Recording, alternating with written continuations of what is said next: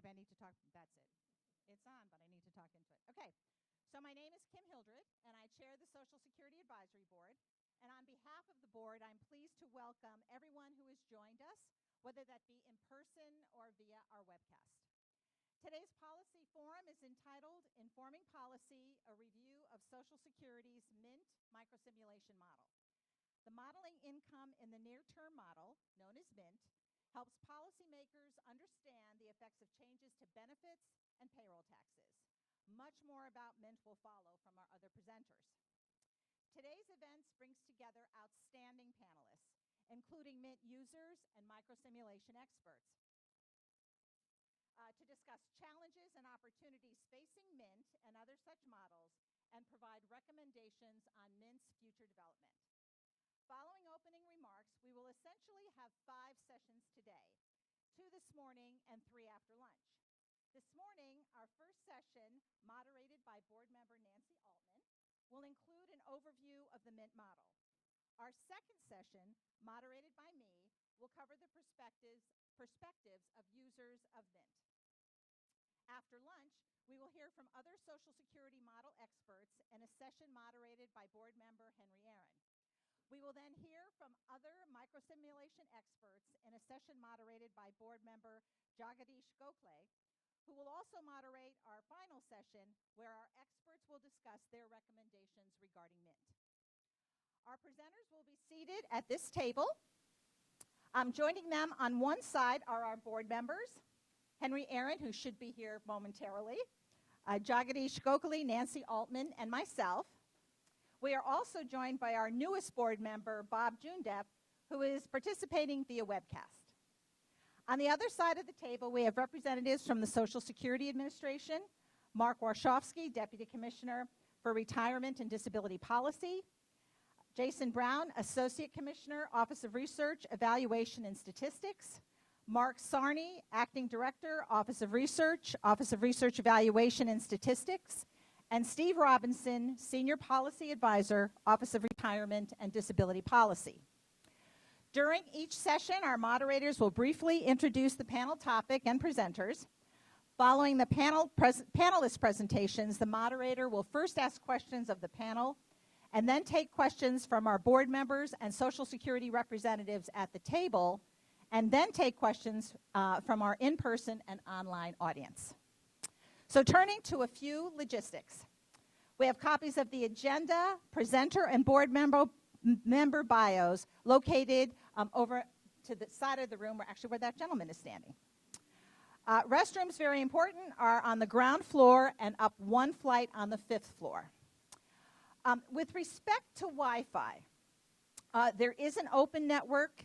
It's called the National Union Building Guest. And if you log into that network, you'll be asked to enter your email, FYI. We are also hearing, though, that the coverage may not be as strong as we hoped, so I just offer that up as a caution. There will be a 1 hour and 15-minute lunch break where lunch will be on your own. We are located within the Penn Quarter, which has several eatery options within walking distance. And please see our staff if you have any questions. We will be tweeting throughout the day using hashtag MintForum. Our handle is at SSABGov. A photographer will be taking pictures throughout the day. Following our event, the day's transcript, along with the PowerPoint presentations, will be posted to the board's website. To ensure those here and online are able to hear the questions that are asked, we ask our online audience to email your questions to events@ssab.gov. For those who are here, we ask that you write your questions on note cards with your name and affiliation.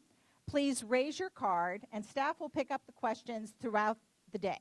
Questions will be delivered to the moderator, who will then address as many questions as time allows. It is now my pleasure to introduce Mark Warshawski, Social Security's Deputy Commissioner for Retirement and Disability Policy, for his remarks. Thank you very much, Kim, and good morning to everybody. I'd like to take this opportunity to thank the Social Security Advisory Board for convening this forum on SSA's microsimulation model, which we call Modeling Income in the Near Term, or MINT. And near term is a sort of almost misleading because it actually is a long-range projection. I would also like to thank is here in the audience, and he's one of the fathers of Mint. Since that time, it has been an invaluable tool to SSA and others in examining future retirement conditions such as income and poverty. It has also helped gauge the effects of policy changes on future Social Security beneficiaries. Mint is based on Social Security's administrative records, which are then matched to the Census Bureau's Survey of Income and Program Participation, also known as SIP. Using these data and the economic, demographic, and programmatic assumptions in the trustees' reports, Mint projects 21st century retirement income, marital trends, Social Security benefits, income, and poverty. Over the past 20 years, SSA, along with its contracting partners, most recently the Urban Institute, has further developed the Mint model. Mint's methodology and projections have been refined, improved, and expanded to include additional features, data, and capabilities. Indeed, this morning's session will include an overview of the model and its development, and Mark Sarney will lead that. So how do we use Mint, both we at SSA and others? Researchers and analysts in SSA's Office of Research Evaluation and Statistics, what we call ORES, have relied on Mint to analyze proposed changes to the Social Security program and to respond to requests for distributional results of proposals both from internal and external clients. And we're very pleased that many of them will be here with us today that have used Mint recently. An example is the Bipartisan Policy Center's Commission on Retirement Security and Personal Savings proposal, which we will. You can find SSA's Mint projections regarding the effects of various retirement policy proposals by going to SSA's Research Statistics and Policy Analysis website, located at www.ssa.gov/policy. The website also has other Mint-based analyses focusing on profiles of different populations, as well as links to ORES publications. Today, we have a great opportunity to take a step back, think about the Mint model, and see what we can learn from those who use it and other microsimulation models, some of which we will discuss in this afternoon's session. So it really is a great opportunity to sort of, so basically a 20th anniversary. We've recently updated the model. We'll be putting out Mint 8, but it's a very good opportunity to see if we need to make small changes, larger changes, fundamental changes. And in fact, these are the questions that we're interested in pursuing today through today's forum. Are there better ways for SSA to present Mint distribution results to requesters and the public? Are there minor tweaks or fundamental changes needed for the model and in how SSA employs it? And how should we adapt Mint so that it is relevant and valuable for the next 20 years, in particular as sort of new types of proposals and new issues come along? Thank you again, and I'm looking forward to today's exciting program. And again, I really want to thank Kim and all the advisory board for looking together. Thank you. All righty, so we will move to our first session, and if those presenters will come on to the center of the table, that would be great.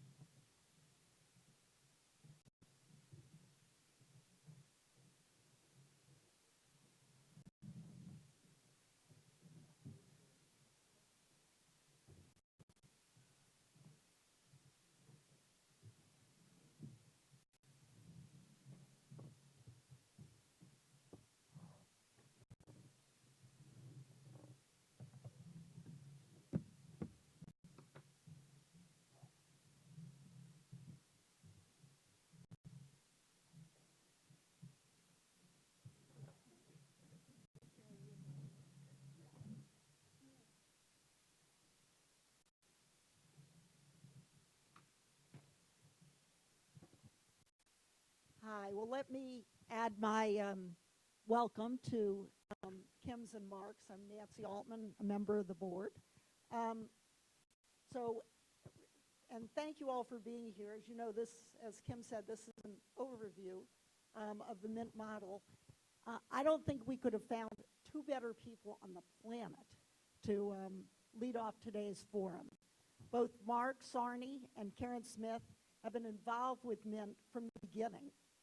Mark has been a public servant with the Social Security today's program. As Kim had said, Karen and Mark will each speak for around 15 minutes.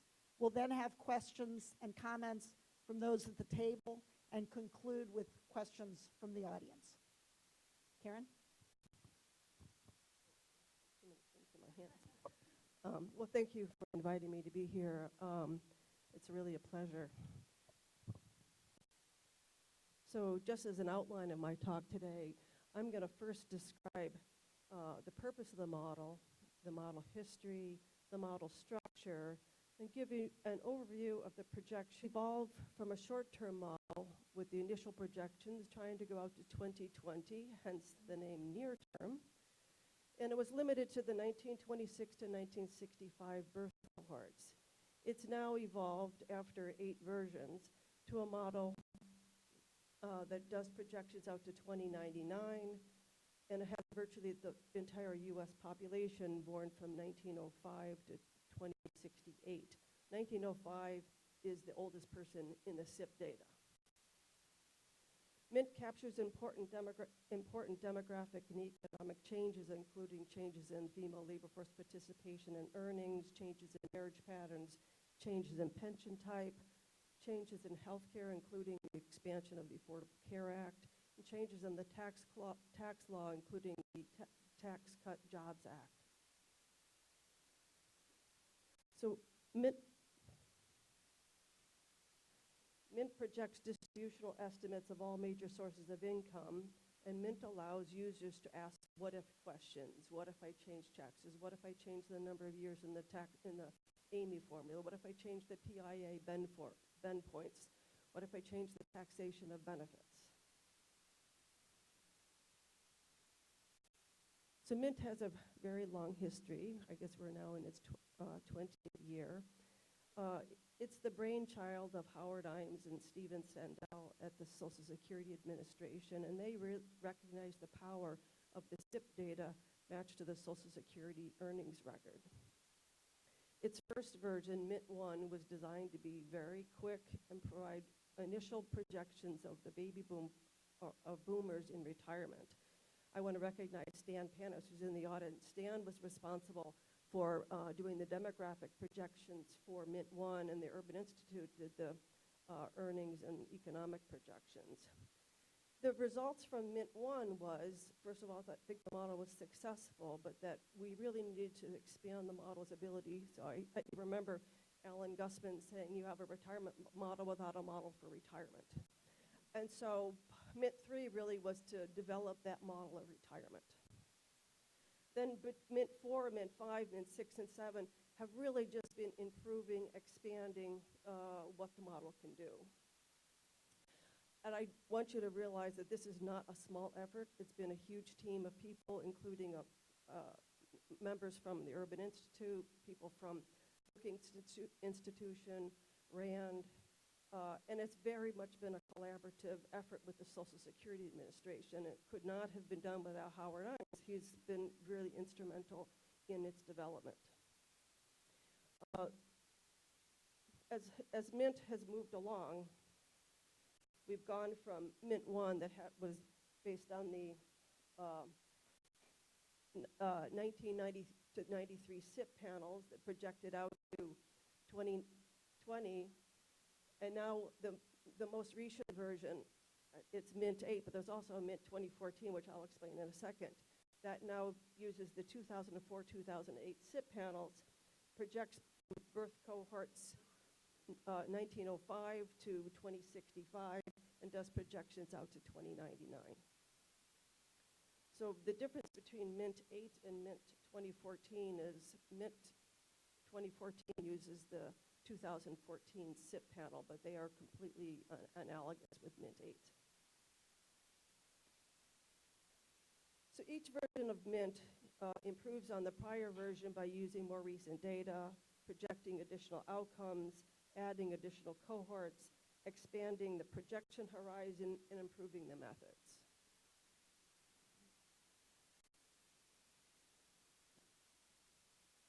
So the structure of Mint, it begins with the SIP data matched with Social Security, the SIP topical module data.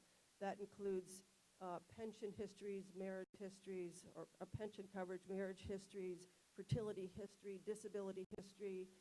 I get a huge amount of demographic and economic information from the starting SIP data. That's matched to Social Security Administration data. That includes Social Security earnings records that begin in 1951 and Social Security benefits, and also includes information from the NUMADENT that has information on mortality and immigration. Then Mint does projections of earnings from the SIP data to age 55, does demographic projections, and it does pensions and savings. So this first piece is doing some from the SIP to age 55, and the method for doing those earnings projection is using an earnings splicing method, which I can describe more if you have questions about it. Then at age 55, individuals enter a retirement hazard. So this is the retirement model that goes with our retirement model. The retirement hazard says, given my characteristics, my earnings, my health status, do I work or do I retire? And if I work, I get the earnings of workers, and if I retire, I get the earnings of retirees. So that may seem funny. We also, some people actually don't work, but we do have this partial retirement earnings. And then given those earnings, we then calculate the pensions and Social Security benefits. So the retirement model is going to say, given what I would get in my pension if I retired today, or given what I get in Social Security if I retire today, do I retire? And this is an iterative loop, and it goes from age 55 until age 70. Then the final process merges the demographics, the earnings, the pensions, the savings, and the Social Security benefits to combine those to generate individual and family income. Mint also calculates assets and taxes. The output of the Mint model, there's a sort of longitudinal person record. That's what I would call the Mint output file, but it also generates a person year file with a vast amount of information, particularly about taxes. So Mint's annual income projections include earnings, Social Security, SSI, pension income, asset income. It projects health insurance coverage, health insurance premiums, out-of-pocket medical spending, calculates work expenses, child care expenses, child support payments. It calculates co-resident income, so this is income of non-spousal family members. It calculates means-tested and non-means-tested benefits, non-cash benefits. It calculates family income and family poverty. From the asset projections, we project pension assets, and those are built up through series of jobs. So jobs that offer DB pensions, we calculate the pension benefits. We also have, for people who have DC plans, we project the DC assets. We calculate home ownership and home equity, financial assets. And we project a number of measures of asset income, including interest, dividends, rental income, capital gains, retirement account withdrawals. We also use a measure of an annuity measure for asset income. And this is really designed to say, if you take someone with a DC plan and you want to say how well they're doing relative to someone who has a DB plan, we want to put those two people in the same measure. So we have an annuity measure of asset income. And finally, we calculate an imputed rent value for homeowners to say basically the homeowners are better off than renters. For taxes, we calculate annual filing status, the AGI, taxable income, federal and state income tax. We calculate payroll tax, Medicare surtax, Tier 1 and Tier 2 taxes. The Tier 1 taxes are the taxes that are from federal income taxes that go into the Social Security Trust Fund, and the Tier 2 taxes are the taxes on Social Security benefits that go into the HI Trust Fund.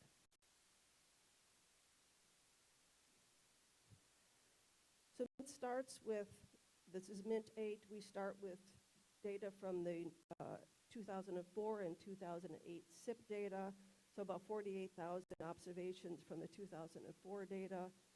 and about 40,000, 39,000 from the 2008 data. We then add on 210,000 people coming from the PolySim models. This is the Social Security models that the actuaries run. And this generates a population, future population. We grab them at age 31.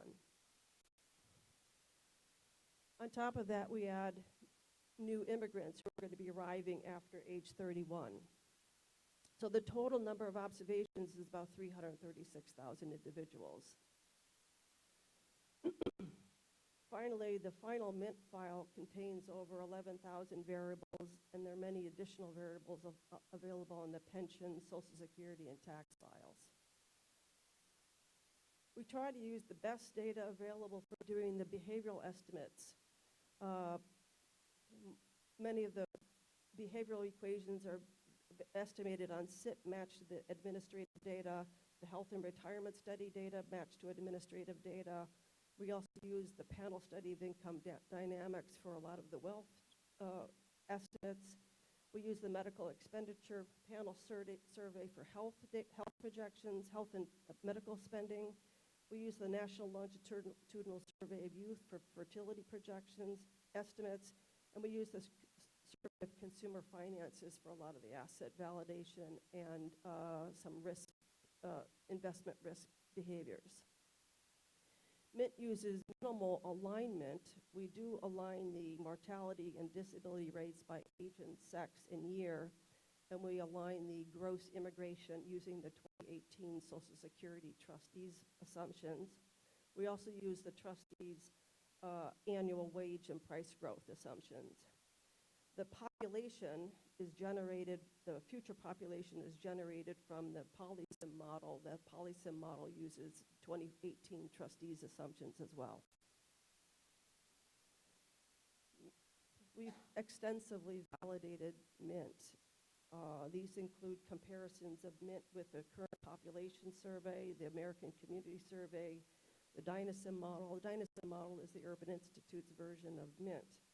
We also compare projections with the OCAC projections. Now, there are many subgroups that OCAC don't project, so if we don't have it, we don't validate it, but when we have it, we use it in the validation.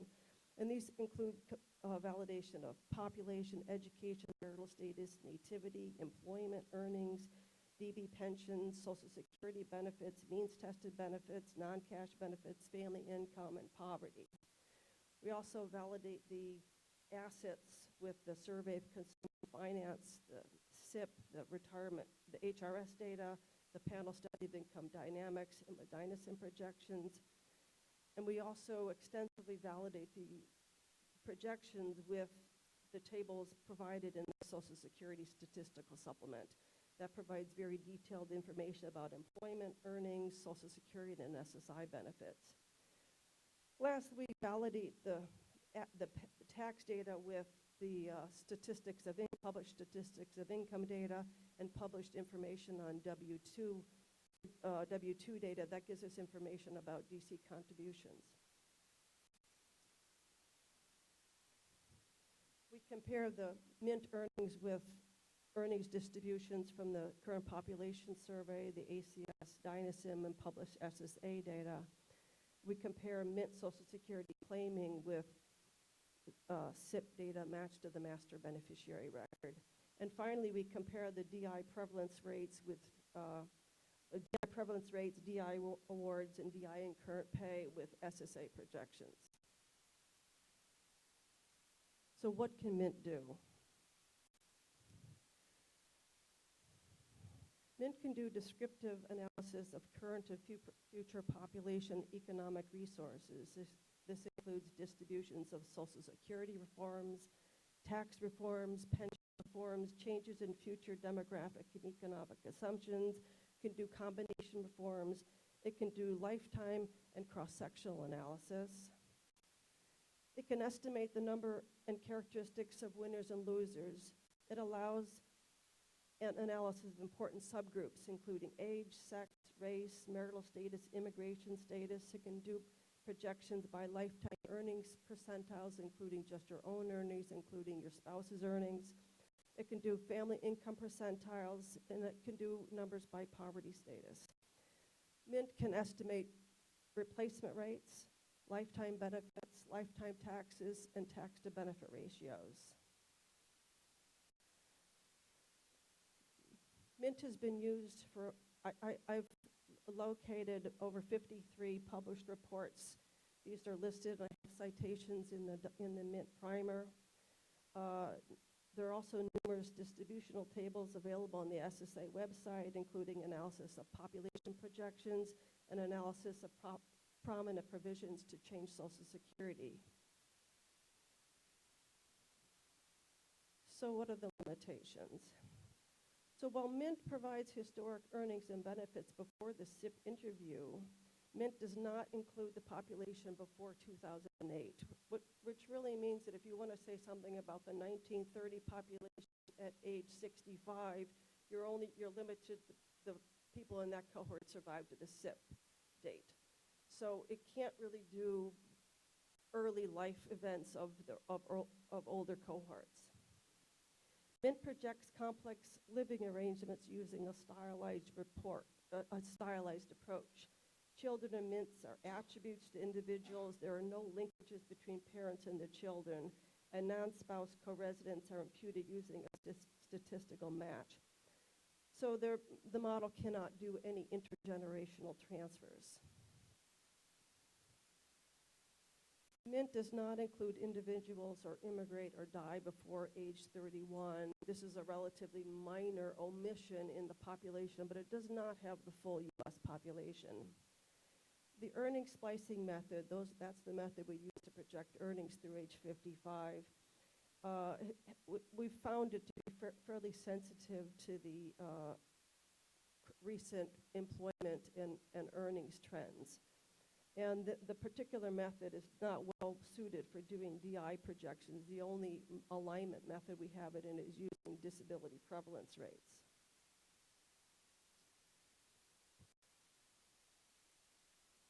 Mint has a limited capacity to account for policy changes that are included in the estimation model. We usually accommodate this by making some assumptions and doing high, medium, and low forecasts to recognize the uncertainty. And users must be careful about analysis of small subgroups. Importantly, the projection, there's uncertainty in any projection model. The uncertainty is greater the farther out you go, and the projections don't account for unanticipated policy changes. But what I want to really emphasize is that Mint is a powerful model that can do distributional analysis and really complements the model that the actuaries use. Thank you.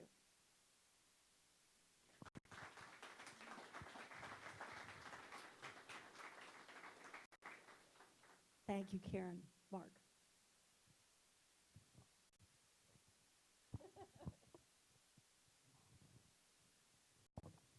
Hi.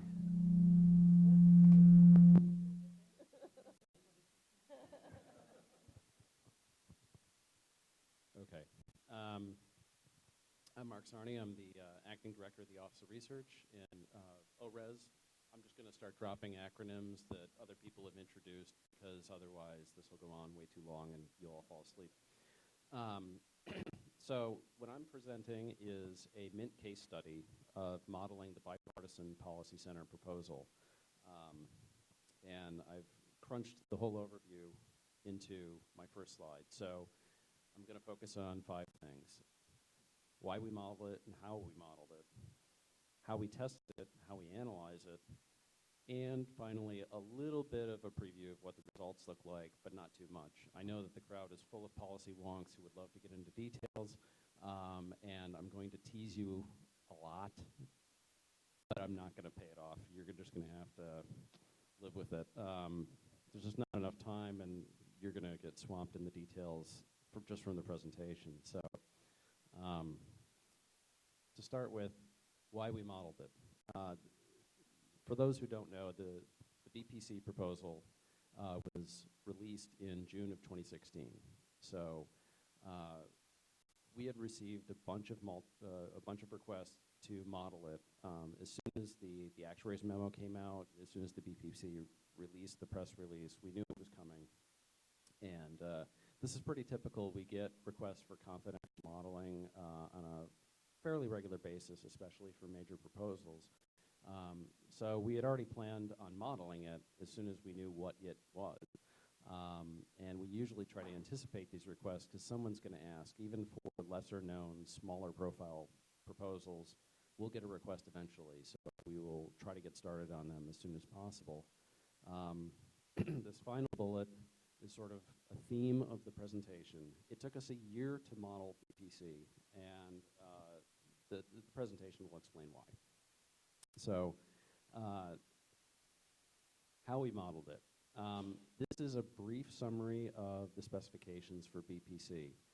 I am not going to spend a lot of time on these. I'm not going to try to explain all the acronyms, but I just want to make a couple key points. For those of you who don't know BPC, it has a lot of provisions. It affects a lot of the current law rules in Social Security, especially the PIA, which is the primary benefit formula, the primary benefit that gets calculated. It does a lot of things to spousal and survivor benefits. It changes the cost of living adjustment. But the important things to remember are lots of provisions, lots affecting the same rules. Most of these don't affect disabled workers, which for the first time means a bunch of rules now have to be split into two versions, one for disability and one for non-disability. And finally, the lower part of the table shows the provisions we couldn't model.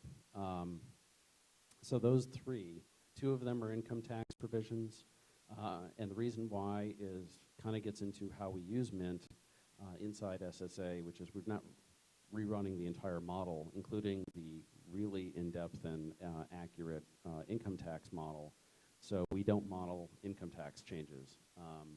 We also don't know once a child reaches 18 if they're going to continue on to college or be in some sort of educational program. So the extension of student benefits, we just didn't know if that was going to, how that would work. So we skipped that as well.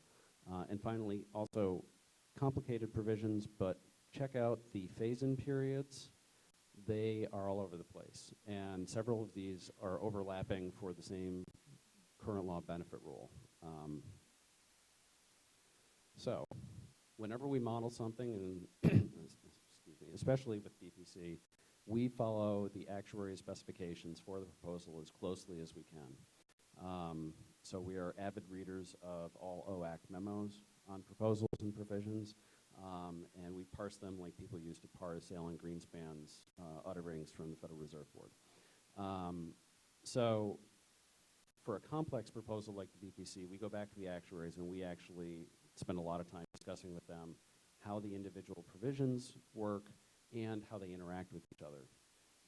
And this required a lot of back and forth. In fact, I think we were still going back and forth with the actuaries even 6 months in after the proposal was released. When we model a proposal that has multiple provisions, we model each provision standalone. And we do this for a number of different reasons. One, to make sure we're doing it correctly on its own. We also want to know what it's doing distributionally without any other interactions. Believe it or not, a lot of these proposals, the pieces will be broken up and reused by people, so having them done individually, it pays off in the long run, especially if they get tweaked or updated over time.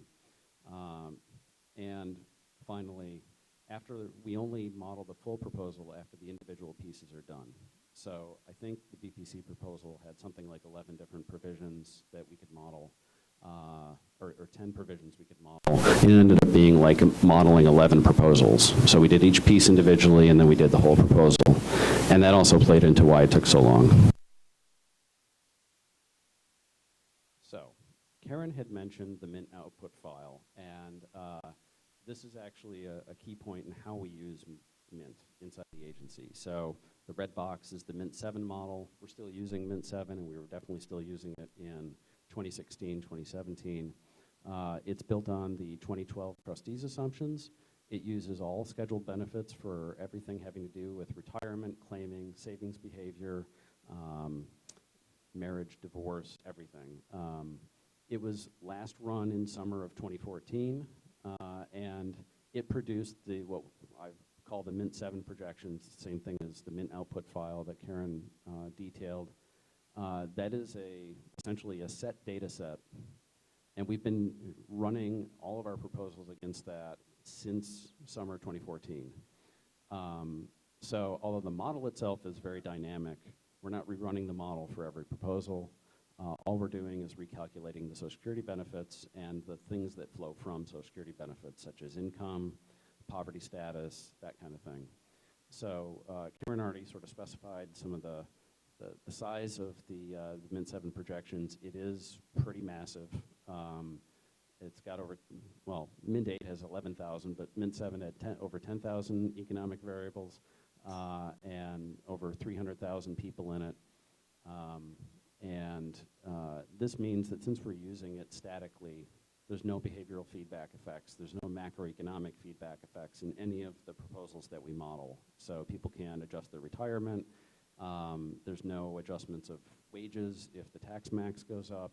It's strictly whatever that behavior was in the model continues on into all the projections that we're running as far as how benefits and beneficiaries are affected.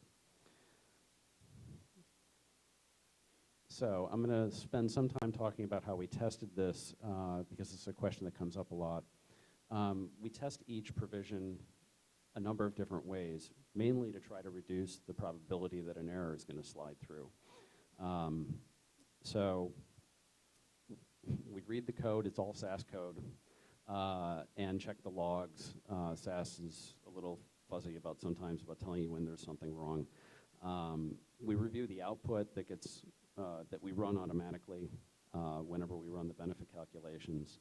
We analyze it to find what we call the X files, which are the really weird cases that could mean that there's something that's gone wrong or something went right that we don't understand.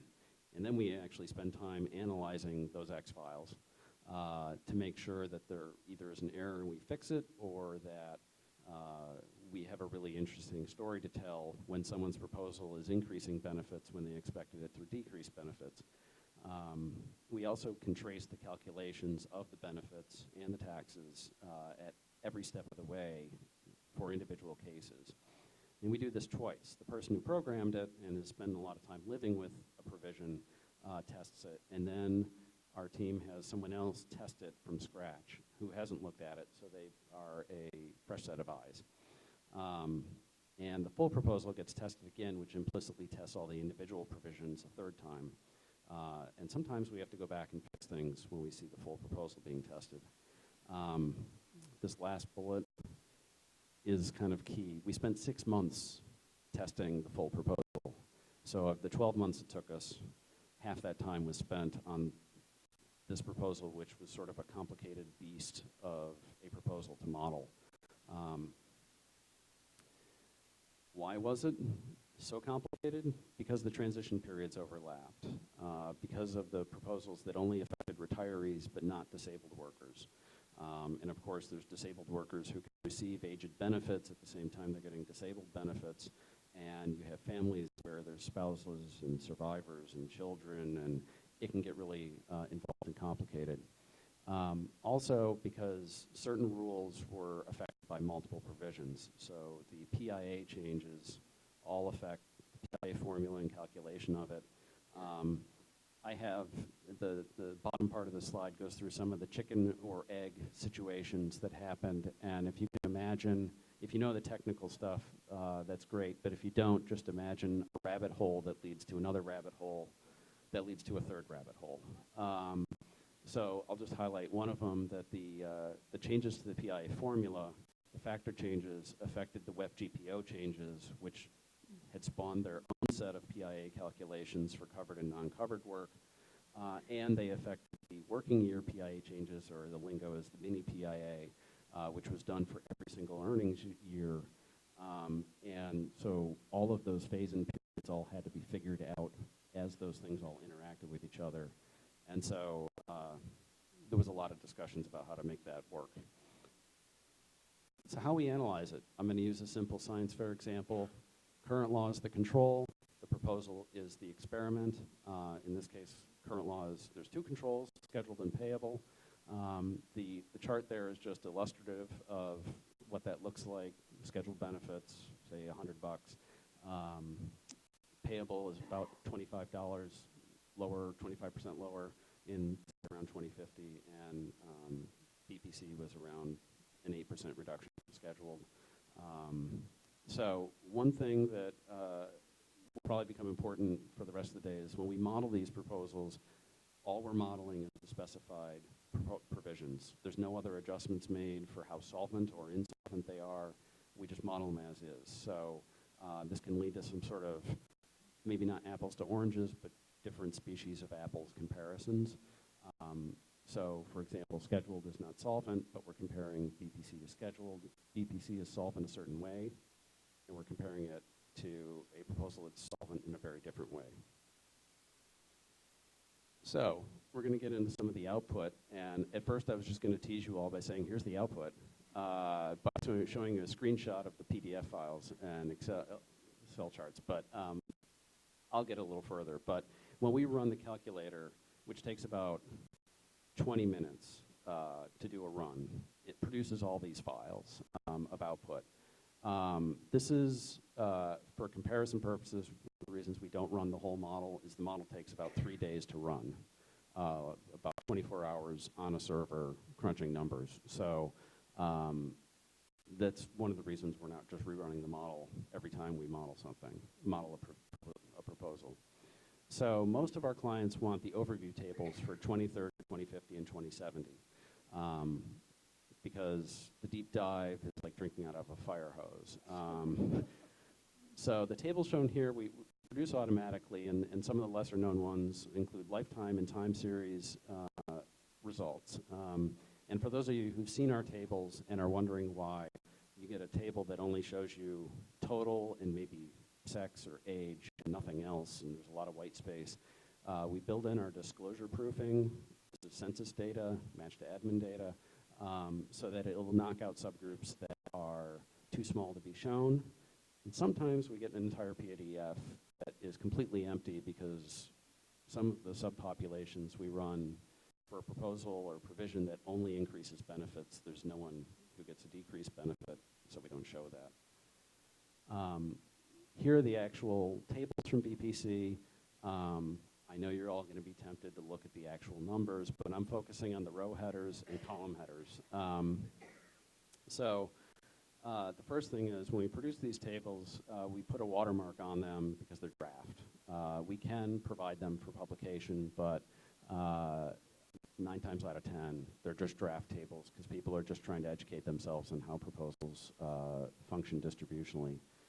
So the whole point of this is to do distributional analysis, and you can see the subgroups that we've got listed: sex, age, ethnicity, race, country of origin, or country of birth, marital status, education, household income quintile, benefit type,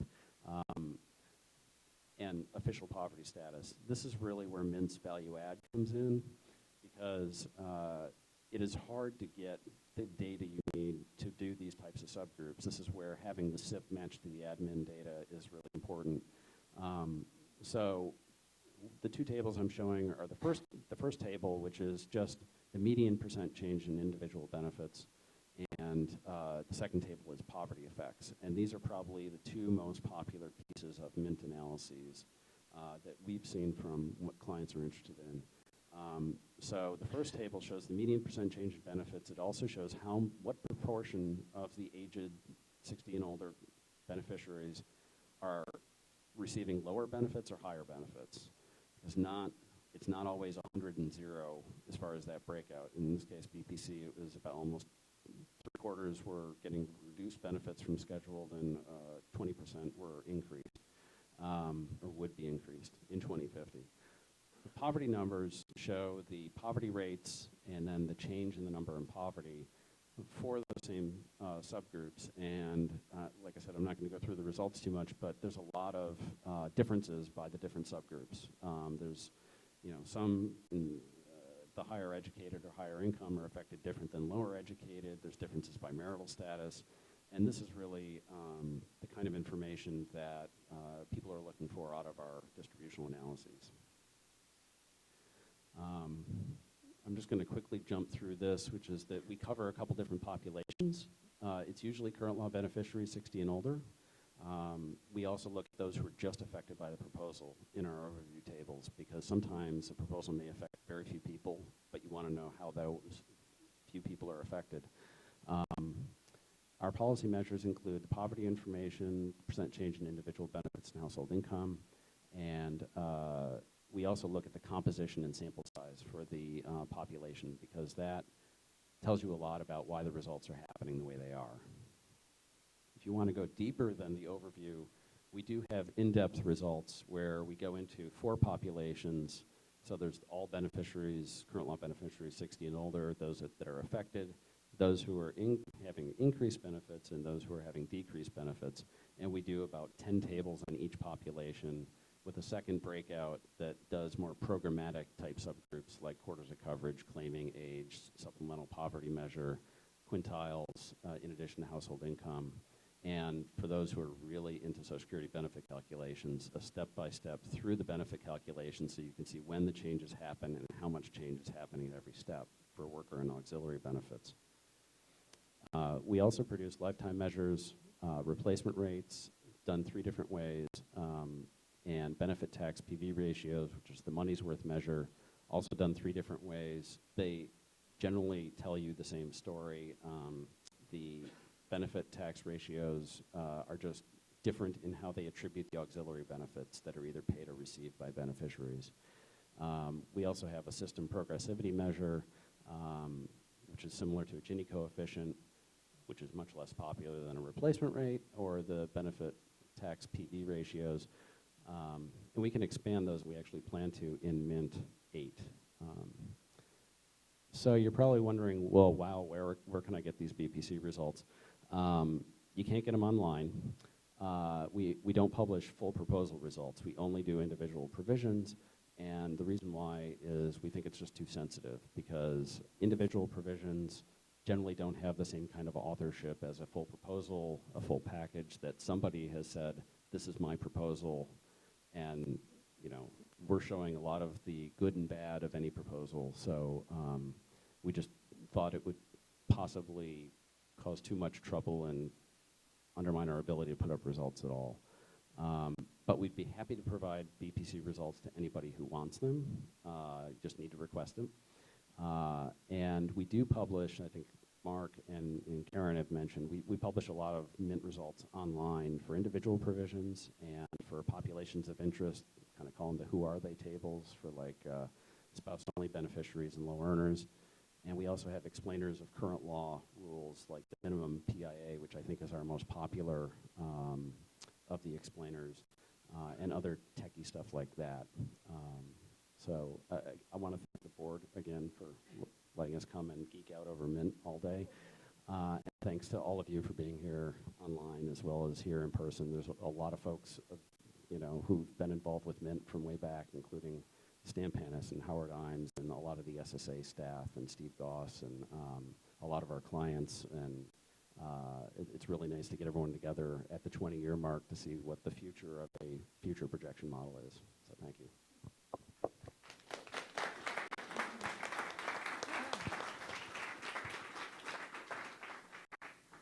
Thank you both. That was very informative. So we have about 20 minutes or so for questions. As you're thinking about your questions, let me start. Let me start actually with a question for you, Mark, and Karen, you can jump in as well. You both have given us a really good sense of the strengths and limitations of the models, the conceptual understanding of it. Can you give us a little bit of a feel for on the ground? Mark, you mentioned that it can take several days to run a proposal model. How many people work on it? What happens when a proposal comes in? That kind of thing. Well, first of all, I don't know if we mentioned this, but the whole model and all of our analyses are all done in SAS code, SAS data sets, that sort of thing. So everybody who works on it's got some ability to program in SAS. So when a proposal comes in, we've got a team of about 4 people, not counting me, since I'm in management and unreliable then, as far as time goes, who can work on proposals, and it really depends on the type of proposal. Some things can be done really quickly, or we already have done. Other things can take a long time, like BPC. So usually we will get the specifications and make sure we understand them first. And if there's an actuary's memo, we follow that as closely as we can, and sometimes we've got some or a lot of questions about how they did various things. So we actually usually have somebody who knows that area who can repurpose another provision we've done and model the new one. And then we have someone else, like I said, test it. And that can go on for a while, or it can be very quick. I think some of the BPC provisions we had done within a week or two, and others we were still grinding away on for 5-6 months before we figured them out. Sometimes the testing can go on for a long time because we see a lot of strange things, and partly we want to be able to explain those when the results come out, but we also want to make sure they're correct. So it can vary quite a bit. And of course, the 4 people who are working on that, on Mint stuff, aren't just doing that full time. They have other stuff to do as well. So, you know, there's a lot of wild card variables in there that, as far as how, whenever a provision comes in or a proposal, what's involved. And one more question, and then I'll turn it over to the board and SSA for comments. Karen, there's been, you've talked some about this, but how does Mint, how is it like and how is it different from other microsimulation models, and how is microsimulation different from modeling?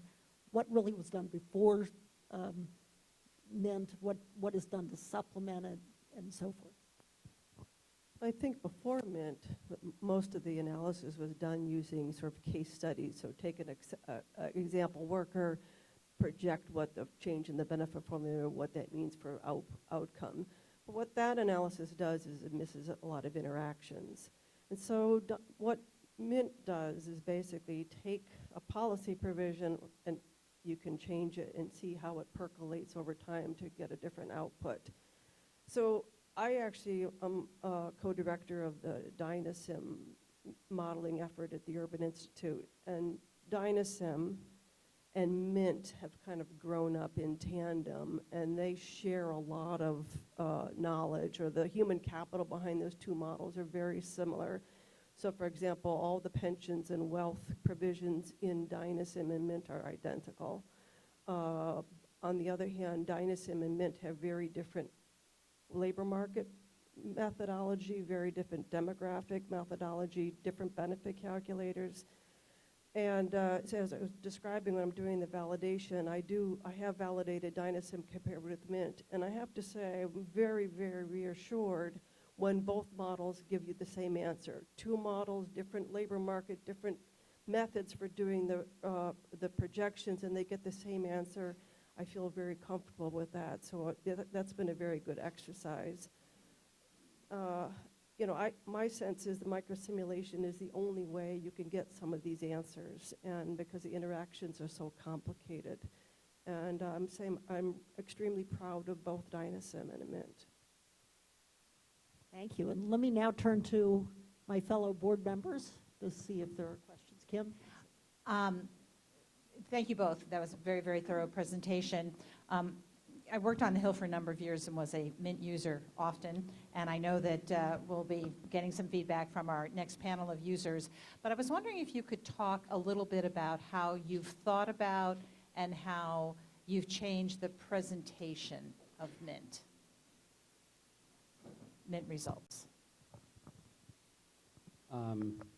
They've changed a fair amount. The ultimate end users for Mint are people who think about and make Social Security policy. And there's kind of a long journey there from being very, very technical and in the weeds to not being technical. And I think our results are probably still hard for new users to understand. Distributional analysis in general is hard to understand because it's not a hypothetical example. There's outliers at both ends of the distribution, and especially for policy changes, weird things can happen. We've been kind of trying to follow what users are interested in, and so our results have sort of morphed over time. We kind of have, like I said, the overview results are for people who are less technical but still want to cover all the bases, and then there's some people who want to go very deep into the weeds, and so it's a little bit like 500 channels of cable, and that's why we output so much stuff, and we still end up doing ad hoc analyses even still. But the biggest hurdle, I think, is trying to make them presentable in a way that, you know, they're intuitive, but they're also accurate and easy to explain.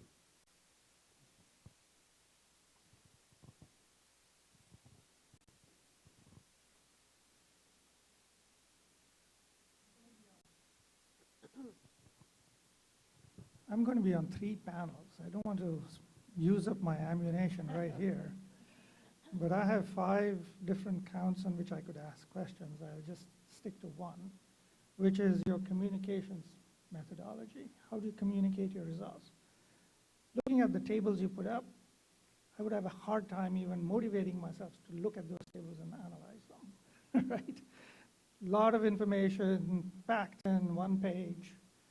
I don't know, have you thought about what it takes to communicate the complexity and draw your audience or your clients to get them to a place where they have confidence in your results? Because I think the main hurdle here is going to be how do you communicate and how do you convince that these results are not just, your models are not just random number generators, to put it very bluntly. So that would be my question. What comment do you have? I think you've nailed the issue right on the head. I mean, the communication of the results is a key hurdle because there's so much that anybody could focus on. Trying to come up with something that will meet most clients' needs is difficult. So we don't intend to demotivate people when they see our tables. But I can understand how that can happen, and even with the overview tables, that's still a lot.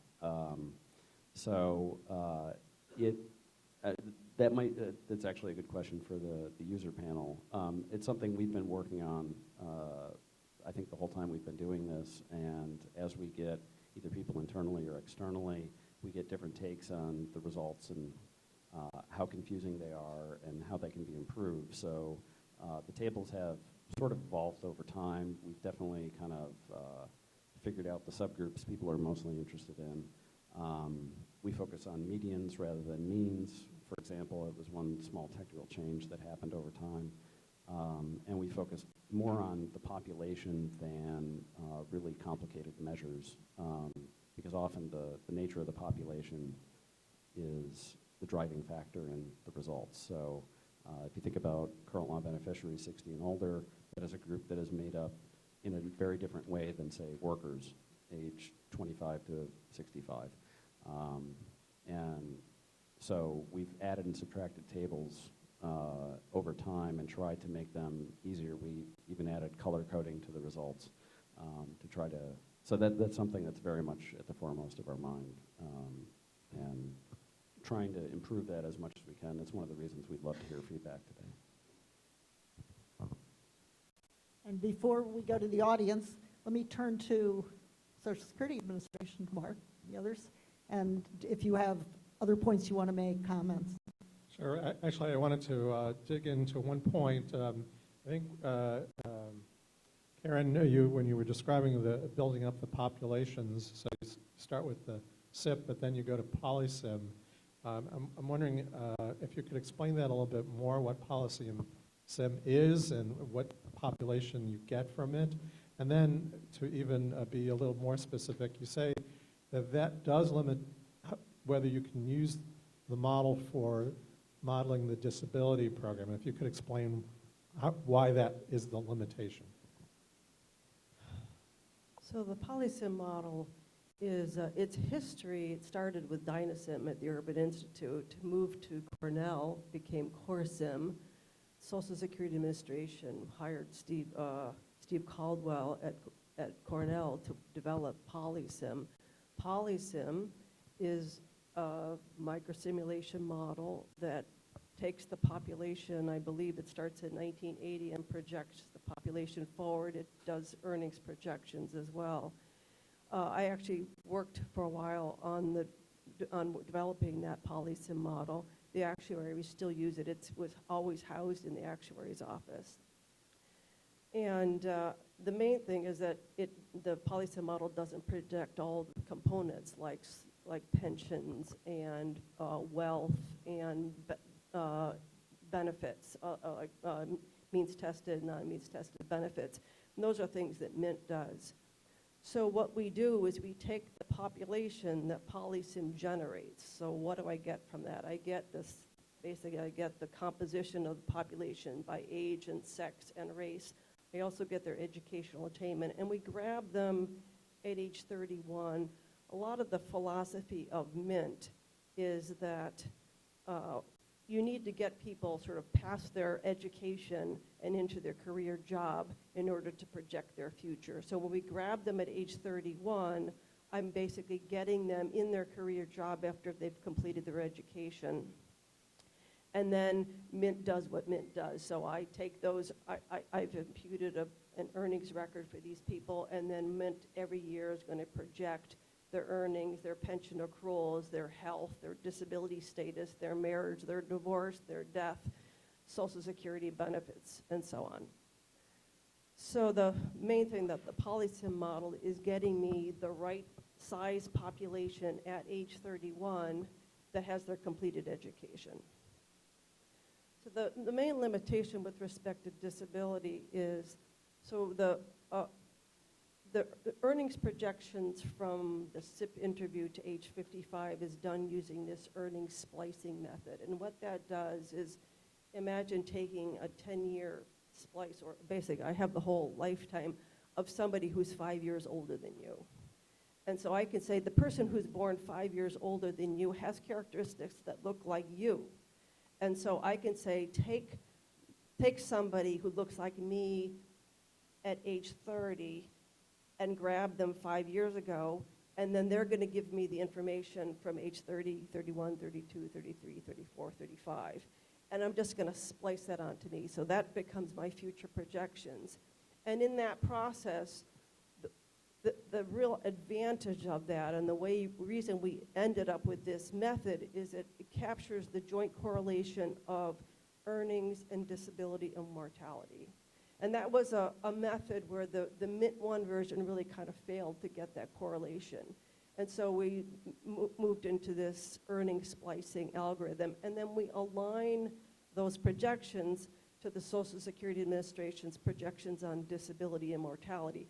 And what we do when we do that is, with every person we match to, I'm going to pick sort of two records, both of which are good, reasonable projections. And then I can swap which record I use in order to hit those mortality and disability rates.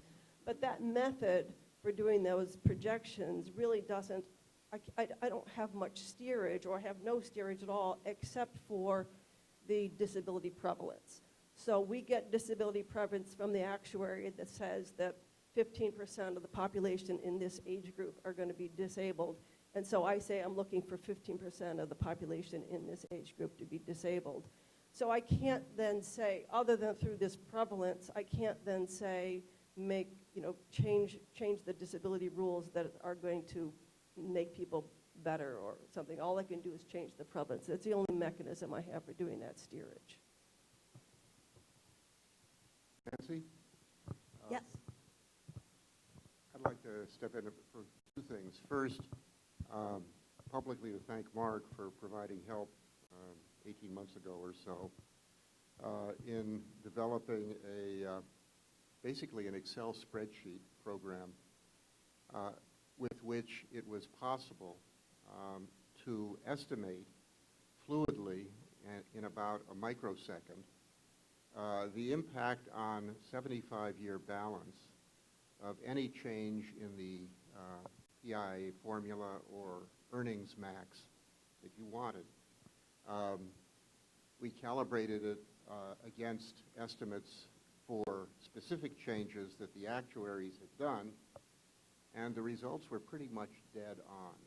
So it provided a tool that I found very convenient, and I think others might find convenient similar exercises. This is a very different kind of exercise than the one you've been describing, but it was possible only because we were able to pick, in effect, a representative year somewhere between now and the 75th year, and have an earnings distribution that produced results very similar to those that the actuary generates. And I tell you, it's a lot of fun to sit there and figure out what the impact on balance is of kicking the 90% bend point up or down, changing it, the replacement rate to 92 or 95, and getting your results instantly, and with a reasonable degree of accuracy. So this is one non-mainline use of Mint that I found extremely useful. I have a question for you, Mark, something I think I didn't understand fully. I heard you to say that you are more comfortable, or as a matter of policy, produce results for provisions but not for packages. Did I hear you correctly on that? And if so, really? And let me ask you both to answer very quickly, because I want to turn to the audience and we're almost out of time.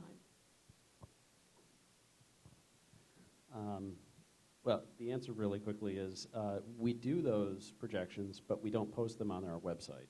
So we do model proposals, but the reason why is our sense from talking with clients and others is that if Senator so-and-so has a proposal and we put the results up, like when an actuary's memo comes out, there might be a lot of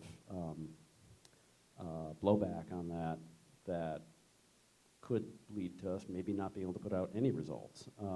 So we feel like we're kind of walking a tightrope, and we kind of roughly drawn the line there at individual provisions that are usually those proposed by either the SAB or other nonpartisan groups that are commonly discussed. So it's a more limited subset of kind of the top 10 hits of provisions, but not entire proposals. We're being live streamed, so we have some online, may have some online questions as well as questions in the room. Yeah, I was supposed to get notes, but I guess for the sake of time, maybe, Diane, maybe just hand them a microphone and run it. That might be easier at this point.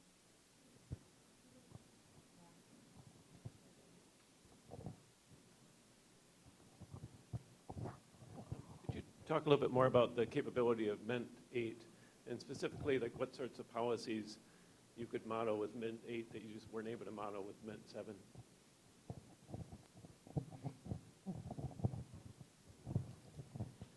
So the main difference between Mint 7 and Mint 8 is that Mint 8 has expanded the set of variables that it calculates in order to better model the supplemental poverty. So we added childcare expenses, work expenses. We added home ownership with a mortgage, homeowner without a mortgage. That's used in determining the poverty thresholds. We also add child support payments, and those were in earlier versions of Mint. If you think about it, work expenses, child care expenses, those are really things that retirees don't face, and so it was never a height, or wasn't at the time, a priority. But I think SSA is interested now in looking more of the characteristics at younger ages, and so we've expanded the set of variables for doing supplemental poverty. We also specifically modeled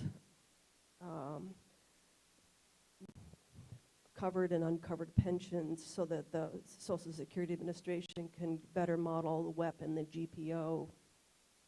We've updated the tax calculator so that the Mint 7 was using 2001 statistics of income data for doing its tax projections. We now use the 2009 tax provision, or 2009 SOI, and we've modeled the provisions in the Tax Cut Jobs Act. So the capabilities are very similar. We've updated estimates using more recent data. So I don't know that it has any, other than having these additional variables, additional projected outcomes, the capabilities are basically the same. One thing I'd add to that is that to piggyback on what Henry Aaron mentioned, while we can use Mint for a variety of kind of off-brand ways, I guess, it really is just a complement to what the actuaries produce on the cost side. And I like to say that we're the flip side of the coin. They can tell you the cost of something. We can tell you the value to beneficiaries. Henry had us doing stuff that we've never done before. It was an interesting exercise. But we expect that Mint 8's not in sort of production yet to produce projections, that we would provide, but we're getting there. We're working on it. We kind of have it in-house. It's finished, and now we're just trying to figure out how to use it.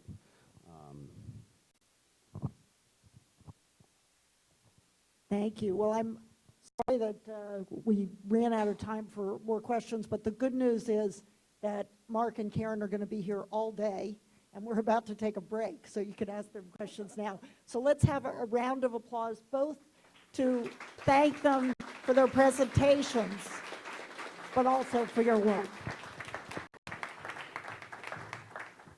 And we will start again at 10:30.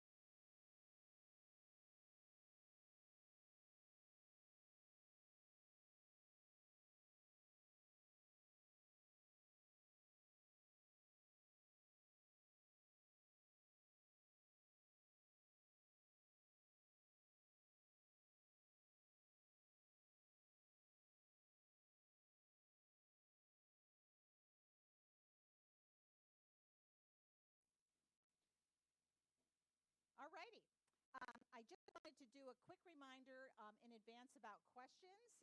We want to tell our online audience, if you have questions, to please email them to events@ssab.gov.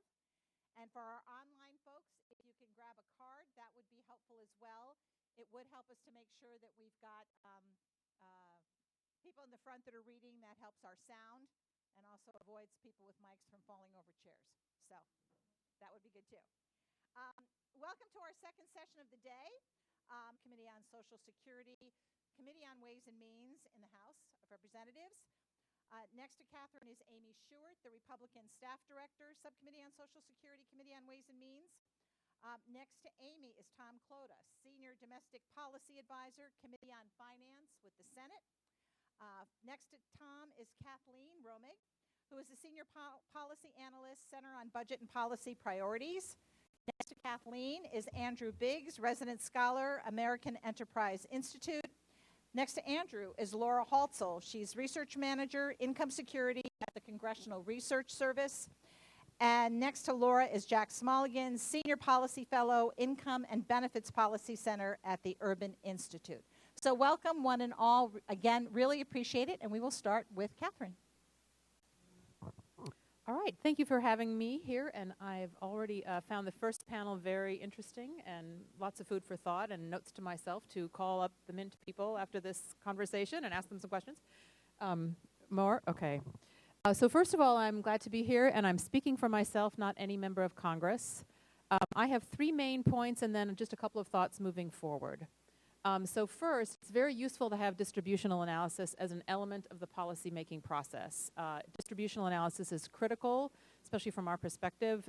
It goes to the very purpose of Social Security, which, after all, is not about having a particular cost rate or trust fund ratio, but is instead about providing a level of basic economic security for all workers and their families. That's the purpose of Social Security, so that's why distributional analysis is so fundamental.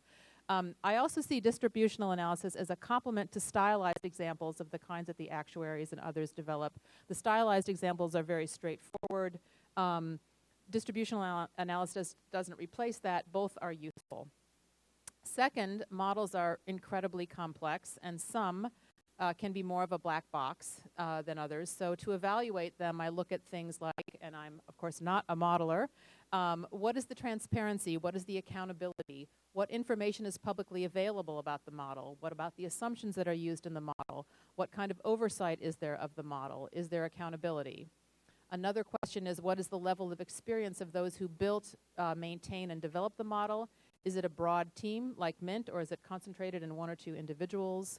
What's their level of knowledge about Social Security benefit rules, which are very complex and numerous and have all kinds of interactions, as the BPC illustration illustrated? And also, what is their knowledge about the populations being studied? Have the modelers demonstrated their neutrality over time? Is the model subject to manipulation to achieve desired results? And finally, does it link survey and administrative data, which is, of course, very powerful? And on these points, I would say Mint is not at all a black box. It is well documented. It's linked to administrative data, and it has an extensive track record and a very large team working on it. I think Mint is particularly useful for distributional analysis, as I said, which is not available elsewhere. I would not look to Mint Social Security proposals, and they also apparently changed the whole underlying model itself.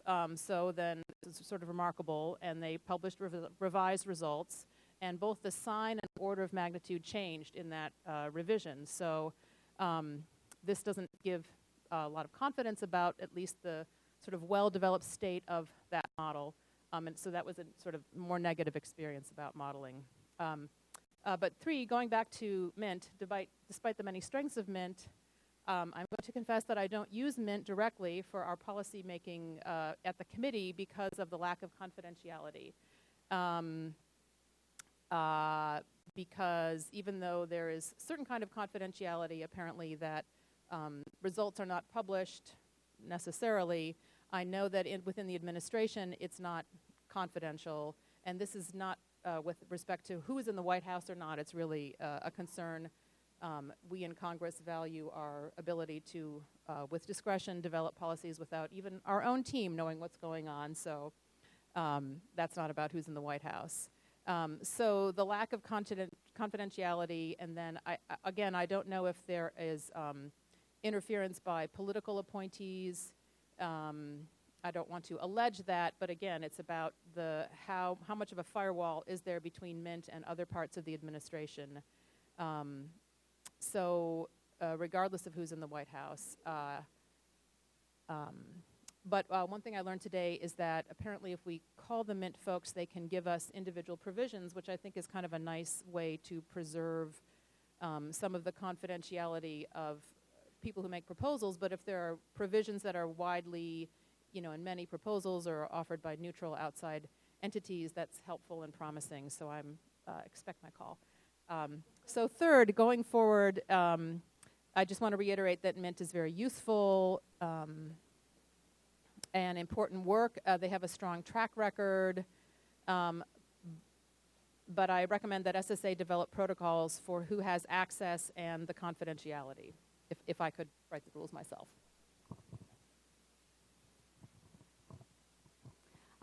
Good morning. My name is Amy Short, as Kim said, and I'm the Republican staff director for the Social Security Subcommittee.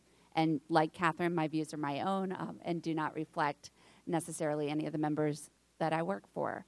Policy development is a critical part of the legislative process, and members and staff rely on the experts at SSA to help inform their thinking. We rely on many tools, briefings on program policy, research, agency statistics, and stakeholder feedback.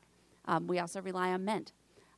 Whether something informs our thinking depends on three key things, and these are really where I want to focus most of my discussion today. Whether something provides insight into a policy question, whether it's easy to understand and to explain, and whether it's timely. Mint can be a really important tool to help inform policy development. It provides insights that are not available from other sources, like the Office of the Actuary. I think the point was made quite well this morning that Mint is a complement to the Office of the Actuary and the information they target a certain group of people. You're going to get a better sense of that cohort by using Mint than by using stylized workers with the actuary.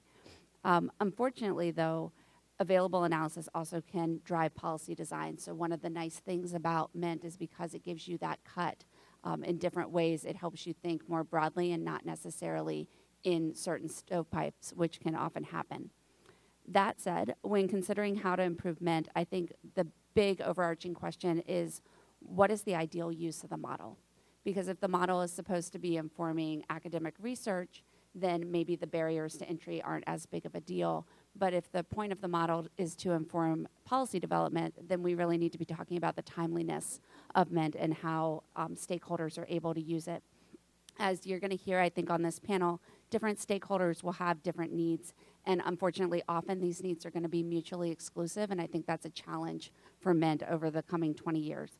So as I see it, the three challenges facing Mint are confidentiality, timeliness, and barrier to entry. So with confidentiality, as Catherine alluded to, technical assistance at this time through the Mint team, who really are fantastic pros, is coordinated through Ledge Affairs. And several years ago, that wasn't actually the case. I was able to go to what was the Office of Retirement Policy directly. I did not have to talk to Ledge Affairs before I did that. That's a problem for me because often when we're thinking through things, as Catherine said, we're not always talking to our own teams, and we know that that's a confidential process. With timeliness, turnaround time really matters for the policy development process because decisions can move very quickly. We heard from Mark that the BPC proposal, while very complex, took a year to model. A year is a lifetime on Capitol Hill, and certainly in the House, where members have a 2-year cycle. I cannot wait for an entire year to get full analysis of a plan. So if the point of Mint is for policymakers to use it, we need to go quickly. And then finally, the barrier to entry on Mint is high. Mark showed you the volume of tables. Reading the tables is a skill, and it's not a skill you learn quickly, in part because Mint isn't as well known as some of the other tools. I think it's interesting, if you look down this table, most of the folks on this panel actually worked on Mint at one point. I'm one of those people. That's concerning when you're thinking about whether you're an actual user. and then finally just finding the information because it's not necessarily easy to find. So thank you. Excuse me. Sorry, I'll use this one. Yes, thanks for the introduction. Thank you for inviting me. Same disclaimers that my views are my own, and it's curious as to why I was invited. I guess because I did not have a good Mint experience, and they probably wanted me to talk about it. It did have a happy ending though. And basically what started, we used it last year. My boss wanted to improve Social Security and also alleviate poverty among elderly single women. And so our team developed a proposal called the Elderly Poverty Relief Act. And it was a very simple bill, at least you would think it would be simple. It created a new benefit, which was about $85 a month, and that benefit grew each year by wages. So it went up more than the COLA. And it only went to Social Security beneficiaries over the age 82 or SSI recipients at the full retirement age.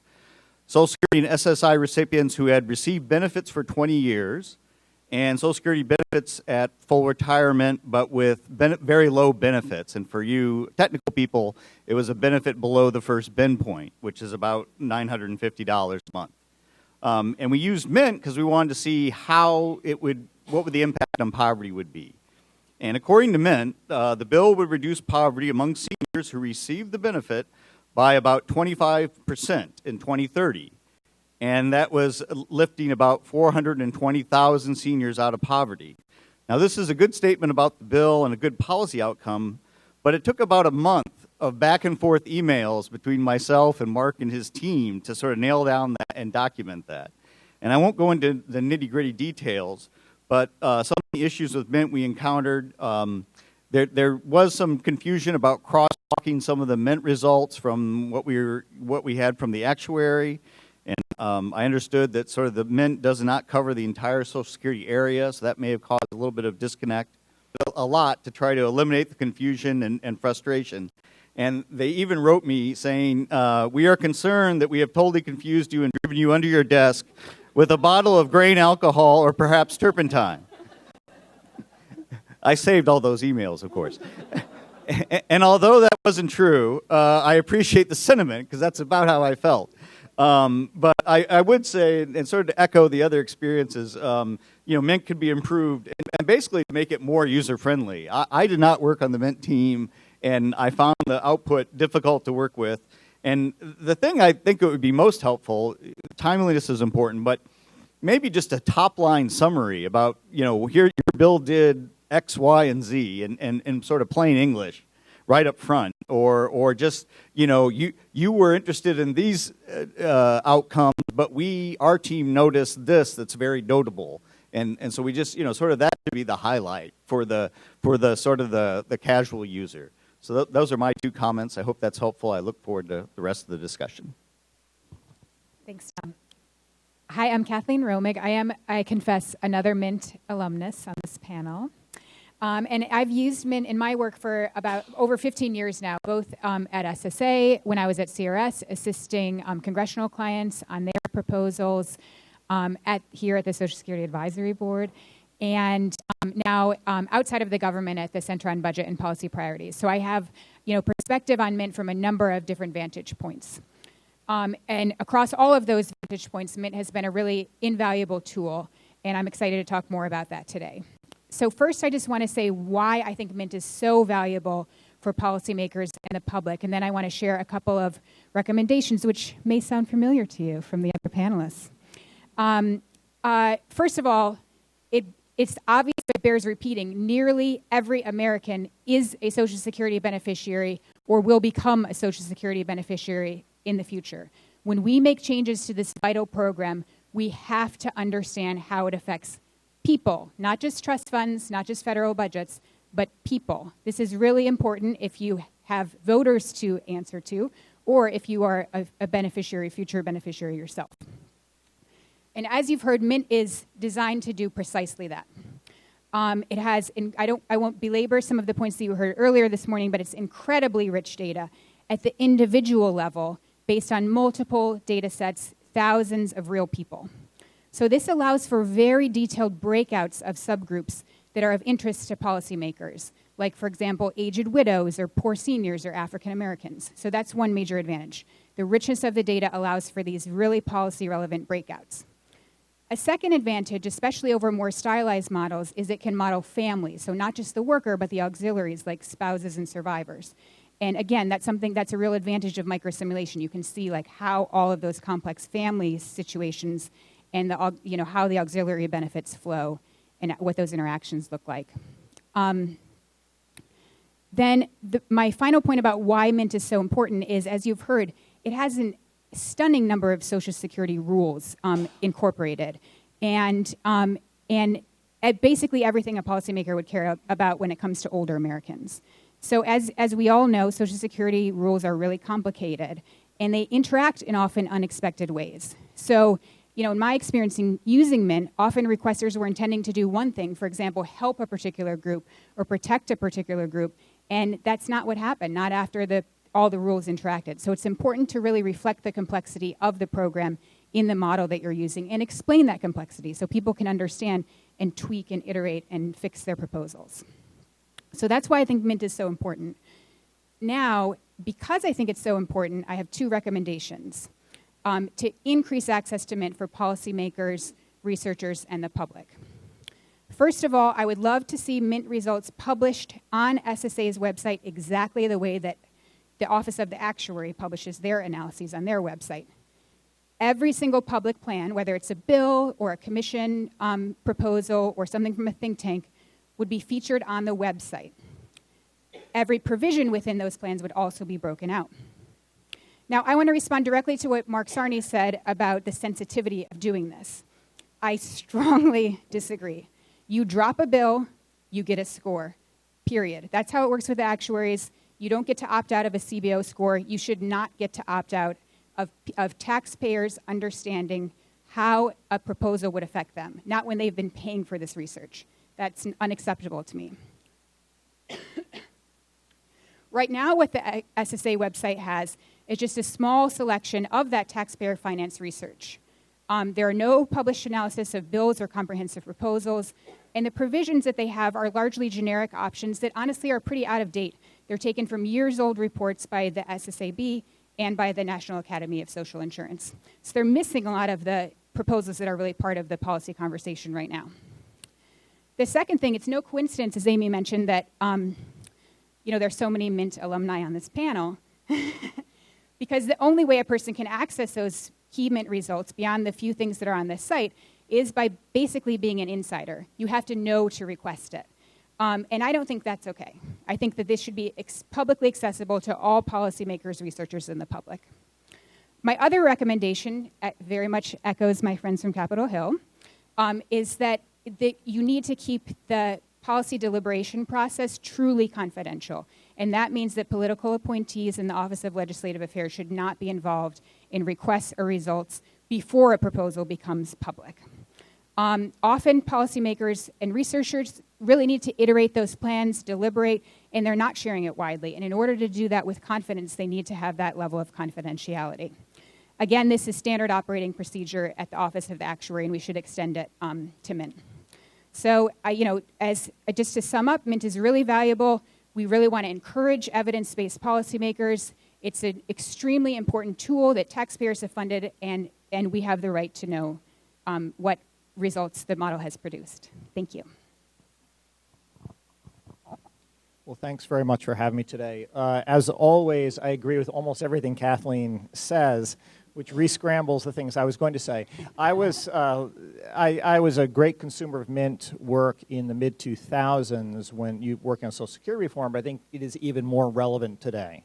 There's widespread concerns about the adequacy of Americans' retirement savings. Majorities believe there's a retirement crisis. Congress is working on various legislation to increase retirement savings. States are working on automatic IRA plans. At the same time, there's legislation in Congress with, I think, more co-sponsors than I've ever seen to address Social Security insolvency. MINT is the tool you need to analyze these things. And and here I'm going to switch into being a little bit more critical, to a certain degree in this broader discussion of retirement income adequacy, Mint, which is the best tool available for analyzing it, has been kind of missing in action. There's very few Mint projections available, little analysis of provisions, or at least recently. As far as I know, the last available baseline projection for Mint of future retirement incomes was from Mint 6, going back to 2012, from a paper from Howard Iams, Karen Smith, Barbara Petrika. I've relied on that, but to give you an idea of how much that has influenced, I'm not a great believer that we have a retirement crisis, and one reason for that is I looked at the Mint projections. If you look at them, they include a measure of replacement rates for total retirement income, where total income at 67 is compared to the inflation-adjusted average of pre-retirement earnings, which I think is a pretty reasonable way of doing it. What they project is that replacement rates, total retirement income replacement rates for Generation X will be slightly higher than they were for the Depression era. This sort of result, when we see this in contrast to other studies that say, well, 55% of Americans are under saving, 90% of Americans are under saving, it is a very, very different result. And it strikes me as troubling that, at a broad range, that we've put probably millions of dollars into this model. It is the best available model for projecting these kinds of things, and I'm about the only guy who knows about it. And, maybe outside of this room. And so I think it's extremely important, at the very least, put out the baseline. So we have some idea what is our best guess of where we're going to be in retirement if we don't do anything, and then we can start thinking about where we want to go from there.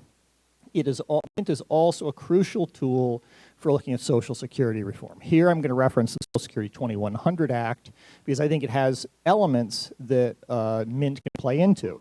If you look at the actuarial analysis of that plan, it projects very large benefit increases for low-earning workers. For the very low stylized earner, it's a roughly 40% benefit increase. For the low earner, who makes about half the average wage, is 23% benefit increase. But we also know that many of those very low earners are getting SSI. If you increase their Social Security benefit, their SSI benefit reduces dollar for dollar. We also know that many of them are receiving auxiliary benefits.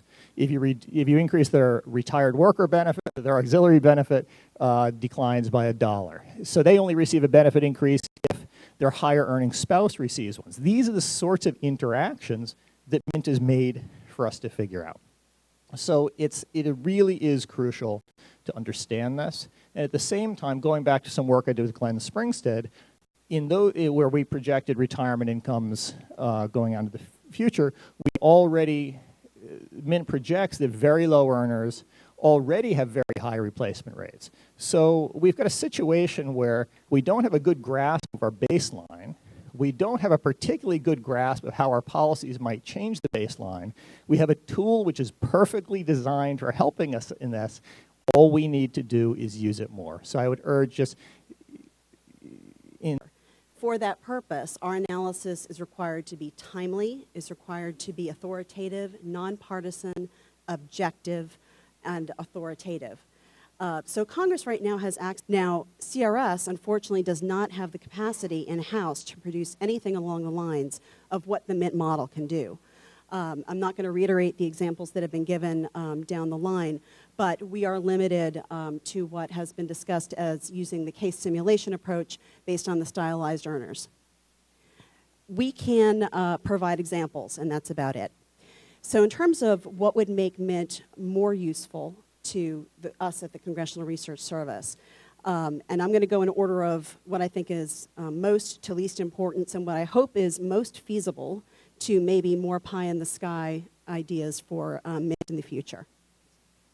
So the first one is to, as you will hear down the line, increasing the access to and the timeliness of the results. I think this is a rare situation for consensus in the nation's capital. So I'll take a note of that. The calculator right now, as it's run at SSA, that would account for a decline in Social Security, decline TANF benefits with an increase in Social Security. Trying to replicate all of the program rules would be almost impossible. And there is a model at the Urban Institute called TRIM that does a lot of this kind of work. Given that Urban has also put a lot into the Mint model, I would hope maybe there's a chance for taking advantage of some of that knowledge already existing to try and build that capacity. Another element that I'm eager to see is additional behavioral response for claiming behavior and work. The reality is that a lot of goals of legislation are to encourage or to discourage individual behavior. So it would be really helpful if Mint were able to incorporate behavioral feedback, how a policy change might lead to a behavioral change that would actually affect the outcome of the distributional results. An example would be increasing the payroll tax, how that might affect the incentive to work and thus the payroll tax incidence, for example. I know that this is a very challenging piece to take on, given the massive underlying piece that is done at Urban versus SSA, but maybe we can start with claiming and work behavior. The last additional capacity I'd like to see built into the calculator at SSA is the ability to replicate the taxation of Social Security benefits. The inclusion of that is critical to a true distributional outcome of a full policy proposal. You might increase benefits, but if that same individual on the back side has some of those benefits reduced through the federal income tax on Social Security benefits, the net outcome isn't necessarily what you're going to be seeing through the Mint results. So those are my 4 points for what I'd like to see for the future of Mint, and I will pass the mic over to. Thank you. I'm actually here not to speak from Urban Institute capacity, but actually from working at Office of Management and Budget for 27 years, and most of those years, Social Security was part of my portfolio, and so I worked on Social Security solvency issues over the last 4 administrations. And it wouldn't be surprising, I think, given just the nature of OMB's role of providing kind of policy advice to the National Economic Council and the CEA, that we don't have the confidentiality issue that other panelists described. I want to say that having worked for multiple administrations, different parties, we never had an issue where we asked for Mint results, and the particular plan that the administration was thinking about somehow became more widely known because of the Mint request. So confidentiality was not an issue for us, and really kind of take pride in SSA's research office for having been able to maintain that. I'm kind of very troubled by the comments the other panelists made in terms of the difficulties congressional offices have on that, and I certainly think that is an area to explore, and I don't want to throw out a proposal at the spur of the moment, but it's to be ready to respond to those as possible. And then we also were kind of very lucky in having a former kind of ORS staffer on our team, Pat Vinkiness, and Pat was able to kind of absorb the data and distill it down for those of us like myself who've never actually kind of personally worked on Mint, unlike most of the other panelists. And so without having somebody like Pat on the team, I can't really imagine us being able to produce some of the things that we were able to do. And so I think there's a question there for SSA that sort of as they look ahead, I mean, the demands for Social Security solvency work are so volatile. I mean, it can just be very quiet for years, and then suddenly a new president or new congressional leadership can be asking for a dozen things. And a variety of people have written about the negotiations between Clinton and Gingrich during the late 1990s. So I think that's in the public domain, and it's a little easier for me to talk about. But the intensity of the work that went on at that time is just hard to describe. I mean, where you had kind of both parties actively looking at a potential solution, and making sure that SSA has the capability to respond to that when it might not be happening today, but it might be happening a year or 2 years from now. And so I think it'd be really interesting this afternoon to hear a little bit better about the overall staffing capacities that SSA has in this area and how they compare to what they had, say, 10 years ago, and how that impacts their ability to be timely on this, because it's not credible to have every congressional office have a former Mint person like Pat, or I mean, so it's at a certain point, some of that capacity has to be at SSA, and the people have to have the time to be able to work with the congressional office, or if OMB, in like in our current case, Pat is retired, we don't have a person on board that So it's, I think, an ability for them to be flexible in that kind of dynamic environment. And in terms of building further capacities, given that I've spent a lot of time thinking about disability policy, it wouldn't be surprising that I think it would really be useful, but I recognize the technical challenges to being able to model more interactions on the disability side. But thinking ahead to Social Security solvency scenarios, we have to be mindful of the interaction of disability and retirement when we're thinking about solvency. And then we also have to be, as others have noted, be thinking beyond just SSA. So overall pension policy meant is the ability for the whole administration to think about overall retirement security. So modeling auto IRAs and tax issues is very important. So we have a comprehensive role. So it's important for SSA not to just think about their programs, but to think about the overall priorities of the administration. All righty. What we're going to do first is just, I want to just direct a few questions to the panel before I turn to the board and our SSA colleagues and then the audience. So first of all, thank you so much. Great perspective, some great feedback, some common themes. But I wanted to first give you the opportunity to comment, knowing how respectful you all are of each other. But just to comment a little bit, does anyone have any comments or questions they'd like to ask another panelist based on what they have to say? Any agreements, disagreements? Catherine?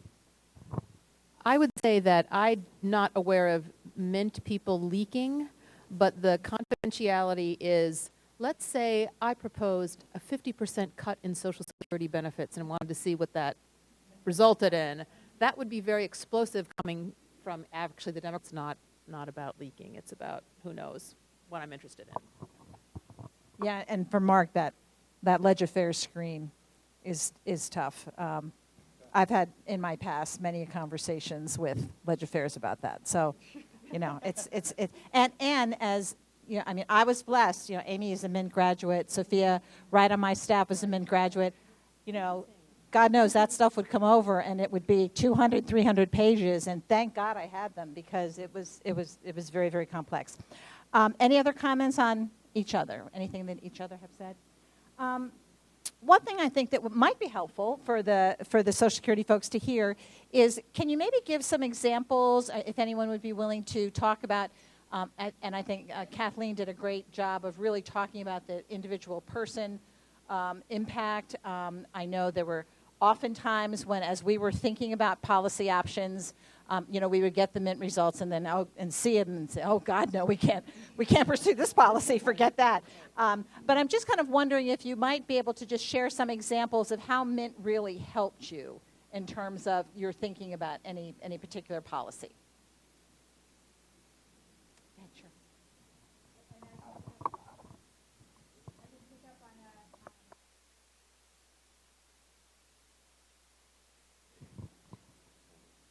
Thank you. I can pick up on another point of agreement between Andrew and me, which is Mint is not only useful for analyzing prospective policies, but also just for looking at the current population.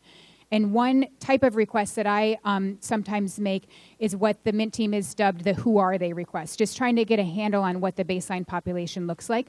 So for example, I'm not very happy with the most common minimum benefit proposal that's proposed because it doesn't target well enough and it doesn't move the needle on poverty well enough. Where you see, you know, half of those people have work histories of 20 years or fewer, if I'm remembering correctly offhand. And so just trying to get a better handle. Well, if you're trying to move the needle on poverty, then maybe you should not frame your policy around a long-term low earner when you know that poor people tend to have had interruptions in their work for various reasons. So that's just one example of how, you know, just digging in, like Andrew said, into those baseline results can really help you reconceptualize where you want to go with your policy proposals. And then, of course, testing out what those policy proposals would do is really important as well.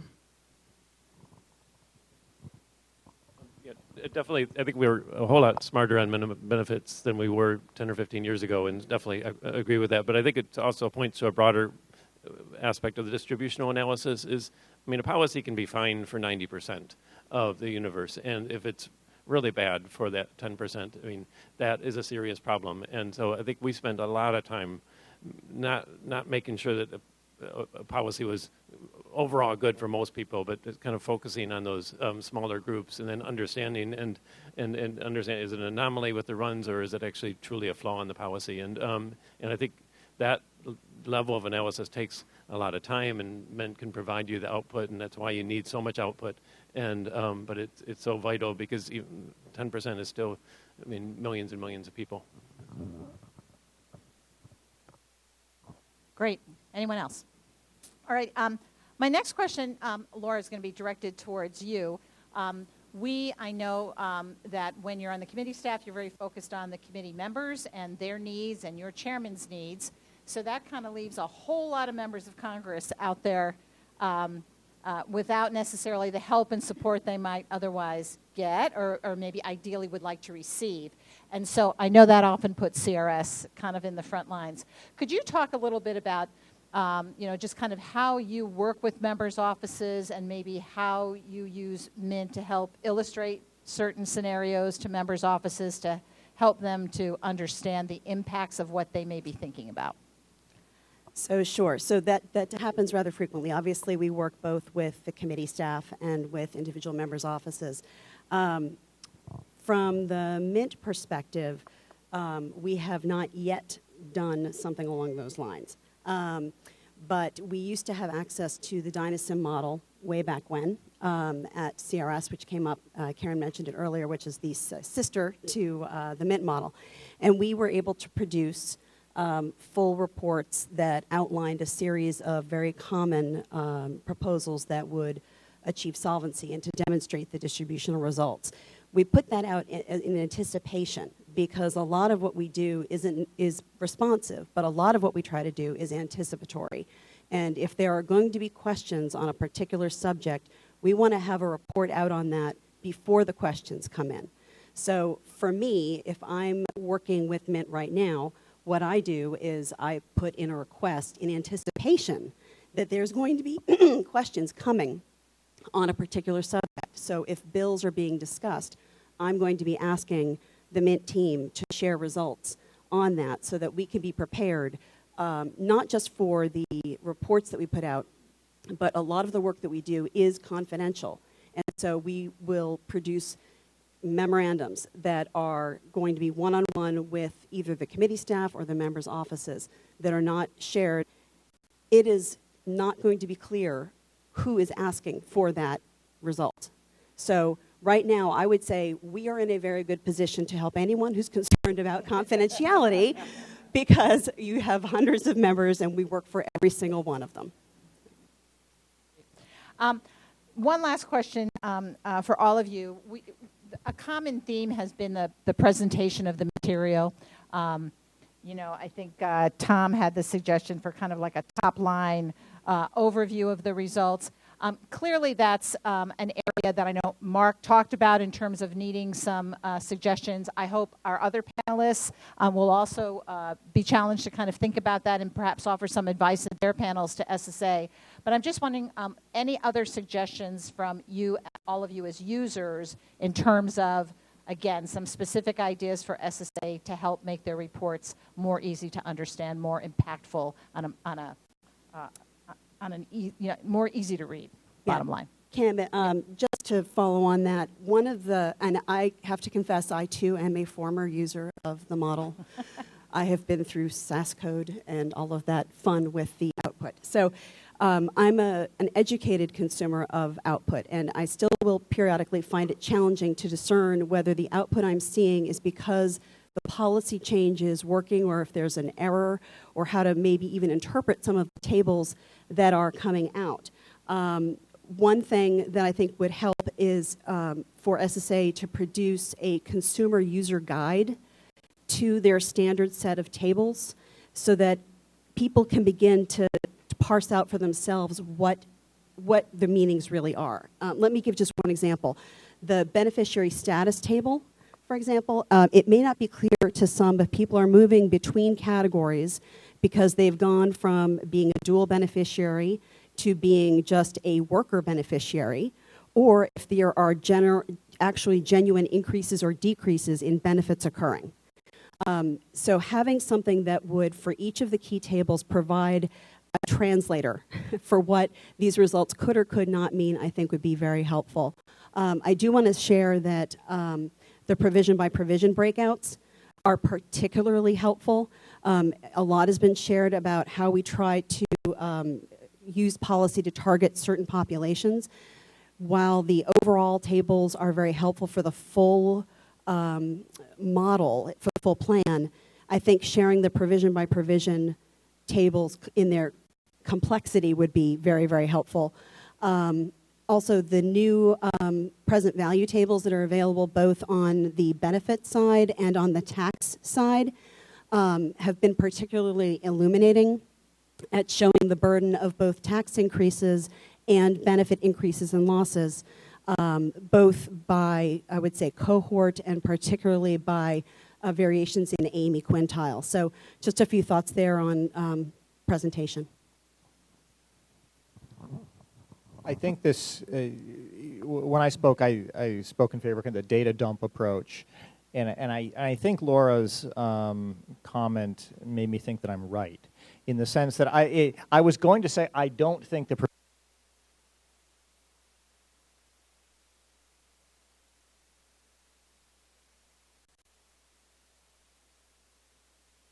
I was going to say, for me, I didn't think the provision analysis was very helpful. Laura just said it is, in fact, very helpful, which shows more broadly there's just a lot of different, the analysis has to suit the purpose. And I get the idea you want to have a standard output, because you just need something to pump it out, where you produce a lot of information, you can highlight things. But I think it's also useful, and I think this may be something for the Mint team to think about, of not just churning out numbers, but also playing that hand-holding role of talking to the consumer, saying, what is it you're trying to do here? Not just your provisions, but what are your goals here in English?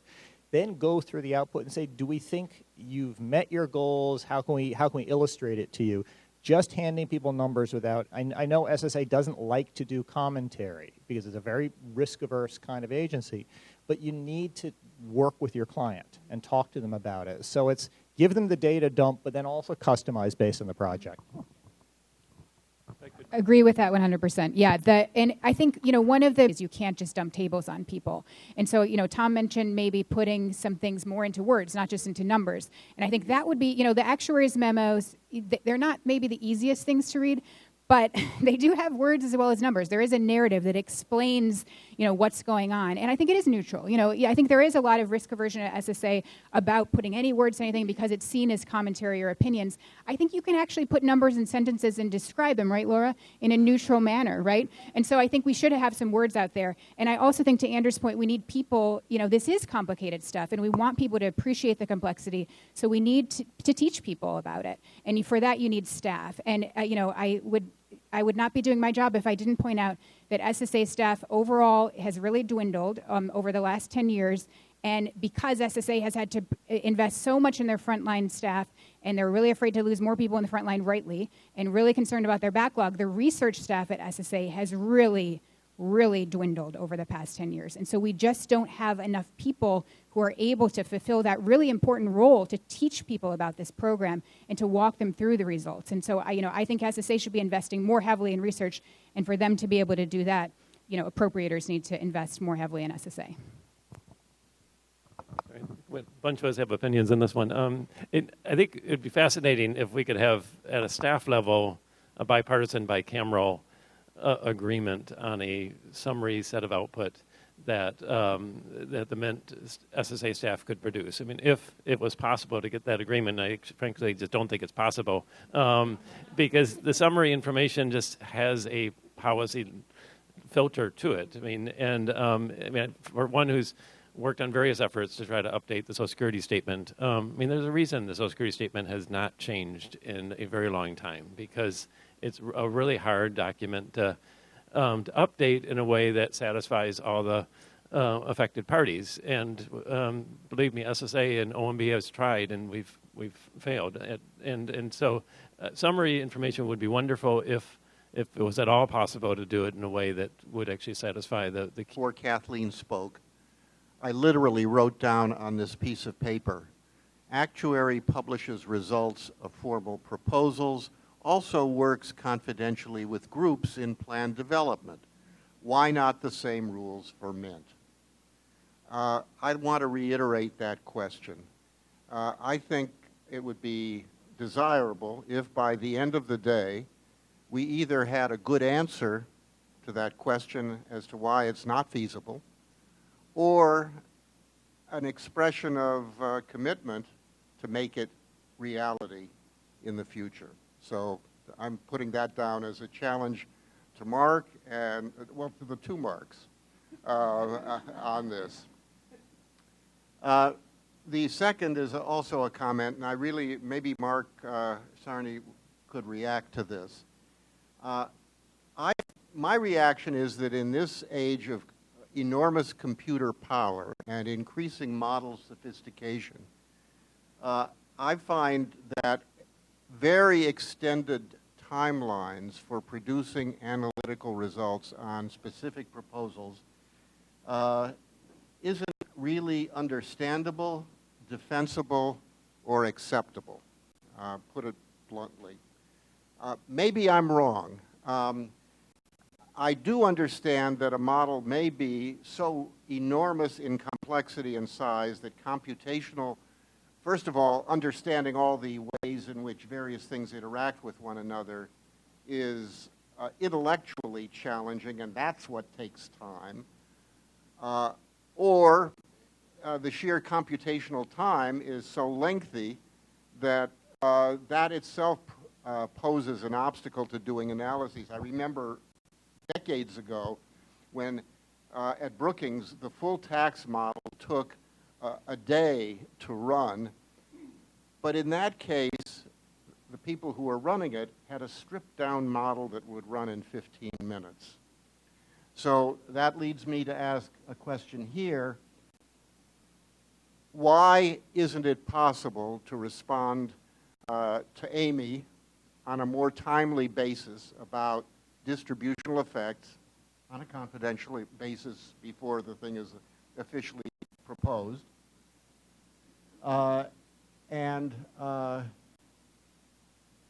Would it be possible to do sort of a rough and dirty estimate before you give final numbers that's approximately right, that you know is roughly in the right order of magnitude, so that there's a fast turnaround time?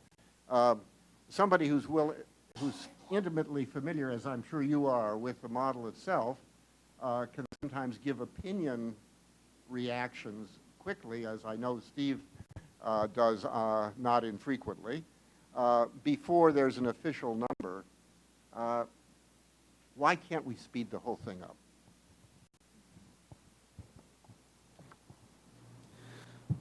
Yeah, I can.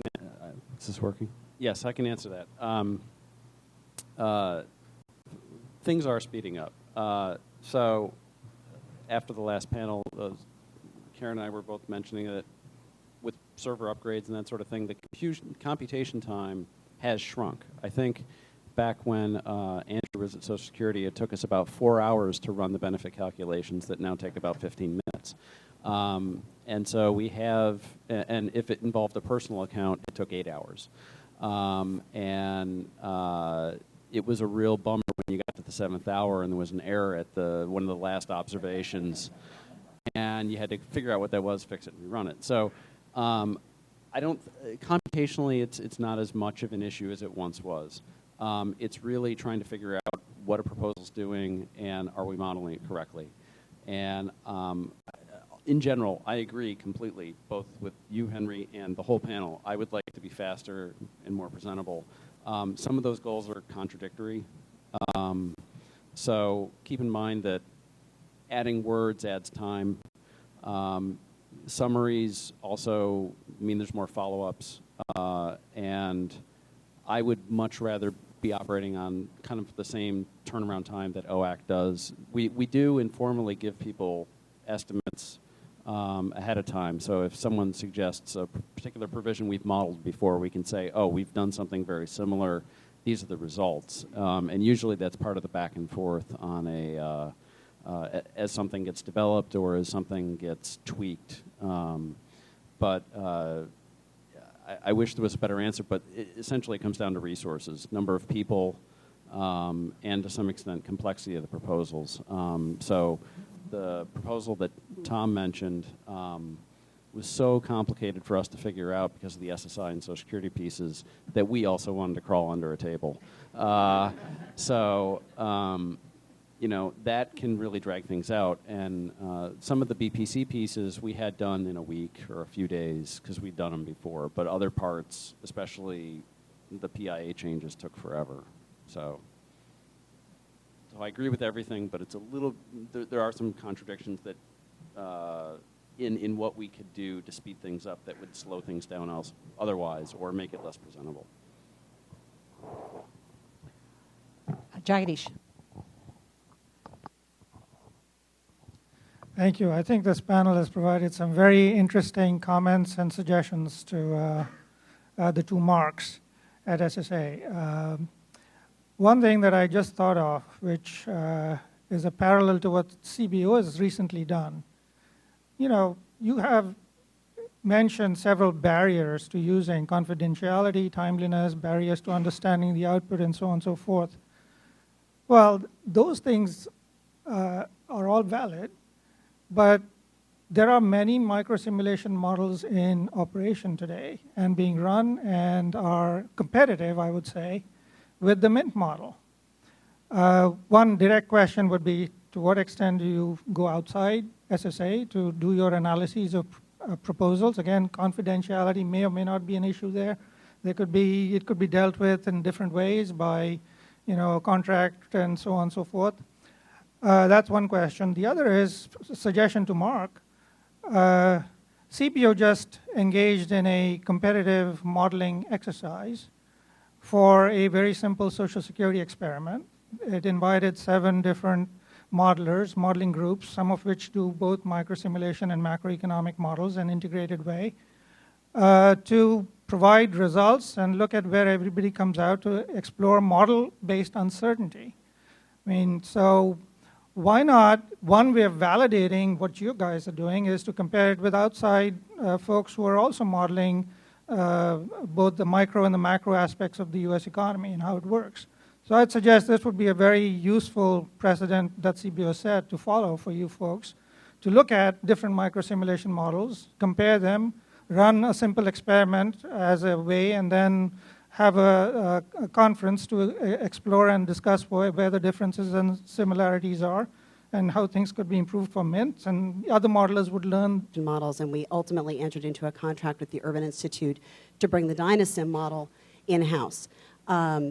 The problem that we faced with that approach was, over time, the small number of us that had really learned the model, knew the SAS code, could replicate results, all moved on. And the individuals who remained, I mean, CRS along with SSA and other agencies, our budgets wax and wane, and replacing folks isn't always a possibility. So you end up in a position where your brain drain has occurred. At that point, the model is no longer useful. And so for us, bringing something in is no longer really a viable option. We've tried that.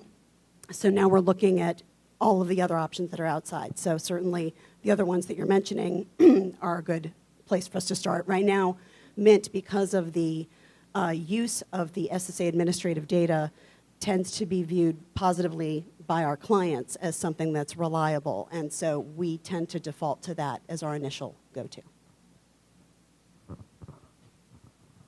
And from the OMB perspective, we simply didn't have the budget to go to Dynasim or something. I think it is interesting to note that for the BPC effort, they did have foundation funding to use Dynasim during their deliberative process. So Karen could speak to that. So there really was kind of a 2-step process, first using Dynasim and then Mint modeled it after the deliberations were done. And so that's an interesting case, but obviously that requires you have foundation funding or some other source of funding. I guess I would just throw out that until relatively recently, I believe Canada had a microsim called Life Paths, which had outputs similar to Mint, and I believe that was accessible to the public. And it's not like Joe Sixpack is going to go dial it up, but researchers could get on there and do work. I think part of the problem, and I think this gets to issues of complexity, issues of the use of restricted data is that only people within SSA could use it.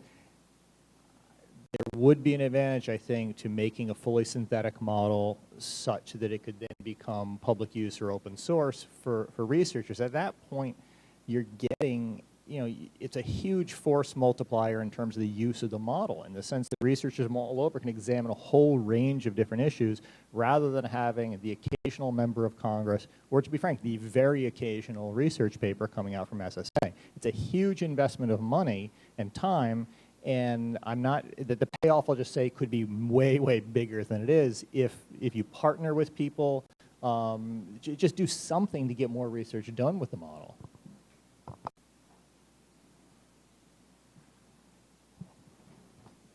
Nancy?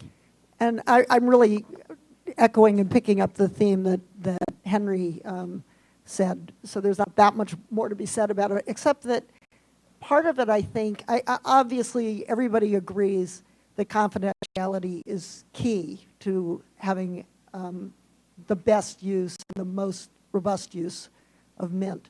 And some of it, though, I think is, and none of us have talked about the Office of the Actuary as being the model where you can go with complete confidence and go back and forth about proposals, and if you jettison them, that's fine, or if you modify them, that's fine, and you have a real sense of control over the output. Some of that, I think, is culture. I mean, the Office of the Actuary has from the beginning been seen as independent and serving Congress as well as the executive branch. I mean, this is Bob Myers, the longest-serving actuary, really pushed that, and it's sort of equivalent to the Solicitor General in the Justice Department, that it's seen as an officer of the court, not just working for the executive branch. And I don't know whether some of that's having a civil servant at the top who stays there through all the administrations, and some of it, as I say, as a kind of understanding of the community, that including people within the executive branch, that this is one where they're not reporting to, if it comes in from the outside, that's who the client is, not the inside. So I don't know, how that kind of cultural change comes about, but it strikes me that that's an interesting recommendation that's coming out of this, and it's been a very, very, I applaud you all because it's been an excellent panel. All righty. So now I'll turn to my SSA colleagues for your questions and comments. Mark? Thank you. This has been enormously insightful and helpful, and I've learned a lot. And there's a lot that we have to take back. Unfortunately, I'm not going to be able to meet Henry's expectations, but I really was very impressed with Jack's suggestion of a bicameral, bipartisan agreement on what's presented, because that really did relate to something that I thought was important, is in terms of the impartiality of results, you want the results to be presented in an impartial way. Obviously, there are unique aspects of any proposal which may not be met by the standard presentation, but at the minimum, I think you do want a standard presentation so that you're not accused of, biasing the presentation one way or the other. So that may be something that we may come back to our colleagues here about. Similarly, with the issue of the confidentiality / automatic publication, it sounded to me like there may be a little bit of tension with both desires, and I'm wondering if we could work that out. The Office of the Actuary seems to have a good model. I have to think about, and we would certainly have to have more discussions internally and as well as with our users in terms of whether that would work, because it is a different nature of a beast. It may, for example, it may be that you get our results and model is that it's not an actuarial model, so that if you change benefits or change taxes, you can reflect that in the micro simulation, but it doesn't add up to equal the actuarial values, so that you don't know when trust funds become insolvent or not.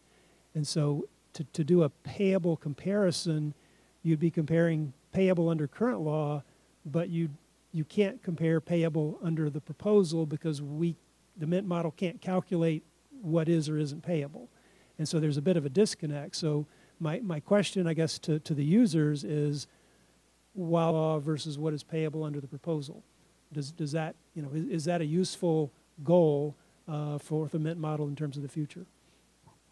I was on the staff of President Bush's 2001 commission, and I remember spending a lot of painful and fruitless time thinking about that because you have a payable baseline, you have a scheduled baseline. If you have a plan that is not fully funded in perpetuity, you have some sort of adjusted baseline. The reality, I think, is that's going to generate more confusion. I think people understand you have a tax baseline and a benefit baseline. They're inconsistent with each other. And when we talk about a benefit cut, people understand that's benefits relative to the promised schedule level. If we talk about tax increase, it's a tax increase relative to the schedule level. I think people are capable of understanding and holding these two inconsistencies and adjusting relative to them. My fear is, and we've done this when I was at SSA, we'd have a payable and a scheduled. It was just data overload. This, I guess, rebuts my data dump argument. But I never looked at the payable. I always just looked at the schedule because I could understand it's higher taxes versus scheduled, lower benefits versus scheduled. I would underscore that. You raise really good questions about payable versus scheduled, but scheduled is known, it's well-defined, it's the baseline everybody uses. Scheduled is. Payable, who knows what would happen? It's never happened before. In 2035, I don't know that Congress would say we're just going to cut everybody, current beneficiaries, by the same percentage, so it just adds incredible complexity. The other perspective I have on it is, again, what is the purpose of the program? It's to provide income to people, so illustrating what the income results are of a change in terms of beneficiary income and household income, and then and then a separate question is, so what does this cost and how would we pay for that, and do we like how we pay for that? Are we willing to pay for that? But not trying to mix it all up together, but sort of separate out what are the benefits costs that we like, what does that impose on people or the economy, those costs, and do we like that? Do we want to change it around? So not mushing it all together, but having this sort of scheduled benefit baseline seems the simplest way to present it, but also lets you recognize that that's just a baseline, it's just a benchmark. Yeah, I strongly agree with both of your points. And then I would also add that it's just analytically really complex to think about how to do payable in a meaningful, understandable way. Because like Andrew said, what if the proposal is not sustainable for 75 years? Then you're going down this rabbit hole of payable within payable, and how do you, what? Like, no, the payable scenario is pretty simple. People understand it. About 3/4 of benefits are paid after the date of trust fund reserve depletion. They can hold that in their head while they're looking at these tables that are about benefits. But once you go down that rabbit hole of payable within payable and what does this all mean, it just adds confusion, and then it multiplies all these voluminous tables by 2. Life for the investment is something to think about too. Just to clarify, I think Mint 7 was based on the 2012 trustees report, so there's a bit of a lag there. I should probably mention that Mint 8, we are going to start updating the trustees' assumptions on an annual basis. I know this is a shock to the client panel, but so Mint 8 is based on 2018, and like I said, we've got that in-house. The first thing we're going to do with it internally is run it on the 2019 trustees' assumptions, and then try to do this. We expect we can do this every year, update to the trustees' assumptions, and there is a little bit of a lag. I don't know, you guys probably noticed that when OAC, after the trustees' report comes out, there is a little bit of a lag. They don't have all of their projections updated for the provisions instantly. It does take them some time, and I figure we'll probably have some similar kind of lag, but the idea is to track more so that you don't have to go, oh, geez, it's nearly 10 years out of date. Any other questions or comments from Jason? So at the risk of adding more tables to the output, I'd be interested in hearing from the panel. Are there outcomes that you'd like to see Mint produce beyond the ones that are already produced, or measures of well-being or subgroups of the population you'd like to see more sort of more detail on?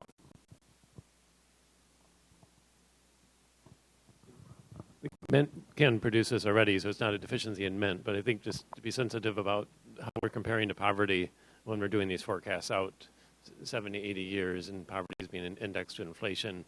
I mean, if we ever get back to a point of actual wage growth, I mean, that those comparisons become eroded over time. And so I think thinking through the best ways to compare with poverty, given that we now have new measures, I mean, I think it's more of a policy discussion.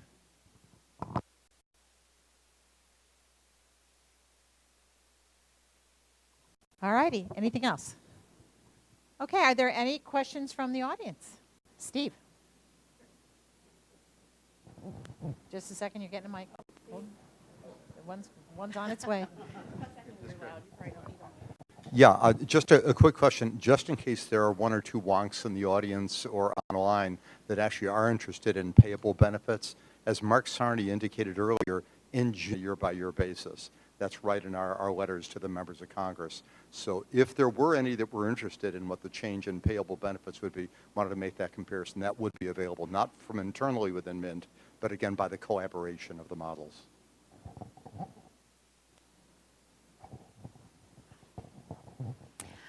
This is for Mark Sarney. You mentioned that there were 4 members of the Mint team, and a lot of the panel has mentioned that they previously were on the Mint team. So could you maybe talk about how the Mint team has changed over time and how those changes may have affected some of the issues that were brought up, such as timeliness of results? Sure. That question's from Anya Olson, who also used to be on the Mint team and now is in management. I guess one point of reference, I guess, would be in 2010 we modeled the Bowles-Simpson or Simpson-Bowles, depending on how you want to call it, proposal that the Obama administration put together that commission to look at all sorts of budget proposals. We modeled that in conjunction with the actuaries and with the actual Bowles-Simpson staff. And at the time, including interns, we had 10 people, including Anya, including Amy, including Kathleen, including Laura.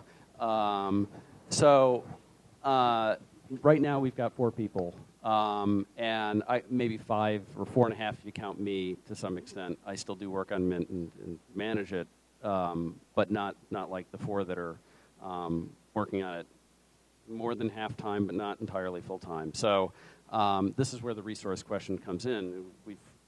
We've had a shrinking staff over multiple administrations and commissioners and that sort of thing.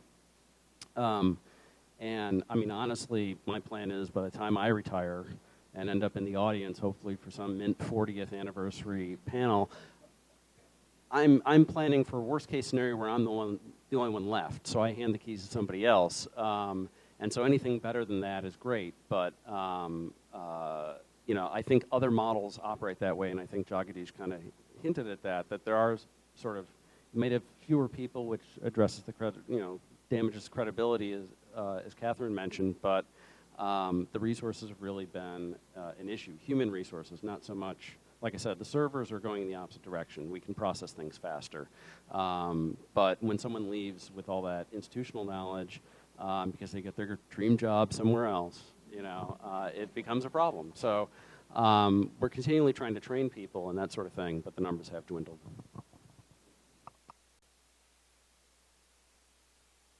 All righty. Go ahead, Karen. My question is for Catherine. So you said that you're worried about confidentiality, and that's an issue. So my question is, how do you get your answer if you're not using Mint? It's only used for academic research, and I thought, oh no, that's really important. The academic research is important because it's, again, another way to kind of at arm's length, and it lets ideas be percolated around and then come to Congress once they've been a little bit tested by the policymaking community outside Congress. So I think that is really useful. So, and then we can exchange cards. All righty. Well, first of all, I want to thank the panel. Great job, everyone. This has been very, very helpful. Thank you to the audience, and thank you to the SSA folks and the board. We will now take our lunch break, and we will be reconvening at 1:15. And again, if anyone has needs any directions or places to point in terms of where to have lunch, if you talk to any of our staff, I think they're a little familiar with the area, and they might be able to give you some ideas. So we'll see you back here at 1:15. Thank you.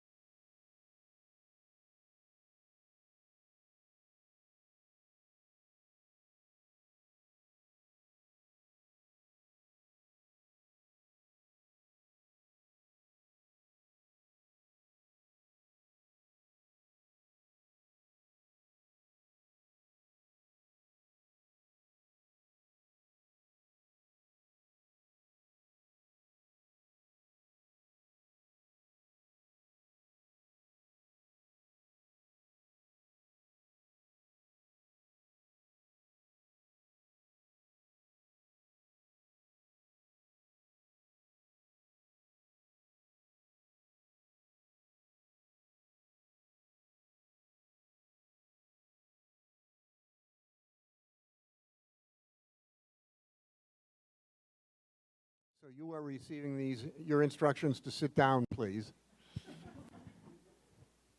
We have 4 panelists, each of whom is quite knowledgeable about different models because they are principals involved in developing and applying them. And I'm not going to do any introductions at all because you have the biographies in your packet. But in the wisdom of those who set up the seating order, I think we're going to just move down the aisle, starting with Julie Tobolewski, going through... the way Siebold is built is that when you run a policy simulation, you're automatically sort of recalculating the baseline. So that not only is your distributional results consistent with the new policy, but you also get the underlying revenues and benefit streams in aggregate that are consistent with that. I haven't thought fully through the implications of sort of not doing that, but that's the way that Siebold was built, and that way things are sort of all adding up and being consistent.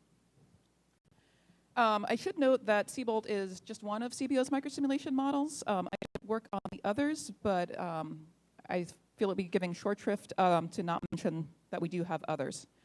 Some microsimulation, you always want to find the other people out there who work on the same types of issues that you do and grapple with the same types of things. So whenever we're developing new features of the model, modifying existing ones, or trying to sort of understand something that's coming out of our model, it's always really helpful to look at how others have handled that same issue. We always approach an issue independently. I think it's best to sort of try to get clean thinking about the issue. But we always learn a lot by looking what others have done.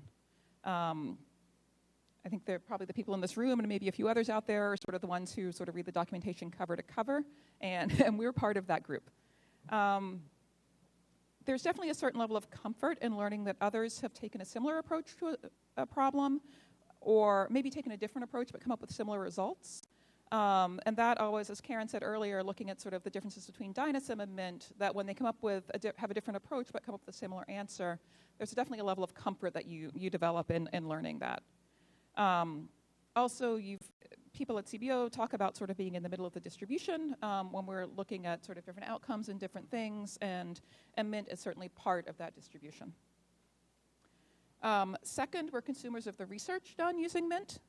A colleague was just telling me this week that he's been looking at ways of improving our modeling of returns to education. And one of the papers he read while doing that was I'm going to read this, a 2015 paper by Pat Purcell and Howard Imes on education, earnings inequality, and future Social Security benefits. So we are certainly consumers of the research done using the Mint model. As I said, again, it's always useful to know how the modelers think about these issues and to learn about the analysis done using their models.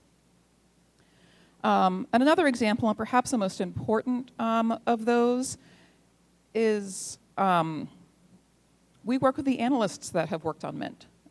This is maybe less true in recent years, but certainly Siebold and Mint sort of started life at around the same time.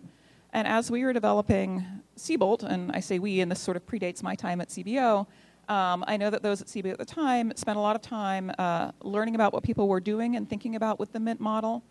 And talking to them, and there are some things that we made different decisions about, other things we made similar decisions about, but the people that have worked on Mint over the years. So we're really glad that in the models that we have, I would just say that our models are a combination of micro and macro models. What we seek to do in the development of our models is for whatever the intended purpose is that we need to accomplish. Okay, yeah. Oh, wow, this makes a difference. Wow, okay, thanks, Tom. Okay, so we found that whatever the purpose is, if you want to do a cost estimate for what's going to happen with the trust funds versus have distributional analysis of the type that Mint is just primo on for things like what's going to happen with things like how many people will be in poverty, you really need to have different models in different aspects. We do have a pure microsimulation model called Polysim, which was mentioned by Karen and Mark Sarney earlier. We've been developing this for a lot of years, I guess probably pretty similar to the amount of time that Mint has actually been in operation. We don't use it straight up, probably one of its greatest strengths, and if you want to really know all the details about it, you should talk to Karen Glenn of our office, who's been the one largely running this in the very recent years, is really on the demographics. And I was glad to hear that Mint is still using strongly the demographics that we have, because we have built very carefully into our main model and our PolySim model what's happening with immigration, fertility, mortality, et cetera, et cetera. So these models really speak to each other. And I would just suggest that, as I think you heard this morning, all models basically are hybrid models. There's not such thing as a pure microsimulation model. For instance, in Mint, I was glad to hear from Karen Smith. I'd heard it before, but a reminder that, for instance, in projecting earnings histories into the future, that's a really tough part, getting the texture of what earnings histories look like.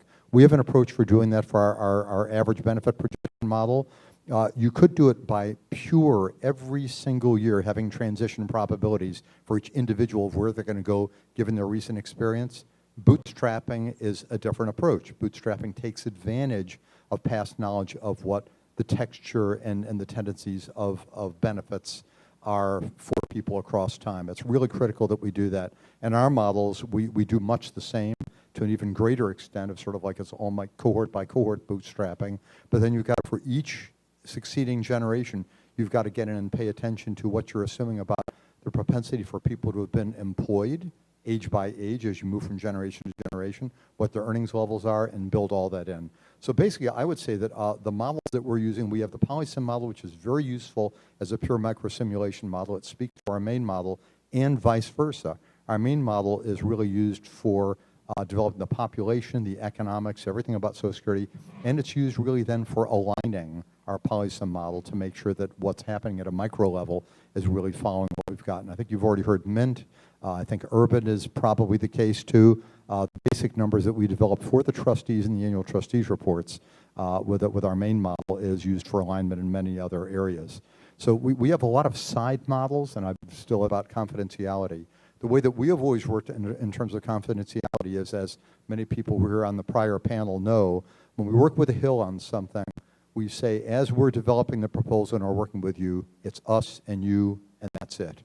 The only time anything that we do in terms of developing a proposal goes out public is when, and this even includes our commissioner and everybody else in the executive office of the president, the only time anything goes public is when that proposal is finalized and the member of Congress or other is ready to go out public with what they've got, and they're going to be using our numbers.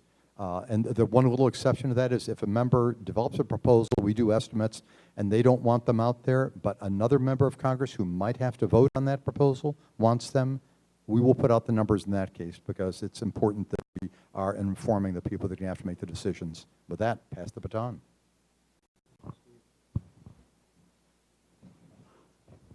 Am I starting?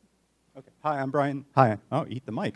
Hi, I'm Brian Teisinger. I'm from the University of Southern California. I direct the Health Policy and Microsimulation group there. And the reason health is prominent in that title is because we care very much about health. So let me walk through the two models that we host. Okay. So why do we use microsimulation? The reason is there's a lot of heterogeneity in the population, and we really care about disparities based on income, disparities based on health, disparities based on education. And we use our models to predict the future disease burden in the population, future of disparities, future healthcare costs, and implications for federal programs. This is difficult because there's, as I said, a lot of heterogeneity. It's complicated, and so we rely on microsimulation where we can control for lots of differences in individuals at the individual level and forecast into the future. So we have two microsimulation models. First is called the future elderly model, and the second is called the future adult model. The future elderly model dates back to about, I think, the year 2000 at the RAND Corporation. I work with people who worked on it back then, who still work on it now. I've been working on these models for about 7 or 8 years. And then I led the development of the future adult model, which is our younger model, both in terms of timeline and in terms of ages. So the future elderly model is based on the health and retirement study. We model people 51 and older. And so we focus on things like the retirement decision, functional limitations of older age, mortality, and Social Security benefits. And so we have a fairly built-out Social Security benefit module, but that's not really the focus of what we're doing. That's more of an outcome that we also care about.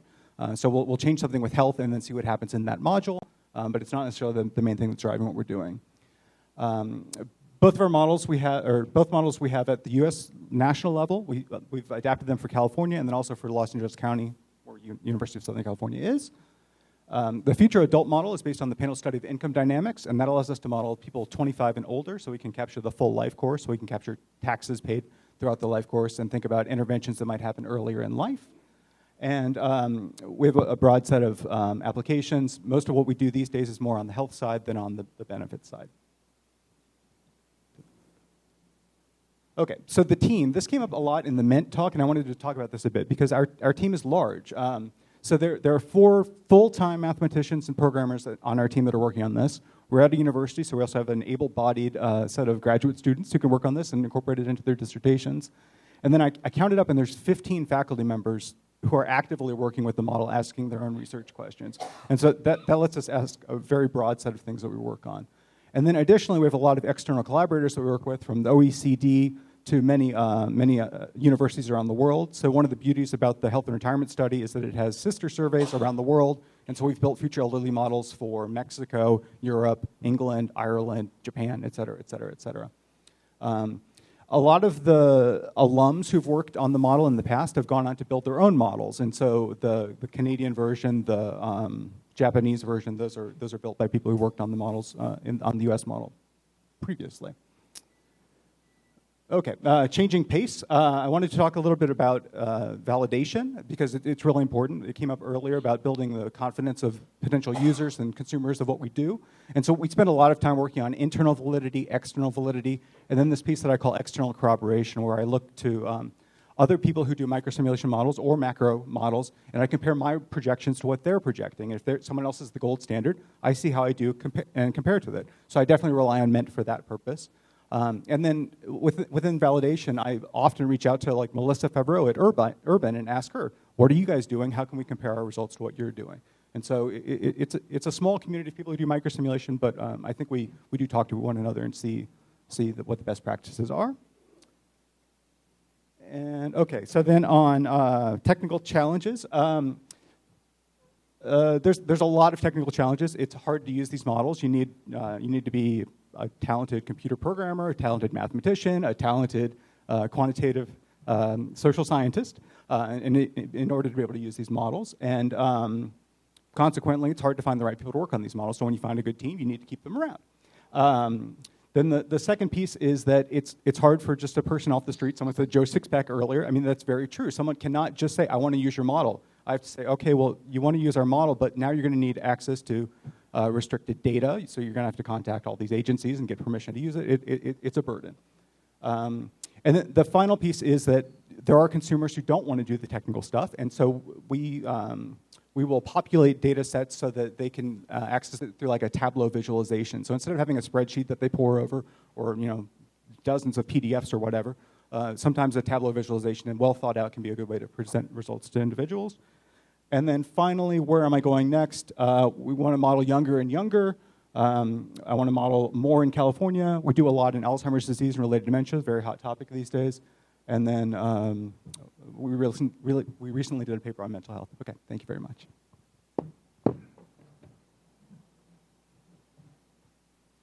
Thank you, everybody. My name is Jagdish Gokhale. I'm speaking on behalf of the Penn Wharton budget model. I also have some slides. I'm not sure whether they're worth going through. I will just perfunctorily, but before I start on the slides, I'd like to kind of give you a background about Penn Wharton budget model. The budget model was started by Kent Smetters. He's the person running the entire the institute at Wharton. And initially, when we got together, said we want to do policy analysis. We want to do the entire budget. I had developed a microsimulation model before I went to Wharton, and that was focused on Social Security. We wanted to expand it and cover the entire budget. This is about Social Security, so I'll restrict my comments to just the use of that model for Social Security.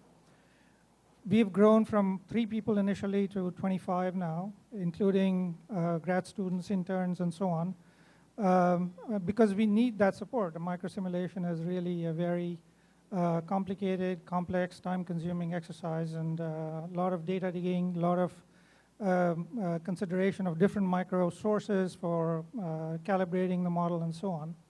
So we've done all that work, and we have now a microsimulation that is an extension, a much bigger version of what I had developed initially. So that's the story with the Penn Wharton budget model. So when we started this thing, we wanted to do policy analysis. How do we go about it? And workforce, they'll be replaced by a smaller cohort of similarly experienced, but again, a smaller cohort of their successors. Women's participation or representation in the labor force is changing considerably. Disability is changing. Fertility and mortality rates are undergoing changes. And they're undergoing changes not uniformly across the entire population, but differently for different segments. And we need to be able to catch that and represent the entire set of features of the economy in the computer if you have to have any hope for not just doing macro level analysis, but also digging into the distributional consequences of policy changes that we want to analyze. So again, however, we also know that when we run micro simulations, all we have to base our information on is historically available microdata surveys. And you can look at those surveys, you can dig into them, break them down, estimate relationships, and you could splice information from older cohorts and so on. However, suppose the older cohort, the 10 years older than me, they lived in not necessarily the same economic environment that I'm living in now. The economic environment, both macro and micro, in terms of distributions of various sorts of skills that are in the economy, the various sorts of demands for skills is always changing and dynamic. So the economic environment, macro and micro, are changing. And so to impute information and relationships and decisions that you've observed in the past, capture them in some functional form, and then assume that that will continue in the future in the same way as you observed in the past seems limited. So a microsimulation alone is not sufficient to make projections into the future. Another issue is how do you aggregate from the micro to the macro? If you want to make macro level, you have to have some consistent organizing framework in order to aggregate all of your information. And we know we have like constructs like the Solow production function or Solow growth model. We can look at aggregate labor, aggregate capital. Well, how do you get from the micro level labor supplies that individuals organize in different family structures with different ethnic backgrounds, different levels of education, and so on? Their individual labor supplies have somehow to be aggregated in a particular way without losing the entire heterogeneity of experience. So some part of the heterogeneity you can capture through these functional relationships. Others you cannot. There's, R square is always less than 1. If they're 0.7, you're missing 30% of the variability in the wage distribution of wages or changes in wages. So how do you do that? So there has to be a consistent methodology used for aggregating from the micro level to the macro level. And then ultimately you need to be able to make statements about how do you trace from the macro to the micro. There has to be a micro foundation to what you're analyzing. That motivated us to also think about, well, we need not just a microsimulation model to project into the future, but also layer on that a dynamic macroeconomic model that will tell us about the behavioral feedback effects people might engage in based on information on elasticities from the literature that we've observed. How does labor supply change when taxes change and so on? So our model is an integrated microsimulation with a computable general equilibrium model layered on top that we make projections with. Thank you.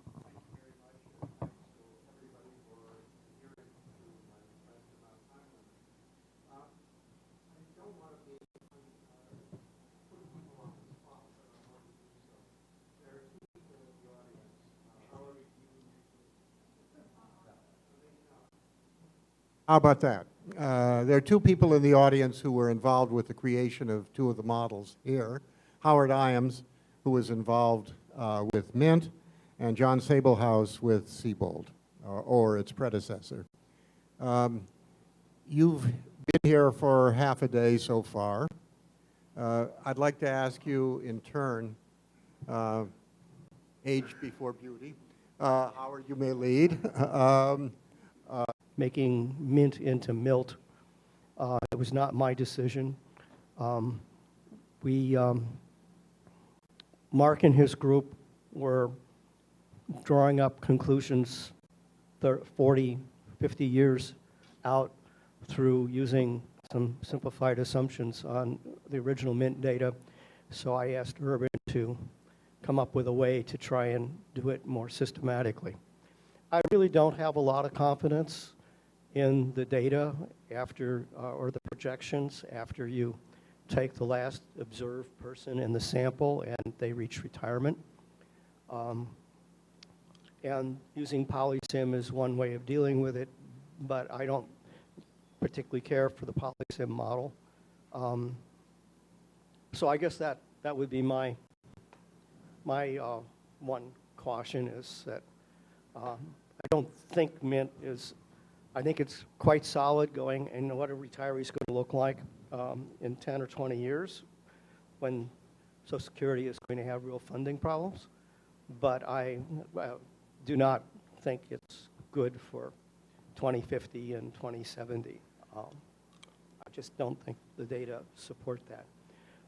I guess the other thing I would comment is a number of bells and whistles in Mint were forced on me by whoever was running the Office of Policy, because they wanted to add, for example, I don't know, SSI and means-tested programs. I worked in a mean-testing program, AFDC, for about 7 or 8 years. It's very, very picky stuff.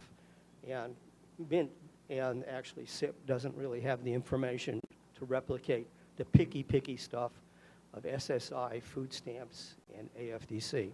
So I lament somewhat adding that. I think we did the best job possible. It's okay to add on as a side. Stay close to the mic. Okay. It's okay to do it, but I don't have any confidence at all in, say, the estimates of SSI. There is an issue on disability. Why don't we model disability?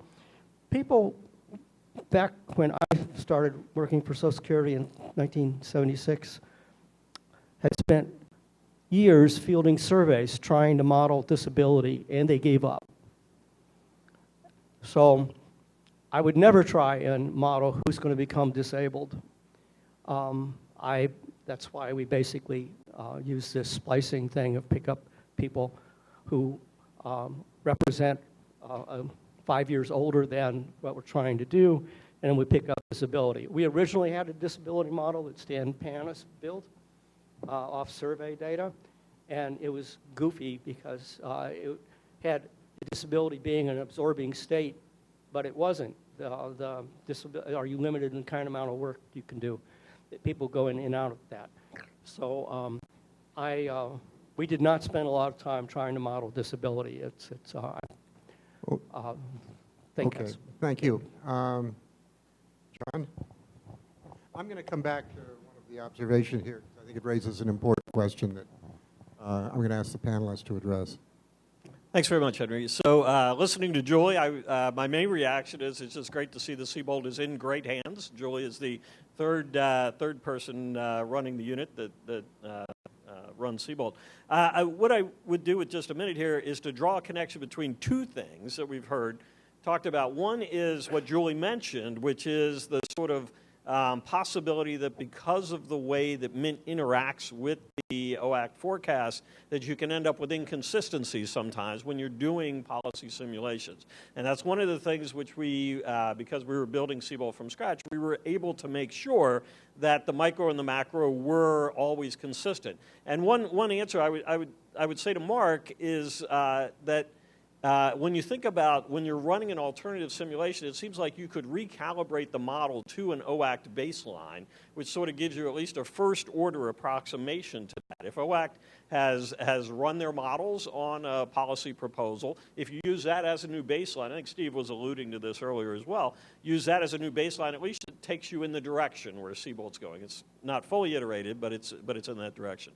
And then the second thing I would do is draw a line between that and what Jagadish was just talking about, how at Penn Wharton they've sort of had this insight that it's the micro and and the macro, each independently, can't give you everything you want. So it's actually making the two work together that I think does give you important information. But I would raise a caution with that, which is you have to be very careful with what you do on the macro side of things. And sometimes these long-run models, again, I think this ties in a little bit with what Howard was saying about long-run uncertainty and where the economy is headed.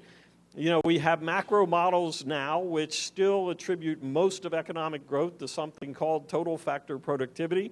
We don't know a lot about that. We do know a lot about things like labor force participation. That's true, but in terms of why economies grow over 30, 40, 50 years, there's still a lot of uncertainty about that. And I think we have to be very cautious in terms of the interpretations we get about policy effects when we're not sure how things like government deficits, international trade deficits, things like that affect the long-run growth of the economy. So it's important to bring the micro and the macro together. You do have to keep an eye on what the macro part is doing in terms of these projections. Thank you very much. I'd like to get back to an issue that I think Howard's comments raised. These models can be used for two rather different purposes. I realize that particularly with respect to the actuarial projections, they're quite clear that they're not forecasting the future. They're providing estimates of the impact of certain initial assumptions on the course of events. So, but one purpose to which models are in fact put is to forecast the future, to get an idea of where the economy or where distribution whatever is going in the future. That's one purpose. Another purpose is to analyze the impact of changes in policy. What difference does it make if you adopt policy X to replace policy Y? Speaking just for myself, I feel a lot more comfortable with the models that I think we're discussing here for addressing problem 2, the impact of policy change, than I do about them as projections of the future. And this is not to criticize anybody's track record to date. I would appreciate reactions from the panelists about that observation, which may be dead wrong, but I hope it'll initiate discussion. Steve. Making a projection of the future is that you be extremely explicit about what the underlying assumptions are. Good position to assess it. Now, on Hank's second point about the notion of when we have a policy alternative to the current law, that really becomes important. We actually had a member, I won't name it who it was, of a technical panel in the not too distant past from a particular university who said some of the projections we were making for changes in law were smaller than the potential range of possibilities under current law. That's exactly right, but so what? The real bottom line is when the Congress, the prior panel comes in and they say we want to consider eliminating the earnings test or raising the norm, which is to eliminate the retirement earnings test for Social Security over age 65. Well, that was the normal retirement age at the time. There was consideration of eliminating it under 65, but the people in the executive office of the president feigned away from that because estimates from, I believe, Mint indicated how many additional people, widows in particular, would be in poverty at a later time if we encouraged, allowed people to take their benefits while they're still working at age 62, have a much lower monthly benefit forever. So the value of Mint at that time was extremely important in guiding policy decisions. I don't know that it got a lot of credit, that it was out there up on the web, but it was very important in guiding decisions for making that particular policy change. Sure. Just to go back to Henry's point, so many of you in this room may know that our CBO's projections of long-term Social Security finances and those of the trustees are actually pretty different if you look at baseline levels. But one of the things we've learned over the years is that if you look at policy analysis under either our model or their model, you often get very similar deltas. And so I think that reinforces the point that Henry was making. Incidentally, I do think, Howard, that response is to some degree, not complete, but to some degree, it should be comforting to you about the value of the model for purposes of analyzing policy effects, even if you feel a lack of confidence about the level projections. Jagdish.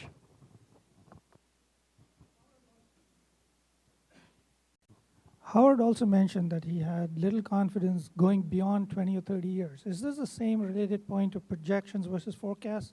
Because little confidence judged against what? It's, if you think about all of these as conditional projections, conditional on the assumptions that are made, going beyond 20, 30, even to 50, 70 years, it's still a conditional projection based on the model construction and the assumptions and whatever calibrations are used. So if you look at it in a divorce from all that, then yeah, you don't know how good the forecast is. But I'd like to say I'm a demographer, and what I see Mint doing is taking an observed population with a history that's fairly rich and aging them.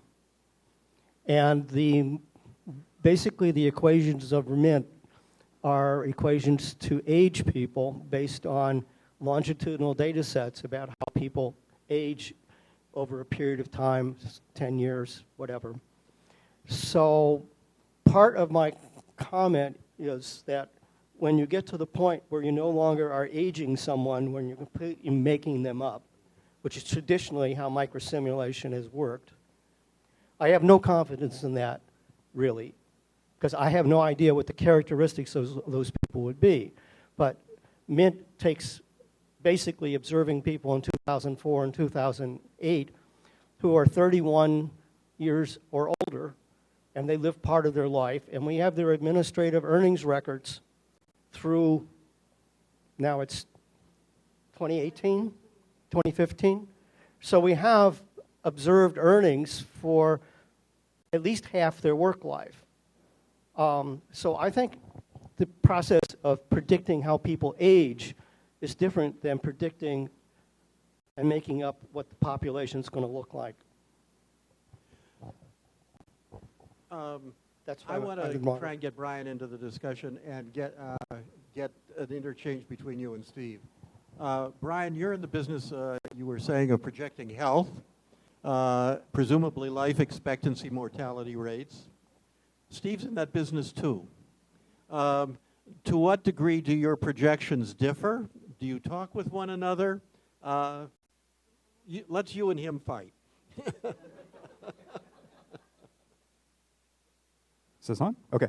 I'm not looking for a fight, but yes. So I definitely do compare my life expectancy forecasts to Social Security published, like Bell and Miller 2005 is something I look at regularly, to look at period life tables to understand what my HRS population's mortality looks like in my model compared to what they were forecasting back in 2004, 2005. When I take the approach where I consider it, sorry, I know there are demographers in the room. I'll pretend I'm a naive demographer, and I'm just going to have a period life table of age and sex. And I do that within my model. I'm within a half year, roughly, for life expectancy at the individual level. For a lot of the things that I do, that's perfectly fine. For other things, it's not what you'd want to do. When I start incorporating health effects, the results change quite a bit, and I think it's up for debate whether or not incorporating all of the health effects that I'm doing is the appropriate thing to do. It might be overcounting. It might be inappropriate.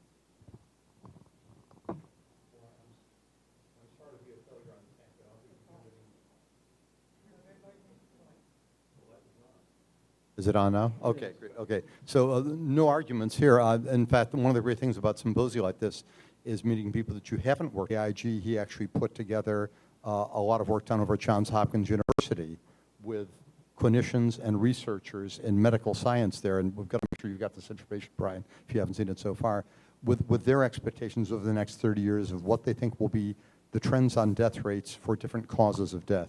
We do project into the future cause of death based death rates. We found that to be very useful. You can break down the trends and not just look at an aggregate.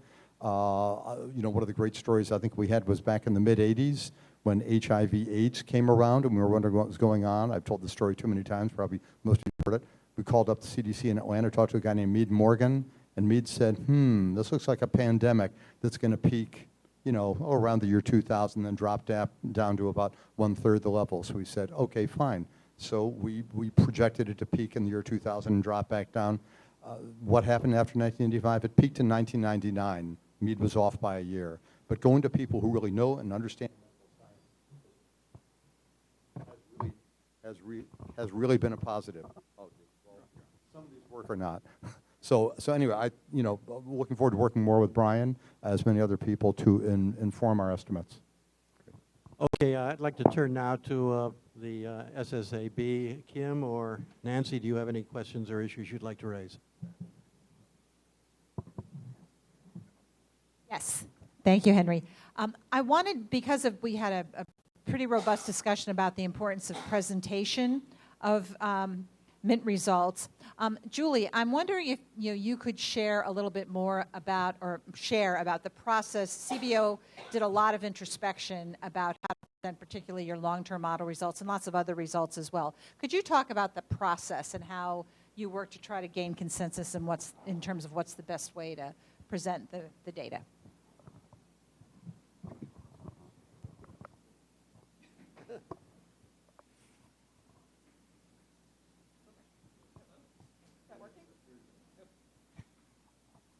Hello? Oh, there we go.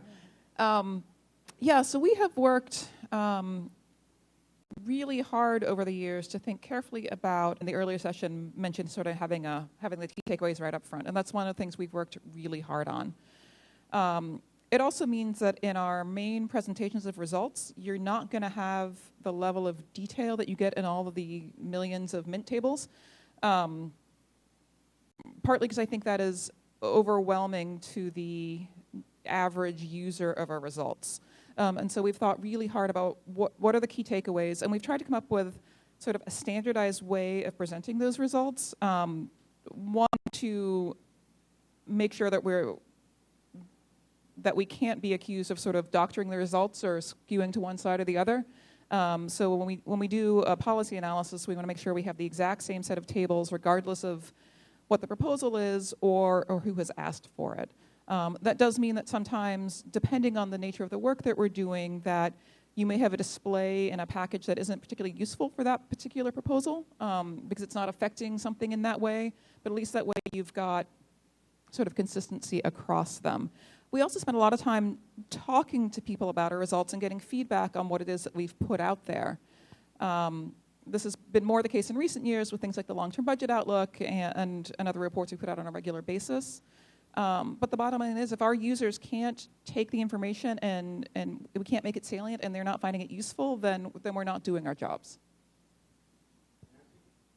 And I have a question, again, a sort of consumer perspective, and that is, obviously, the being able to evaluate the output depends on the assumptions underlying it. To what extent, I'd be interested to hear each of you, to what extent are your models transparent, and what efforts do you make to make sure that they are generally transparent to people who want to use them?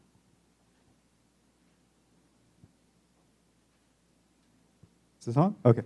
So we make our model publicly available. That's actually part of our agreement with the National Institute on Aging. We have publicly available technical documentation with validation results so people can get into it themselves and see what's going on.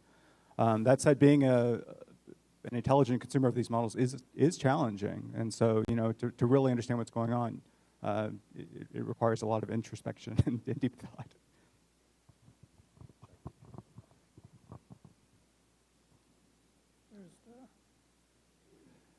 Time is getting short, so please try and make your responses brief. This is the page for what Penn Board and Budget Model does for validations.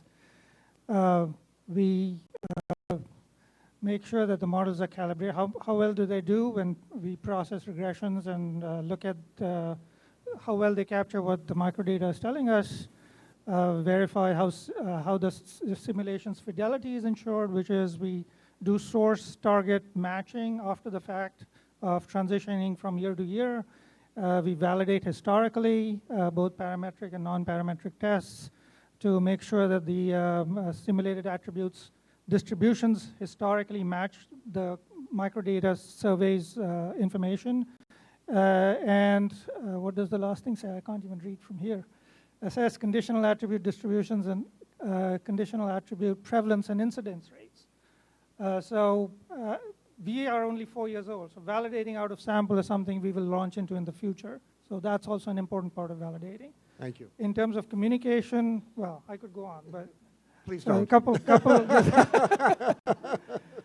One way to communicate is just to have discussions with your clients. Another way is to put out a whole slew of pre-run regression results or simulation results, and people can pick and choose what policy settings they want with dial controls. So you give them a wide variety of possible policy scenarios that they can check against each other to figure out what. That's another way of presenting your or validating. So if some result under some policy doesn't seem right, we get feedback from the public. That's another way of communicating and maintaining constant updation information for the model.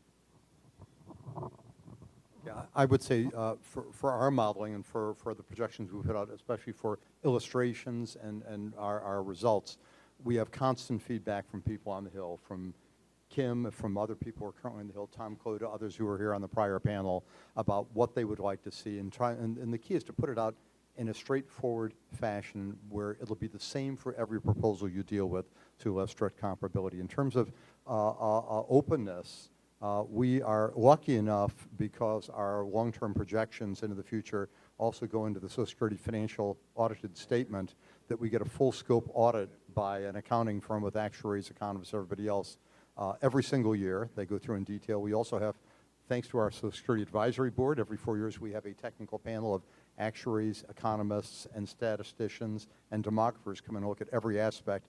And in addition to what we have up on the web, which is very detailed documentation of all of our models and assumptions, when these panels come in, they can come and they can sit down with us anytime and look at any level of detail that they desire. So we think, and as far as track record, the estimates have been made. Actually, Bob Myers was mentioned earlier, back to 1935 and before estimates were made. Trustees reports have only been coming out every year since 1941. So. Hello? Oh, there we go. Just to add quickly that we put out a lot of data. Every year when we put out our long-term budget outlook or our detailed Social Security projections, we put out a whole host of data to share with the world. So we're not putting our model out there, but we are giving people the opportunity to look at lots and lots of detail on what we do. And I should add that Steve and his staff are very generous in sharing their data with us. And we spend a lot of time running our model using their assumptions, and just so we can understand the similarities and differences between the two. And batting cleanup, Mark Warshawski. Thank you. This is really a question to Brian. And despite what Howard said, unlike the rest of Social Security, disability is a very complex eligibility criteria. And I'm wondering if you have any advice if we were to go in that route from your experience in modeling the health benefits. That's a great question. Disability is challenging because of the spells issue, and particularly because so I'm reliant on the Health and Retirement Study or the Panel Study of Income Dynamics, and that's individuals every 2 years reporting their disability status, and people aren't really that good at it. And so if you have linked administrative records, you're in a better position than I'm in. But even so, it's a challenging problem just because of the timing and how long these things last. And I'm trying to think of this. And on the health expenditure side, that's a little bit easier because there are good data on those that you can compare against. But yeah, your skepticism, I think, is fair on these programs like that. Time's almost up. I just want to put a plug in for the Technical Advisory Board, that a technical panel that is currently at work. Every 4 years, the Social Security Advisory Board appoints such a panel. This year's is chaired by Bob Berline, who actually sent in a question that I haven't used so far. But I think one, perhaps the distinguishing feature of the discussion so far by this technical panel has been the amount of attention paid to presentation. There have been 4 or 5 people from outside, including leading journalists, who have come in. They're consumers of the trustees' report. The panel itself has designated a couple of members to focus on writing recommendations regarding presentation. This has been an important part of the discussion here this morning. And as luck or skill would have it, the panel this year is going to be writing probably fairly extensively on this particular topic. If any of you have suggestions about how Steve and his team could improve the way in which the information that is presented in the various reports for which OCACT is responsible, please communicate them to Bob Berline, who is the chair of this panel. Those considerations are relevant as well. So I repeat, if you have suggestions, please communicate them to Bob Berline or to Kim, our chair on the Social Security Advisory Board. Hank, could I ask that people not hesitate to also share them with us? Oh, no. Sorry. Thank you very much. Are we having a break now, or are we moving right? No, we're not. It's 2:15. The next session is going to take over. Don't leave your chairs.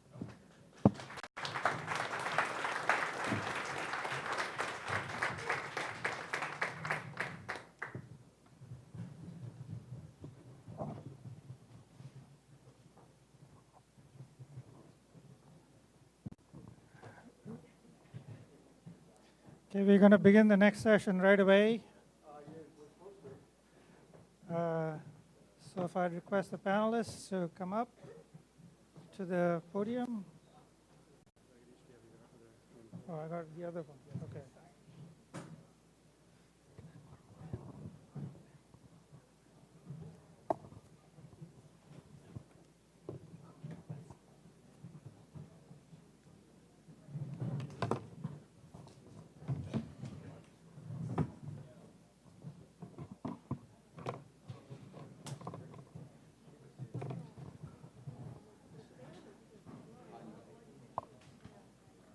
Okay, welcome to session 3, part 1, or part 2. I'm sorry, I'm not good with numbers.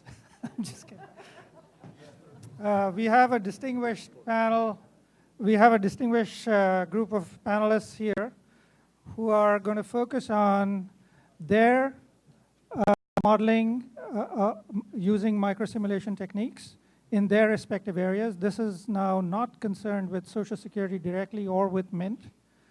We have with us Richard Evans, who's senior lecturer for the Masters of Computational Science program and the director of the Open Source Macroeconomics Laboratory and a fellow of the Becker-Friedman Institute at the University of Chicago. We have Dr. Eugene Stoerle, Institute Fellow and Richard B. Fisher Chair, co-founder, Urban Brookings Tax Policy Center, Center on Nonprofits and Philanthropy, and Opportunity and Ownership Initiative, and the co-director of the Tax Policy and Charities Initiative, Urban Institute. And we also have Rocky Foyer, who's a branch chief in the Surveillance Research Program within the Division of Cancer Control and Population Sciences at the National Cancer Institute. Dr. Foyer received his MS and PhD in biostatistics from the University of North Carolina, Chapel Hill. So I expect this is going to be more of a meta discussion regarding microsimulation do's and don'ts, best practices, what the experience was, how to convince your clients that what you're doing is really valuable and should be the basis of whatever policy changes or protocol changes and so on that you're contemplating. So I think, again, we will start in the same order as they're seated. So let me request Eugene to go first. All right. And I think we have, yes, clicker for the slides. And we have 10 minutes, except Rocky requested 12 minutes, so we're going to adhere to 10 minutes for Gene and Rick, and then 12 for Rocky. Thank you. Thank you. So I have a number of slides here, but I'm not going to go through all of them, in part because much has been said already, and I don't want to repeat it. But I do want to emphasize a few items. Unbelievable, Karen. Smith to work with us as well. And also, I co-founded the Tax Policy Center. We do a lot of microsimulation there on tax bills. The one difference is we don't really do very long-run projections. We do annual numbers and try to project out 10 years through 10 sets of annual numbers. But it's not as complicated as happens with Dynasim. And then when I was back at Treasury many years ago, I headed up the Office of Tax Analysis, and some of my comments actually reflect my feeling about how that office operated versus some of the offices in Social Security, because we had both the estimating and the analytic function under my auspices at various times. So the first slide I want to talk about is just microsimulation in a policy context. And this has been said in some ways, but I want to emphasize it, is that in a policy context, the main output that you get from these microsimulation models, yes, we do try to project where current law is going, but within a policy context, a policy debate, the main parameters that people look for are sort of total spending, total cost. With Social Security, they also try to see actuarial balance between the two, and the distribution. And often those numbers will drive the process. They'll drive the political process at times even more than you would like, because often various issues of efficiency or target efficiency, other stuff like that, gets set by the wayside. And I'm going to talk about that a bit more, because progressivity is extremely important, but it's often not conveyed in enough detail to make sure the provisions are very target efficient. I also want to emphasize just how important are the rare fiscal institutions and independent scorekeepers we really have. We have a lot of offices in government, but I could probably name on one or two hands the number that I really rely upon day after day, year after year, to provide really solid, analytic, apolitical estimates, not only to provide them, but be in a position to provide them to the public. The Actuary's Office certainly stands out in that regard. I think ORES is getting close, but I think, as came up in a previous panel, I think sometimes they're a bit more limited, in part because they just don't have the long history of the Actuary Office, and that's important in this context as well. This thing to work. And I would count Social Security, tax bills, budget bills, almost every bill I've worked on, as having a fundamental problem, is that people, and I'm including economists and even researchers, or even groups like the Bipartisan Policy Committee, they like to go in and debate these issues one at a time. Like, what do I want to do about the retirement age? What do I want to do about the rate schedule within Social Security? What do I want to do about minimum benefits? And then they like to go through these and debate them one at a time, whether they like it or not. And in point of fact, what you really want to care about at the end of the day is what the package look like. And this leads to all sorts of misleading analysis. So, for instance, you often get provisions, and there's many of them in the existing law, I still think the data are not out there adequately, that are very target inefficient.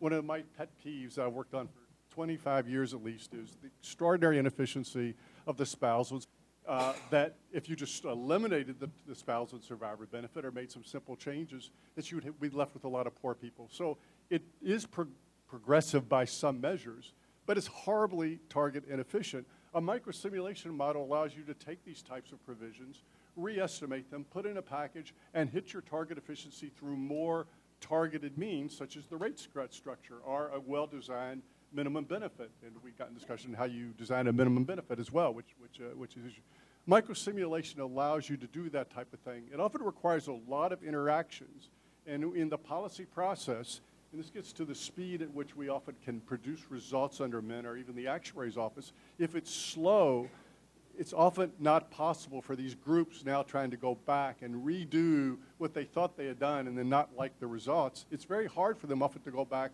and really deal with those types of complex issues. But again, I want to just make very clear how important it is that you can solve a lot of efficiency in what I'm going to call horizontal equity issues, equal treatment of equal issues.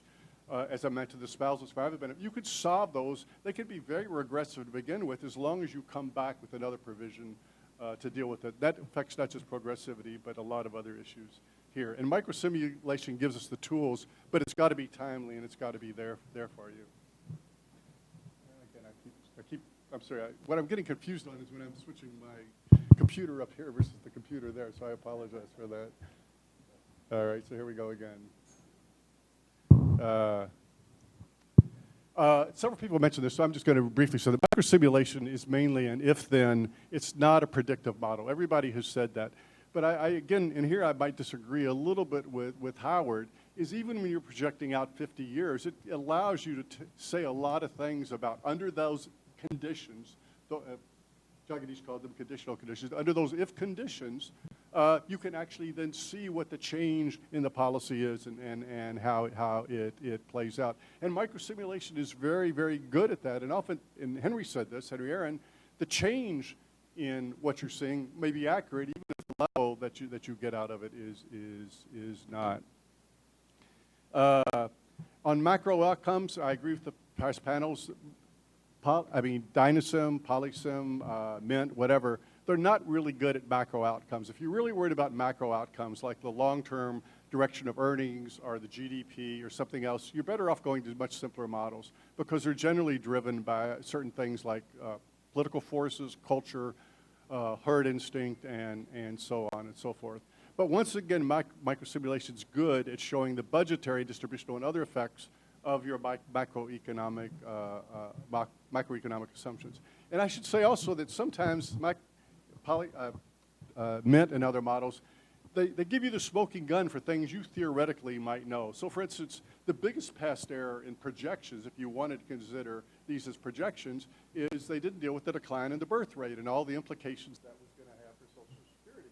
But if you had a Mint Dynasim model available, then you could have actually shown the consequences of different birth rates and how well that system had been prepared for that. And you could actually interject that into a policy process because you can index Social Security to deal with issues like changes in the birth rates, changes in mortality. You can actually show that in this type of dynamic model. It wasn't done in the past in part because the evidence was never actually made available.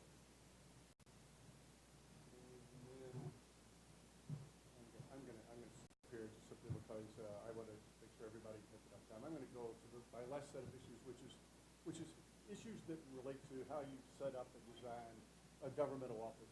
So it's very important to create expectations for what will be produced and when. And this is a comment that several panels have made, but if something is expected to be put out, and on a particular basis, then people actually not only know what to do and how to react to it in terms of their own planning process, but it helps keep the political forces at bay. The political forces working against offices, even like the office of the chief actuary, which at times people have tried to politicize. If people know that outfit's coming, then the office is much more protected in terms of being able to put it out, and in fact informing the public because now it's expected that it will come out. And we need to think about a way to do that with Mint results, whether they come out 3 weeks later or 5 weeks later or 1 week later. We need to know exactly when it's going to come out. And once they're expected to come out, they will help drive the policy process. And sometimes maybe too much. It's almost like teaching to the test. But like, for instance, every major tax bill now has a distributional estimate produced by the Joint Committee on Taxation. No political force can stop that from happening. You need those types of distributional results as well for consistent story for policy purposes. You want to integrate the estimation and analytics staffs, which has been a problem with Social Security. I'm still not sure why that has not been done more, but I think that's really, really important. I know there's movement in that direction. And you've got to worry about adequate staffing. And a lot of the objections to what Mint has not or been able to do or not do has to do with adequate staffing. So with that, I'm going to conclude. Thank you.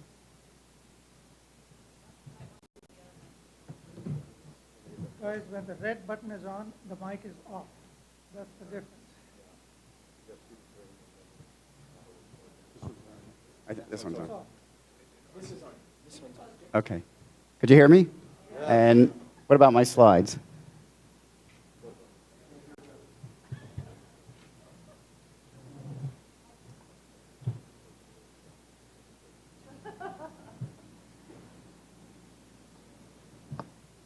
Surrounded by economists, and I'm talking about something completely different. That's why I asked for an extra 2 minutes, so good luck. So thanks for the opportunity to talk about the area of simulation modeling and cancer control planning, and more specifically what we call CISNET. It's the National Cancer Institute's consortium for population modeling to guide public health research and priorities. So the Cancer Intervention and Surveillance Modeling Network, or CISNET, is NCI sponsored. It's a collaborative consortium, what's called a UO1 grant mechanism of modelers in 6 cancer sites: breast, prostate, colorectal, lung, esophagus, and cervical cancers. It was formed in 2000 when many of your models started, but some of the cancer sites joined more recently. These are competing competitive grants that are renewed every 5 years. The overall purpose is to synthesize trial, epidemiologic, and surveillance data using simulation modeling to guide public health research and priorities, and to help address what might be called the formidable and growing gap between the rapid pace of innovation in cancer research and our ability to efficiently harness it to improve population health. I want to talk briefly about a basic principle of CISNET, and that's what we call comparative modeling.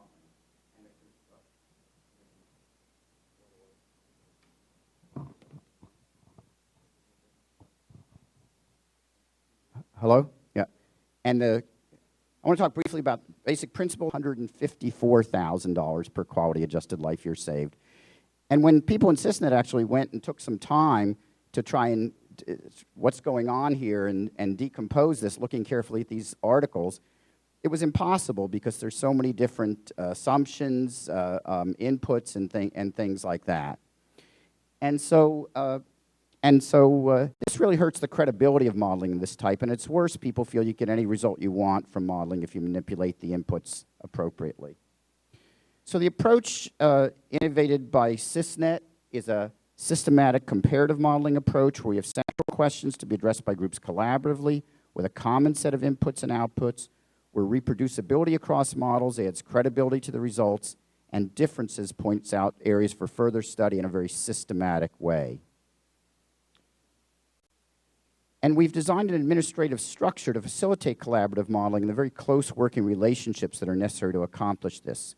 We have 6 multiple PI grants, one for each of the 6 cancer sites in CISNET, each with a coordinating center, and between 3 and 6 independent modeling groups at different institutions. And we really like this approach rather than building a single, what I call super model, because we get an idea of what we call the structural uncertainty among the models. The framework for CISNET starts with common input simulators, that's risk factor trends, screening behavior, diffusion of new treatments. And then the heart of CISNET is these individual cancer simulation models, and because we're simulating, we can model parallel lives with and without the interventions. It starts with demographics in early life, sex, race, year of birth, the development of risk factors.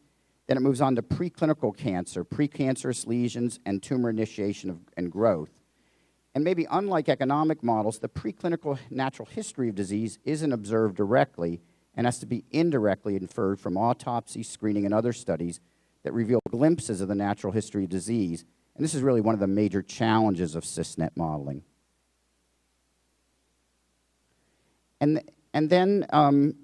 Then post-clinical cancer, the diagnosis of cancer, treatment, and then death from cancer or other causes. Then we sum together the individual histories, again, with and without the intervention, to model the harms and benefits, mortality, quality-adjusted life years, overdiagnosis, and direct medical costs.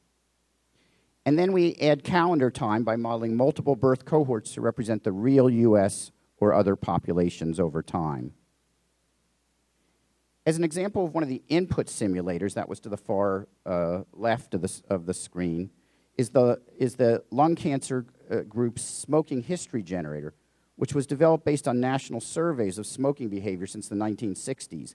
And given a person's sex and year of birth, simulates their age at smoking initiation, how many cigarettes per day they smoked, and their age at cessation if they quit.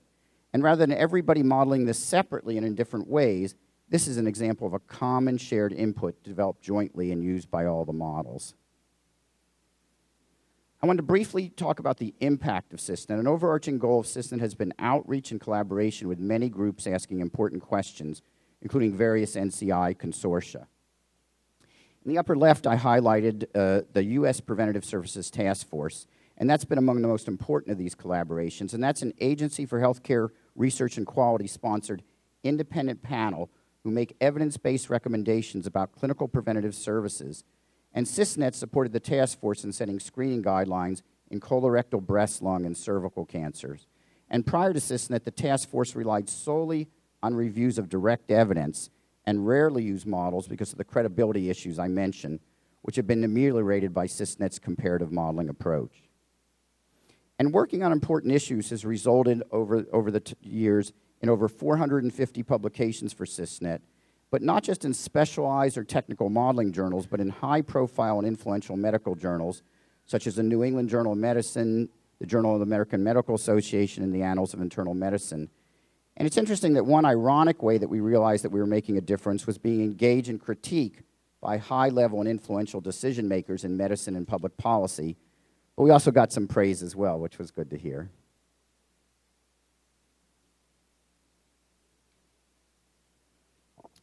I want to talk briefly about what type of questions the models can answer, and I talk about it generically at first and then give a specific example. First is to understand the impact of cancer control interventions, that's screening, treatment, and prevention, on current and future trends in incidence and mortality. For example, why did breast cancer mortality decline 24% in the U.S. between 1989 and 2000, and then another 16% between 2000 and 2012? To extrapolate evidence from randomized controlled trials, epidemiologic and observational studies determine the most efficient and cost-effective strategies for implementing technologies in the population. For example, at what age should women start and stop having mammograms, and how often should they have them? Being responsive to challenges due to the increased pace of technology by helping determine which new technologies are the most promising when scaled up to the population level. For example, is CT colonography, sometimes called virtual colonoscopy, a good technology to potentially replace the usual optical colonoscopy? And state, local, and international cancer control planning. What's the best strategy for colon cancer planning, screening in my area? I want to talk about the kind of iterative approach that's used to model calibration and validation, and I want to give a lung cancer screening example. There's been two major trials of lung cancer screening. The first is called the PLCO trial. That's an older trial of no screening versus chest X-ray, and it included smokers and non-smokers and ended up showing no benefit for X-ray. And then came the National Lung Screening Trial. This was a newer trial of chest X-ray versus low-dose helical CT screening. It included only heavy smokers, those with 30 or more pack years, and showed a 20% mortality reduction for low-dose CT screening. So CISNET was asked by the U.S. Preventative Services Task Force to extrapolate from the National Lung Screening Trial, for example, to people who had lighter smokers, had less pack year eligibility, to assist them in making screening recommendations for the nation. So to do this, they first calibrated their models to the National Lung Screening Trial. Then they validated those models against those in the PLCO trial who met the NLST eligibility criteria. In other words, the heavier smokers. And it fit reasonably well for most models. But then they went and tried to validate their models against the full PLCO trial, including never and lighter smokers. And the fit was not as good for some models because this was an extrapolation. And then obviously what happened then is the models that didn't fit as well were recalibrated to allow them to move on to do the work with the U.S. Preventative Services Task Force.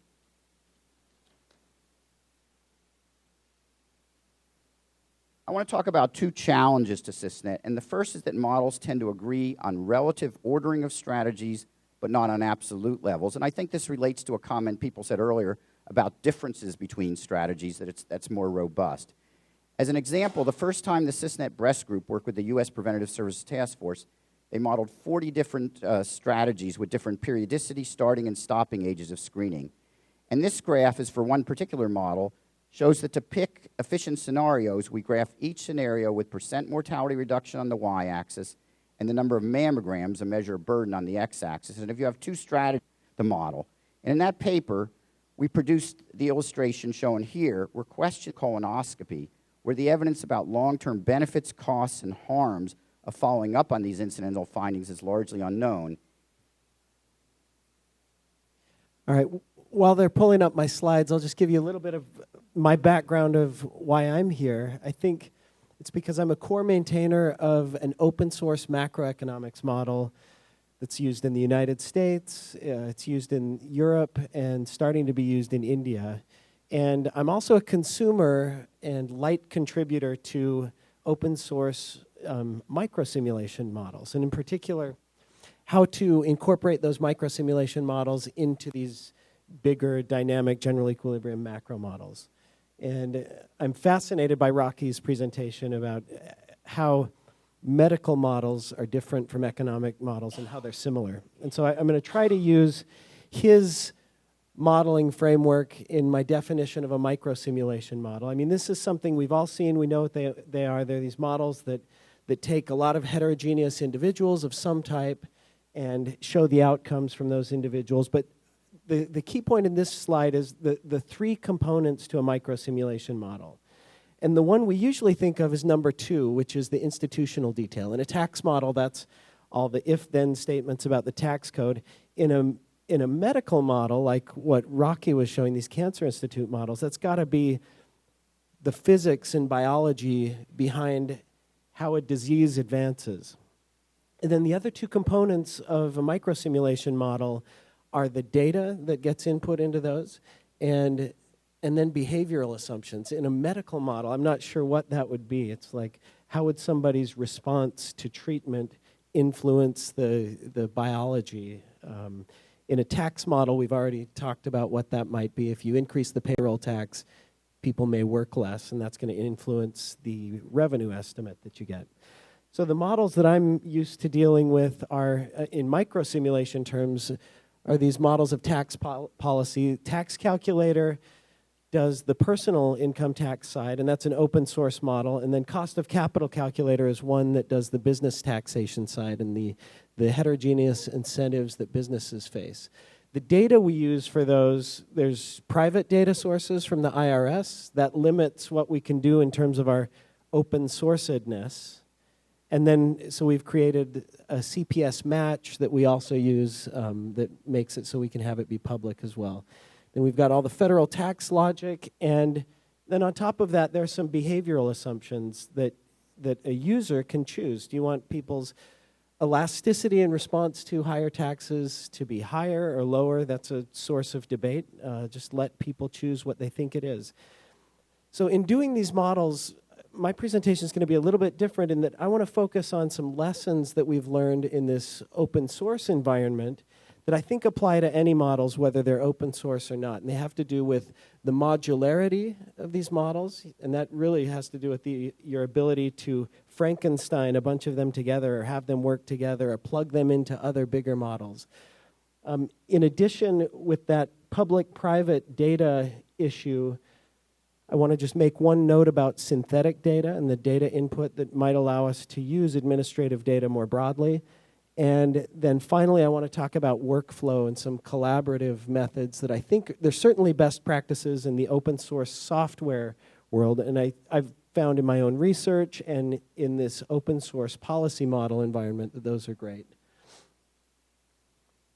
All right, some of the organizations that I work with, I'm the director of the Open Source Economics Laboratory. Open Source Policy Center is located here in Washington, D.C., out of the American Enterprise Institute. Policy Simulation Library is a resource that has a repository of lots of open source economic models. I think Brian's, is yours open source, the health model? You said it was public?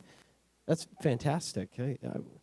Basically, when I hear about an open source model, I just want to go use it. I don't want to reinvent the wheel. I want to contribute to it.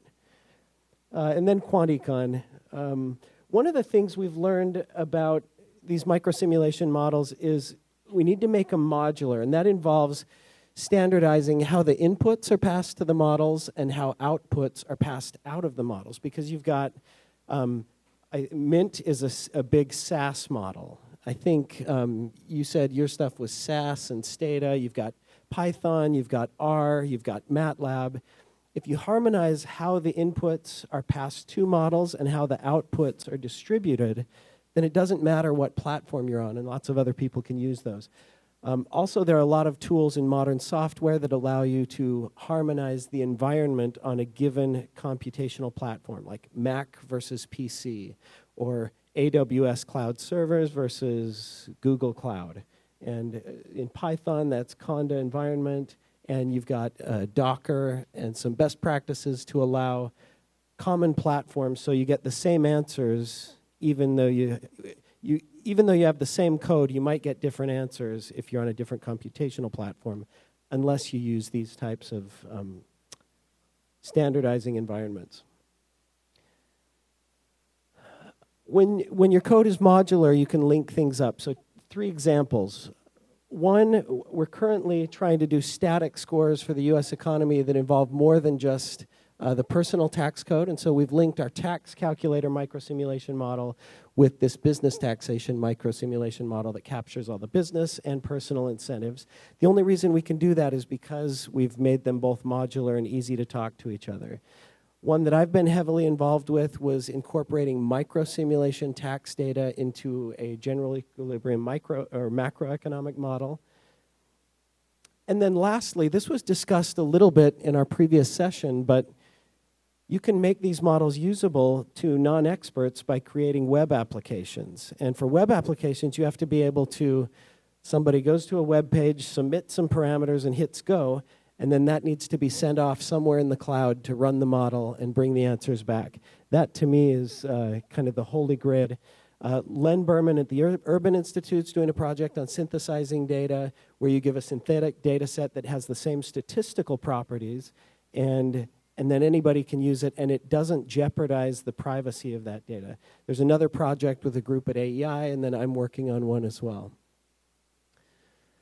Lastly, this is a collaborative workflow slide. This is a screenshot, because you never want to do a live web demonstration in a presentation. This is a screenshot of a GitHub repository. I would submit that any good project needs some careful version control, and Git and GitHub are just one way of doing that. There are other methods, but I want to show you some of the virtues of this, and not just for open source. If you have a closed source model, you can use this in enterprise version on your own systems. But this is a screenshot of a repository for our microsimulation model. It just shows some of the files. You don't care about that.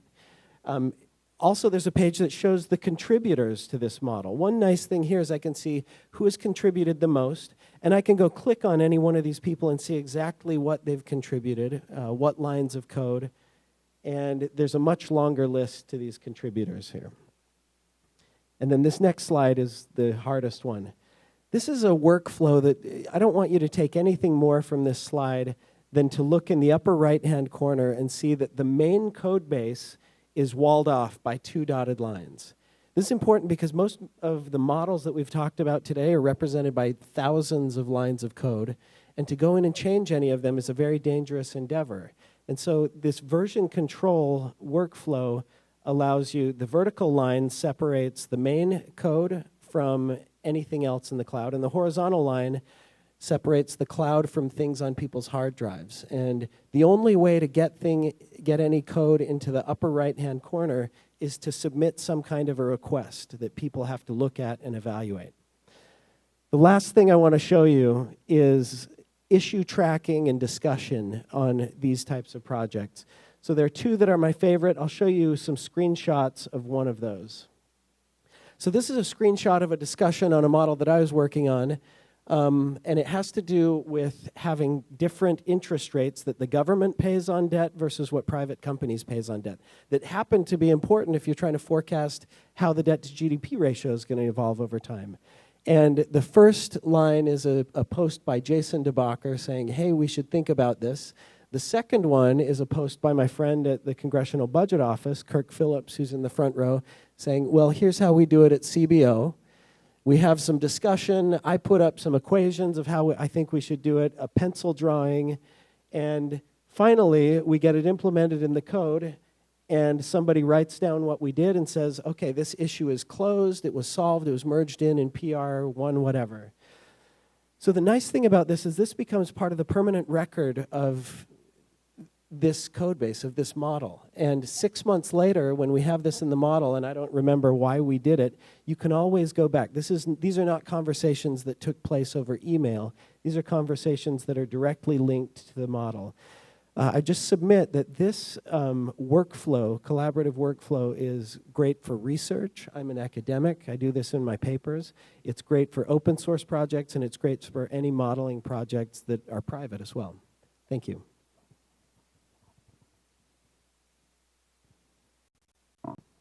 Thank you to all of you for providing all of your presentations and comments. I think it was a pretty good set of presentations and information. I have one question, though, which has been nagging me for the last 10 years, and this has to do with making distributional consequences of Social Security public, because I've heard arguments on both sides, and this is about the MINT model, which is basically about doing distributional analysis of the existing policy and then proposed policy changes. And I've gotten comments saying we don't want the distributional consequences to be made public because that'll only polarize the discussion more strongly. On the other hand, there's arguments saying that at some level, need because of retirement or need because of, you want to correlate this with other poverty and other needs in society. And if that's your goal, then you need to measure it. I mean, there was a similar issue about whether you project long-term or not. As long as the Congress decides it's going to write in the law something that's infinitely there for the future, you know, if you had a business that signed a contract that was going to buy plants for the next 100 years, it would estimate it. It might be a bad estimate, but they're still going to estimate it. If you decide your goal of Social Security policy is going to be to redistribute, then you should measure it. In fact, one of my concerns is, in point of fact, is I think that because we often think of even social, I talked about particular policies like spousal and survival benefits considered in isolation. I even problems with the issue of Social Security considered in isolation. So my budget work, my broader budget work says all the growth in government spending, all of it is going to three things: health, Social Security, and interest on the debt. Everything else is going in a tailspin. So sometimes I want to think about a Social Security reform that might say, well, how about Social Security reform and Medicare? And somebody earlier, I think maybe it was John Sablehouse, and private retirement. So I want to know what the distributional consequences of those things are so I can meet that objective. If I don't measure that type of thing and across policies, then I'm not going to meet the objective very well. And I'm going to spend a lot of resources in society in a very inefficient and targeted and efficient way. I think the distributional analysis, like you said, Gene, is super important. And I think sometimes people don't want to show it because that might be the part of our models sometimes that we're least confident in. That's probably not a good reason to not show it. You probably need to show it, take whatever heat we need to take, and fix the models. But it's also very hard to display those results. Like the distribution, we're looking at age, we're looking at income groups, we're looking by time period, maybe marital status. It's really hard to make a 5-dimensional figure and show it to somebody. There are ways to do that. I think one thing that and we're still experimenting with this, we have these distributional results from our macroeconomic model, and we have one way of showing those results. I'm not sure it's the best way, though. I mean, there was discussion earlier with the SSAB folks about whether to just do a data dump and let other people digest the information, or to write your own summary figures and reports. You know, maybe that's something to crowdsource. It's a hard thing to present. I don't know what the right way is. Let other people decide what the right way is. So give all the information and let other people create what they think is a good distributional table or figure.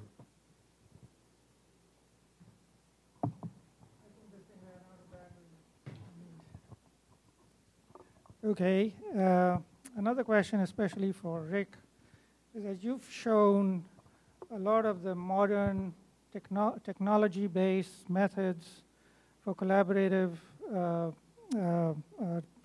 project development. You know, you're talking about harmonizing inputs and outputs, versioning, workflow controls, automated validations, and so on and so forth.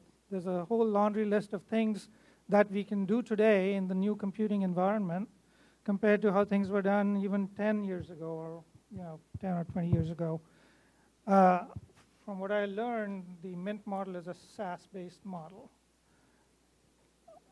to what extent, so this would be a question for you folks as well, to what extent do you have adopted these modern workflow control and versioning and collaborative kind of product development techniques? And question to you who's experienced using these techniques, how much does it cost? It's costly. Just think back to that figure with the yellow boxes that I put up. I remember the first time I started trying to use Git, it's so unintuitive at the first time until you start running into the problems of protecting your code source. There's a government organization that's major and will remain unnamed that I was talking to somebody there about one of their main models, and it was some old legacy SAS code. And they said that there are probably 20,000 lines of code in this model that we have no idea what they do. And you get this, and it's from turnover. It's from people who knew what the code did, who leave and then, or get out of the business or go somewhere else. And there were not methods and best practices put in place to keep that alive. I mean, even things as simple as documentation. There was no clear documentation in human language words about what was behind what this code was meant to do. And now, documentation is not the fun part. I'm not an economist because I wanted to write documentation. And I hate it when I'm writing it, but it's something that's totally necessary for code that I write today for me to understand it a year from now. So it is costly, but I think it's a lot less costly than the alternative of building up something really big that you can't really add to anymore because it's too complicated. Okay, thank you. Let me open it up to SSAB members. Any questions?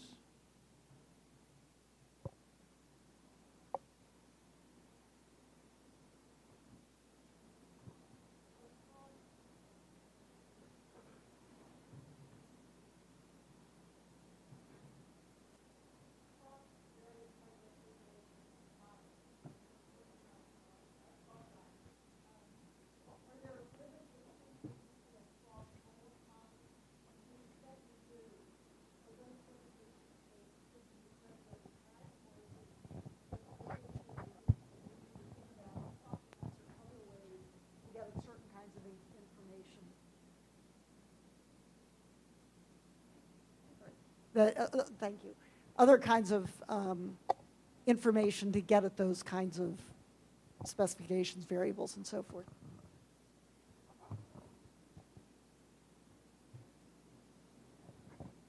You're talking about the kind of documentation that Rick was talking about? More generally, you're experts on microsimulation, and in the earlier panel we saw a lot of different models. And we talked earlier this morning about the limitations of the Mint model. So I'm just sort of curious whether there's something more general. If there's a way that you can say, well, microsimulation's great has these strengths, but have these weaknesses that really can't be overcome. Oh yeah. Well, we talked about a single supermodel versus having a variety of models, and we found that a real strength in the type of modeling that we've done. We always have a constant debate. When I talked about the evidence hierarchy, in cancer and in health, we have clinical trials, and that's usually viewed as the highest form of evidence. And trialists tend to be what I call empiricists. It's pretty direct evidence.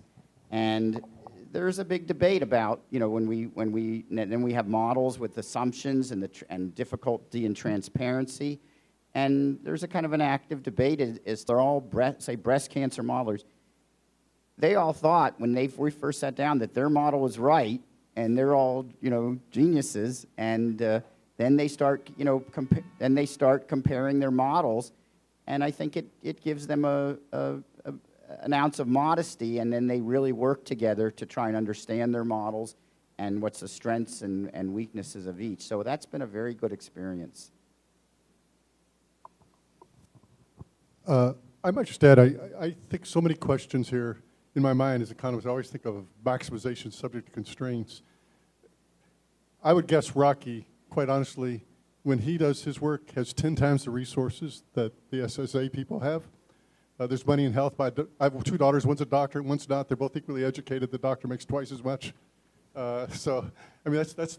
But Rocky indicated all the constraints of what he could do. You know, even in terms of how many models he can compare.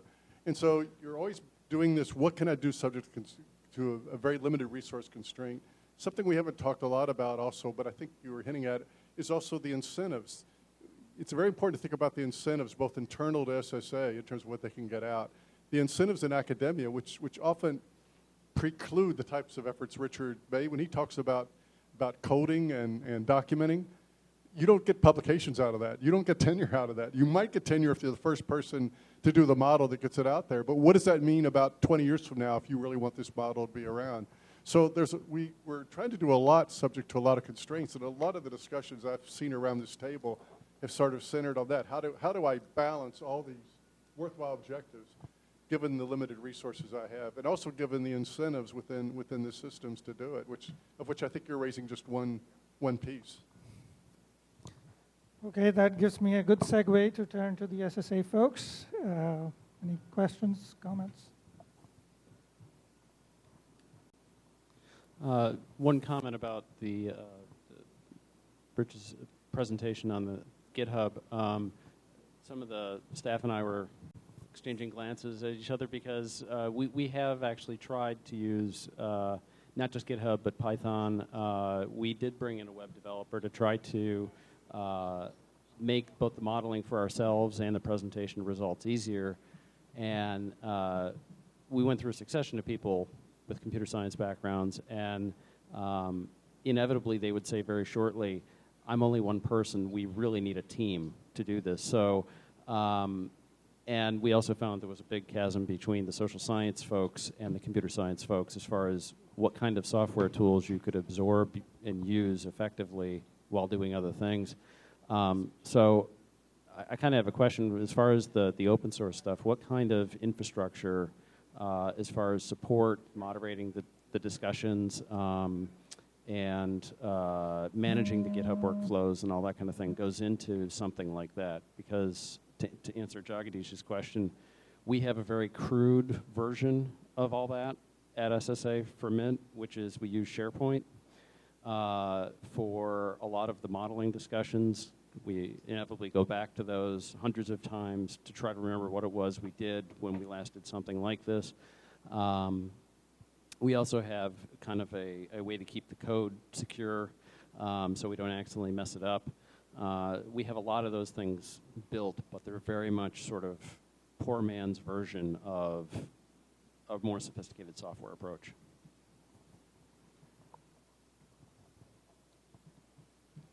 Okay, you have anything? Yeah, I actually have, this is a question for Professor Foyer. It was not clear to me as to, there seems to be, you use 6 different models. I don't know if that's literally 6 or that's just an example. And there's some standardization, but at the same time, they're different models, and then you aggregate them in some way. I'm a little unclear as to what actually is going on. I'm wondering if you could just explain it just a little more.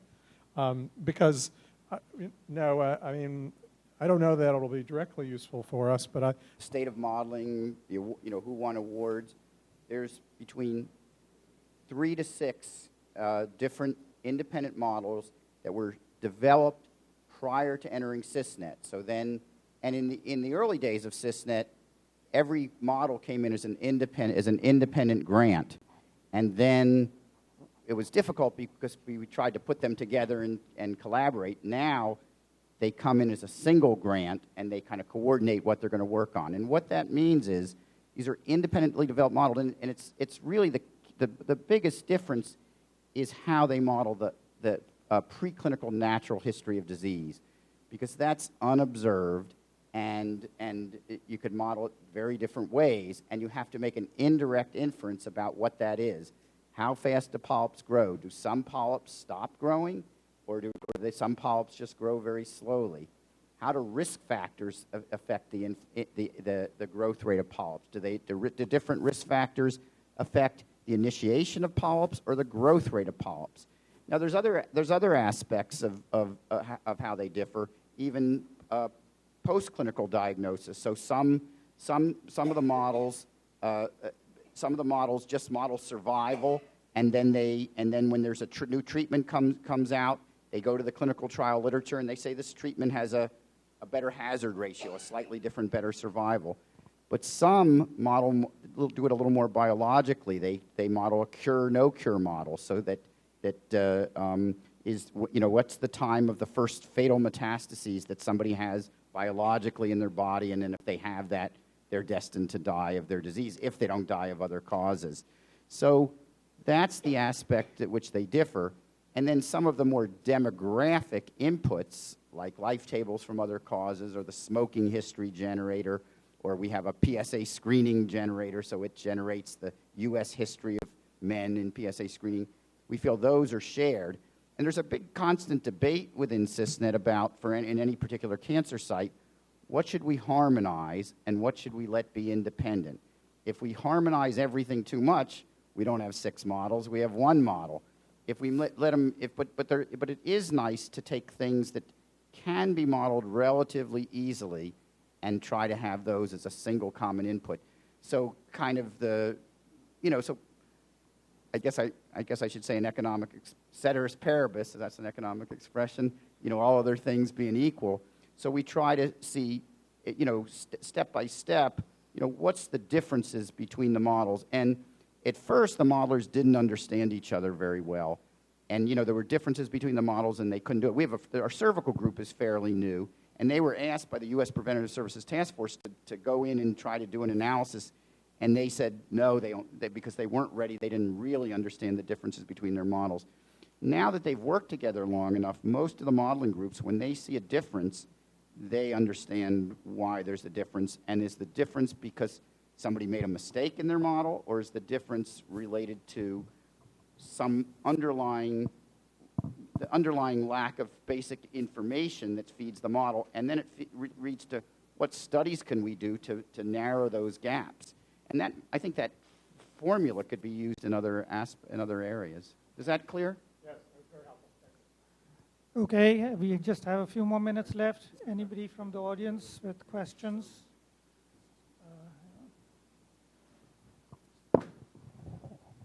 Hi, I'm Ted Goldman, the Director of Policy Research and Analysis at the Pension Benefit Guarantee Corporation.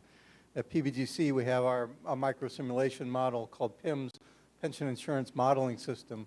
We have a unique opportunity to modernize our system, which has all the things you said of lines of code that nobody knows what it means anymore and so forth.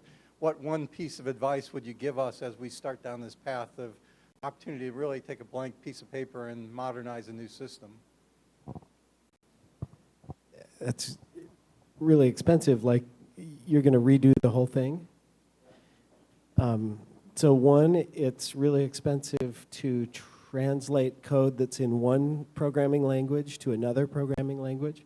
There's a whole lot of testing that has to happen to make sure that the outputs from the new code do exactly the same things as the outputs from the old code. And maybe you find some mistakes that you want to change, but testing's a big issue, translation's a big issue. This goes back to something that Mark said a second ago, that when you're constrained on staff and resources, one way to do it is you can kind of outsource some of this programming. So imagine if you could break up your model into a set of sub-functions where you know what the inputs are, and you know what the outputs should be, and you know what some of the edge cases answers should be.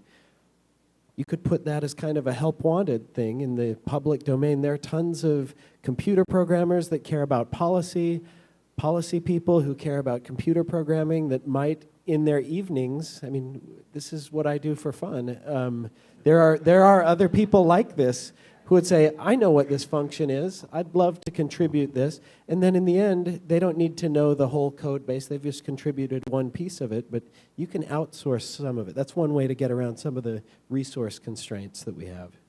Let me just throw in here that exactly was the method used for rolling out the Affordable Care Act.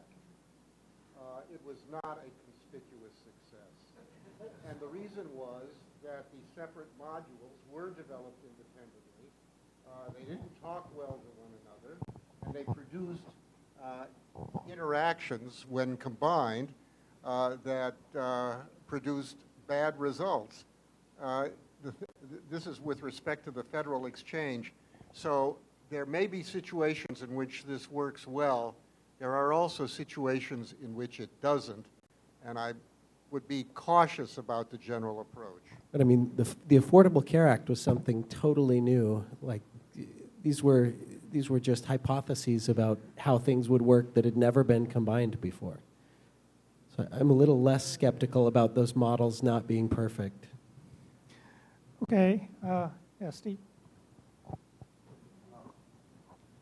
Thank you, and it works. A quick question for Jean. Jean, in your early comments, I was a little bit surprised you said something about concerns about projecting fertility, that's birth rates. If you look historically, back in 1982, projections we made for the 1983 amendments, our projections of birth rates at that time and of mortality rates at that time are stunning success. We were really good on the demographics. Where we weren't doing so well at the time was projecting disability incidence rates. But if I could just respond to that, we've actually had experience with people on the Hill, I'm not sure how many are still here, back at the time of the 1983 amendments, when we had increasing normal retirement age, reflective of increasing longevity, and we said we could index this based on what longevity actually turns out to be. And we were told by people on the Hill, maybe they'd say something different now, they say, we want to have in the law exactly what the age is going to be in the future, not some index, so we can tell our constituents exactly what they're going to face when they approach retirement, not something that will just be indexed that they can't speak to directly. So that's why we ended up with what we had and don't have it indexed. All right, thank you very much. Let's give a big round of applause to this panel. Thank you.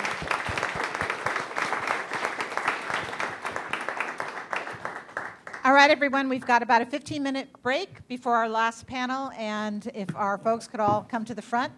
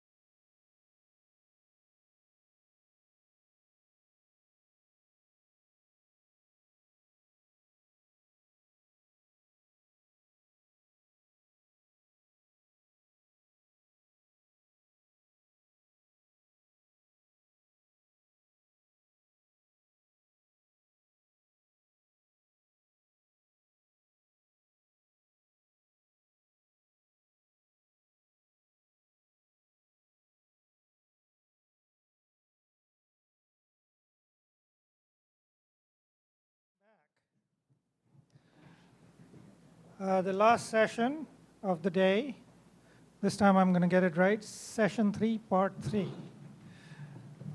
is about a general open discussion about the issues we've heard in the morning. So just to recap, we heard the presentations from people who develop Mint and are operating Mint, from the Urban Institute, Karen, and SSA, Mark. We then heard from users of Mint output from various institutions, from the Hill particularly. And then we heard discussions about other microsimulation models pertaining to Social Security and then independent of Social Security. And this is the panel to kind of try and collect some of the issues that people may still have lingering questions about, want debated, some additional chance to think about the issues and exchange ideas. So one question that has come to us from the online source is actually pertaining to the microsimulation model's construction. In particular, a key to any model is the assumptions that are used. So this questioner would like us to talk a little about the process for setting assumptions. So maybe you guys can start off, and then I think, is this on? Okay. The process for setting assumptions. Well, for Mint, the starting assumptions are essentially the trustees report assumptions from the Office of the Chief Actuary. And a lot of the inputs to Mint are coming from, oh, well, okay, louder, or down, okay. Yeah, okay. Is that better? Okay. So a lot of the projection pieces are coming out of research on various data sets. But as far as assumptions about, when a particular policy is modeled or something like that, there's a lot that comes from specifications, and some of it comes from, okay, now what do we do because the specifications only go so far, and how do we deal with a situation of a divorced woman who is only been divorced for 1 year, and there's various rules that apply, and the proposal doesn't speak to it. So there's many types of assumptions. Sometimes you model through, and oftentimes you can lean on other sources, like the trustees report or what the actuaries have done.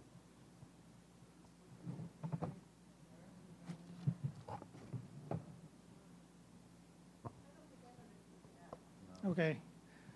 Well, this question came from the chairman of the technical panel, Bob Berline. So I thought especially it was important to bring up.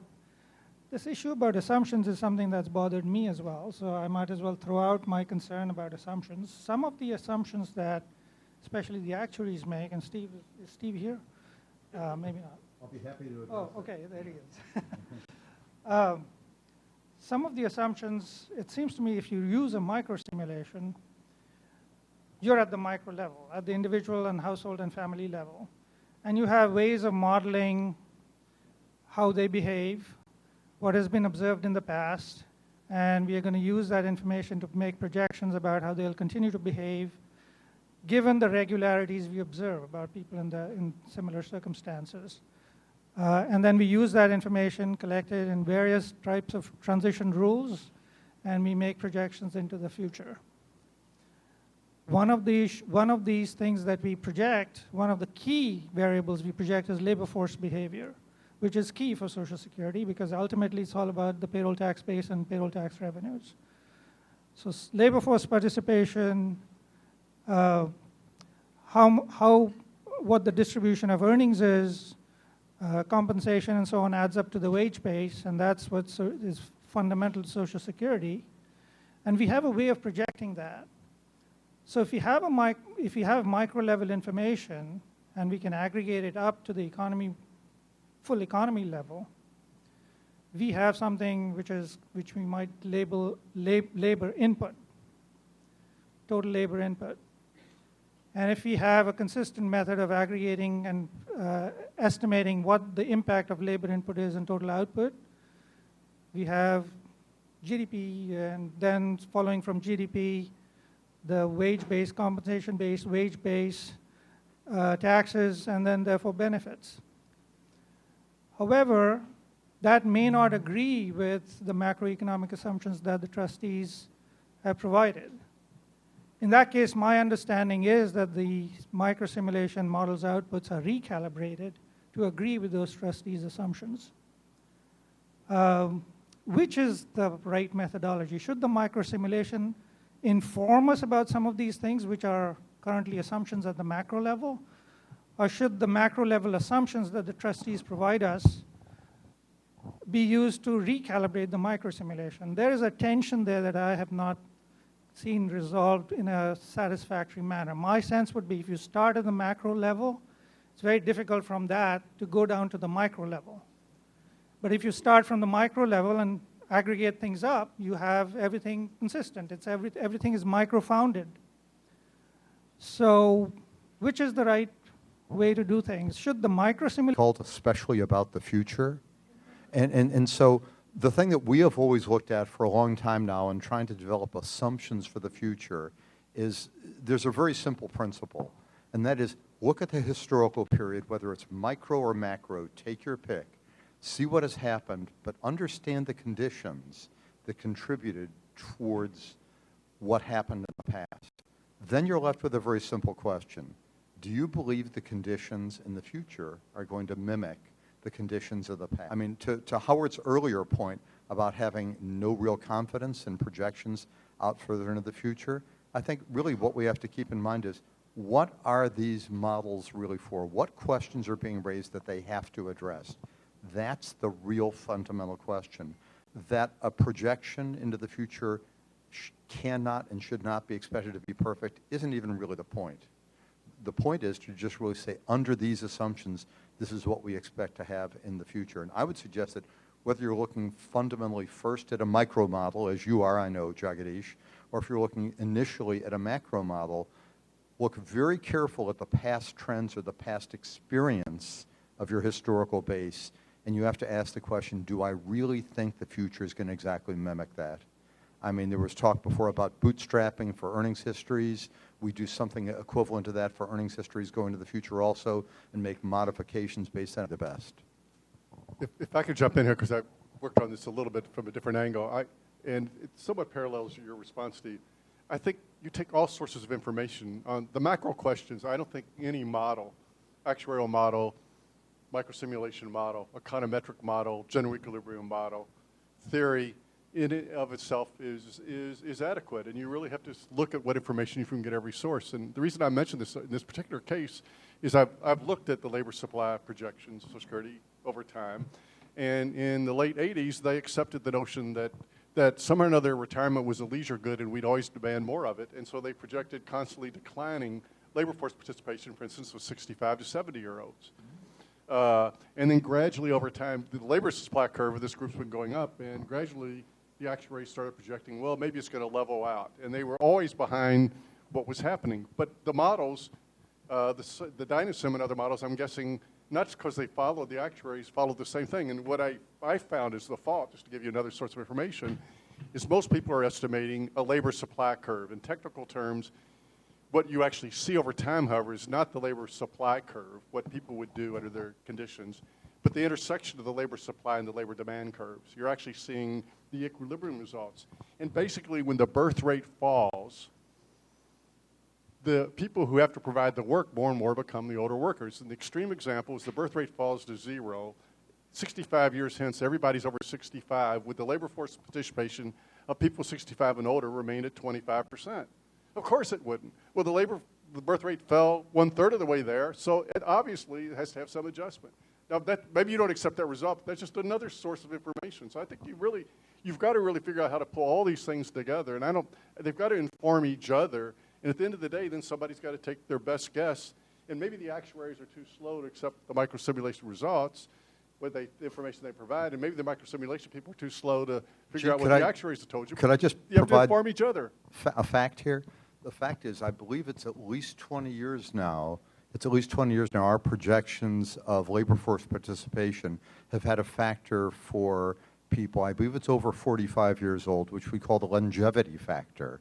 And the longevity factor is that as life expectancy is projected to grow from one generation to the next, we've been assuming that labor force participation rates for people over 45, 55, 65, 75 would be increasing. This has been in our model for a long time. We've got to make sure that we share this with you, I don't want to get, so you're aware. I don't get persuaded. You're talking about longevity. I'm talking about fertility. But that's, Oh, we don't have to discuss this here. Well, I thought you were talking about labor force participation at higher ages. Say when the birth rate falls, older workers have to start supplying more of the work regardless of what's happening to their longevity and other issues affecting their demand. Okay. It seems to me that at least a minimum requirement is that the projections be micro-founded. Because the advantage of a micro-simulation is we will be, as a nation, and how eventually the tax base and Social Security's finances will be affected. That seems to be enforcing consistency at a granular level, but also informing the assumptions that we make at the micro level. So making assumptions seems to be, at the macro level, seems to be more arbitrary than building up to the level of productivity that we estimate as an output of the model, of the process, rather than just a assumption imposed from outside. That's my view anyway. But we can kind of, let me throw it out to the audience. Any thoughts from anybody else who has thought about this or has anything to say, weigh in, please, Kurt.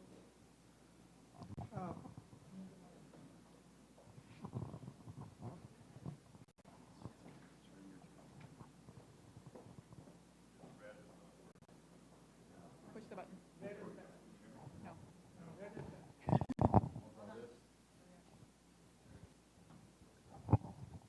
Hello. There we go. It seems like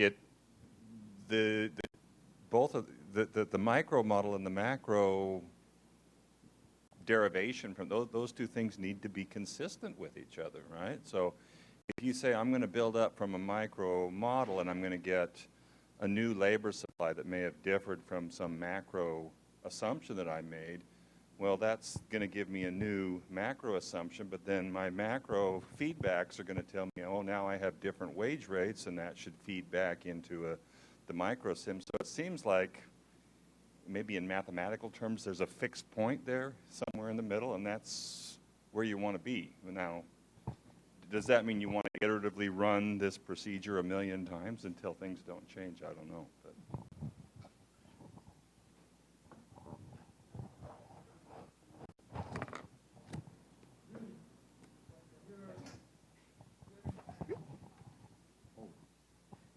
Yeah, so our model is sort of a hybrid. So it is a microsimulation model, but within the microsimulation model, there is a macro model.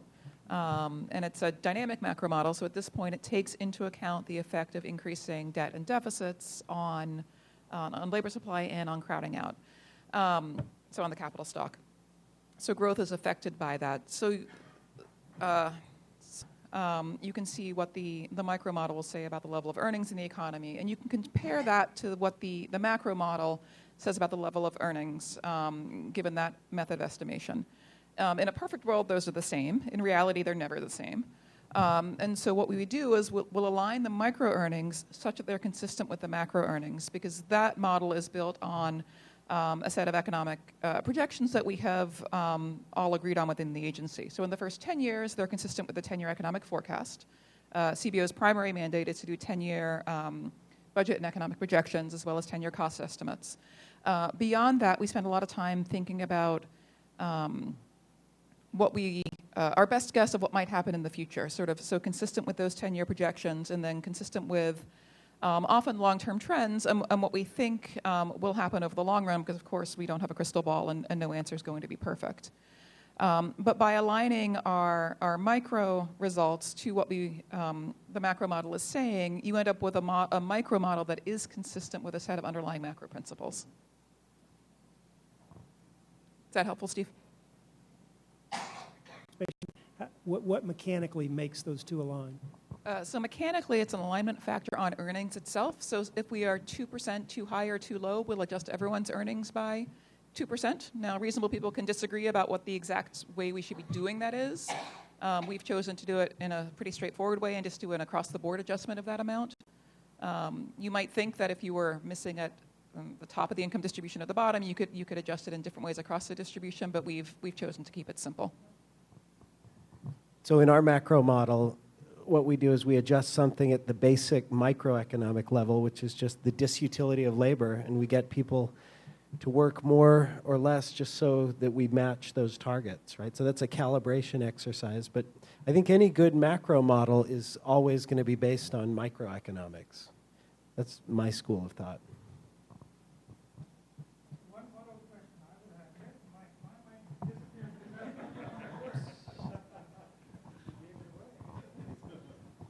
So let's contrast these two worlds, or these two ways of arriving at our projections. One is we have a trustee's assumptions based on historical data.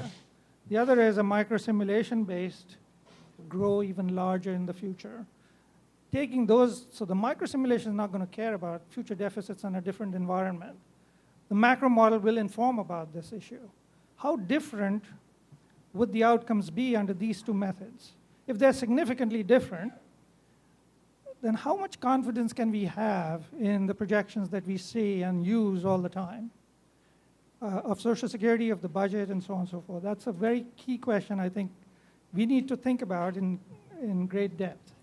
Any response to that about the difference in particular, if you have any? Nobody's done that, Jagadish. No, there's one group I know of in Europe that's done, that had one iteration. They went from micro. Jagadish, could I just, I think probably what we ought to be thinking about here is that in a micro model, if as you described, you're going to take past patterns of individuals, past transition probabilities, and apply them on the basis of race, ethnicity, age, gender, whatever, and you just let it rip into the future. You're assuming a certain kind of consistency with historical, and then your results going forward will vary perhaps from the past in aggregate based on the changing distribution of your population by those characteristics. That's one way of doing it.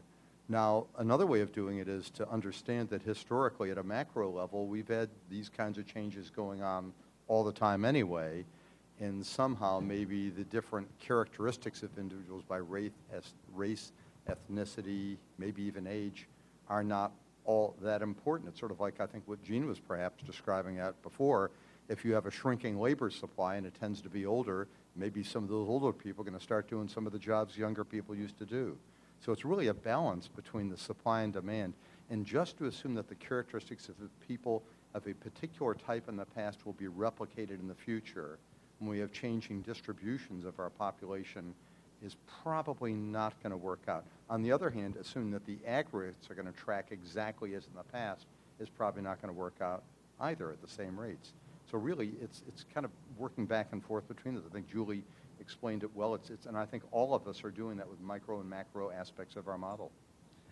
But it seems to me that you're agreeing that one or the other is not good enough. It's a combination of information exchange from both methods, macro and micro, that stands a chance, or at least a hope, of getting us a better projection that we have more confidence in.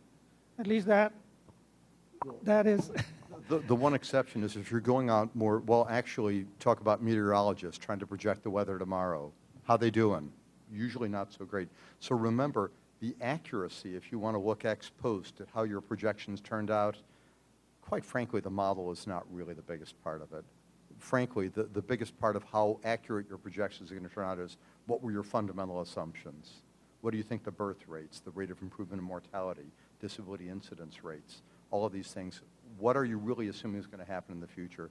Whether you're talking micro or macro, decisions have to be made about where you think those are going to be in the future based on past experience and trends and your expectations for the future. That's really what's going to drive the accuracy of your projections, much more than your choice of model. I mean, any of these models done well and reasonably are probably going to end up with fairly similar results. I in disagree. aggregate, Anyway. if you use the same assumption. Yes. So can I add that I think one way of thinking about this is thinking about the macro model is telling you how much, and the micro model is telling you who. So if you know that 165-year-old men are supposed to be working in any given year, you can use the micro model to inform which 165-year-old men are going to work in any given year. And that way you've got a set of projections that are consistent across the micro model, but then add up to your macro totals. Julie, in CBO, don't you effectively get there? I'm not saying it's right, because nobody's willing to project a crash or when it's going to occur. But don't you effectively get there by projecting long-term deficits create some impact on interest rates and on earnings growth rates over time, and so that it's sort of worked in, and then that feeds back into the assumptions in the model? I'm not saying that's the only way to do it, but don't you sort of indirectly get there through that type of assumption?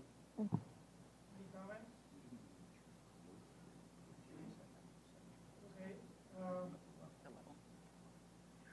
question that's important, this may be for Dr. Kennedy. The question is very simple. Is Mint used for Medicare policy decisions?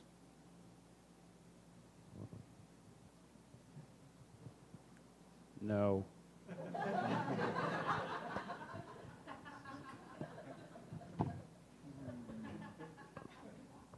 Can I disagree slightly? I don't think it's good for deciding how you do health policy, but I think if you're asking the distribution of benefits in society, say between elderly and not elderly, it wouldn't be bad to throw in, it might be crude, some estimate of Medicare benefits in that. I mean, so for instance, I mentioned this earlier, one thing I would love to see in a good reform package would be if we combined Medicare and Social Security reform, one could think about ways that the Medicare cost savings, some of that could be shifted over to a cash benefit for Social Security. And I don't know how to show that other than in a microsimulation model about how you might do it, even though the Medicare estimates would be, you'd be taking them from the outside for the most part. I was just answering the factual question, do we do it? We don't. But I think doing that kind of analysis would require us to climb a learning curve about Medicare that would take some effort. We'd have to become conversant and remember the rules about Quimby Slimbies, and like there would be a lot of different aspects there. And generally, I mean, it's definitely doable. It could definitely be put on the list of things to do. And just to give a little bit of background on how we would expand capacity on anything we do, including something like Medicare, is first we would do it really badly and very simplistically. And maybe just to try to get at those sort of more holistic, comprehensive estimates of, say, all the Social Security and Medicare benefits that somebody's receiving over a lifetime or something like that, and then eventually iterate towards something more specific. And I know that, you know, like the value of health insurance benefits and how out-of-pocket expenses and all that kind of, you know, there's putting a toe into the Medicare world, and then there's jumping in. You know, and that could be something that could be done over time, but you know, that's kind of like jumping in a whole different deep end of a different pool, in some sense. But right now, we don't do it. Mark, could I just add? I mean, for policies come up all the time from within the administration, whether you're regulation or laws that would have implications not over Social Security and Medicare. So what we generally do is we take the lead on projecting what the implications would be for Social Security. I mean, for instance, if something in the disability area, if there are going to be fewer people receiving disability benefits, therefore 29 months hence there'll be fewer people on Medicare, we simply indicate to the CMS actuaries on the other side of the beltway the implications that we're seeing for the change in the numbers of beneficiaries that would reach that 29-month of Medicare eligibility for disability. Or if we have some kind of change that will have differential death rates or birth rates that will have different size populations, we just share that with the Medicare folks, and then they patch on the Medicare costs.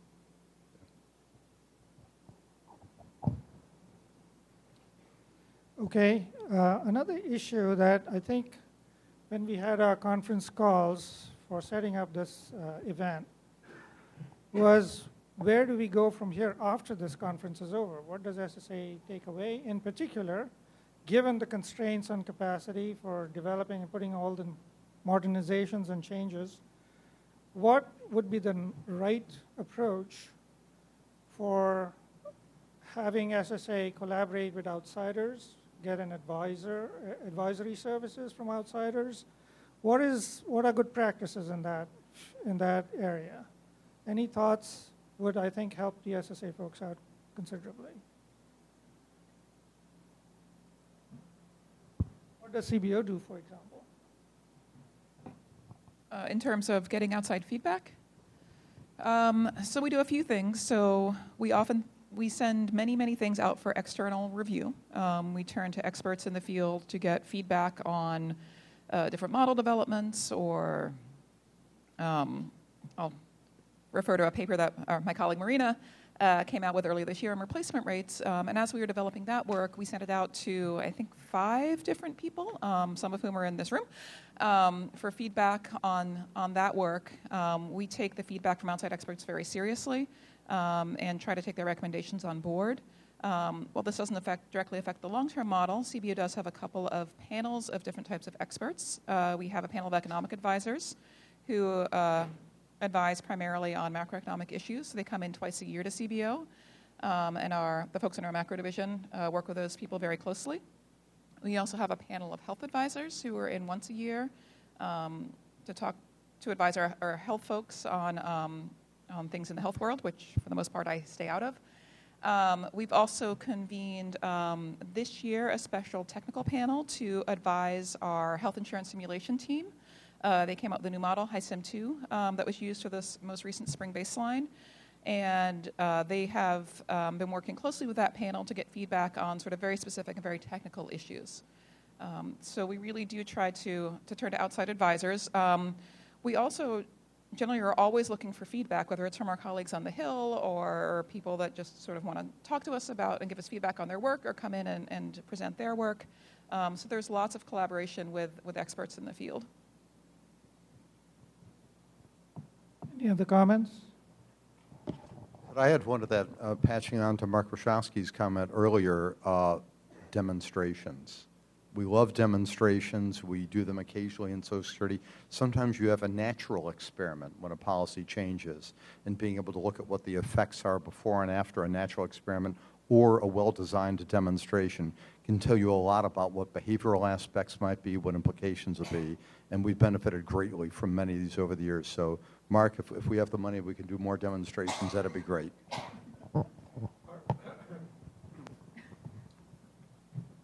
Regarding what was heard? Could I just mention one other little item? I mean, in our experience, we have a number of micro and macro models of our own, but we also work collaboratively not only with Mint and others, but I think it's been mentioned, the Office of Tax Policy over Office of Tax Analysis of Treasury, and also the Joint Committee on Taxation. We don't have as good an access to detailed, pervasive records for income tax returns as we would like, but they do. So working collaboratively with them, we can get tremendous information back from them. So again, you know, I don't want to say a patchwork quilt, but any model that tries to be everything unto itself is probably not going to do well, but having lots of feed-in from many different models turns out to work out really well.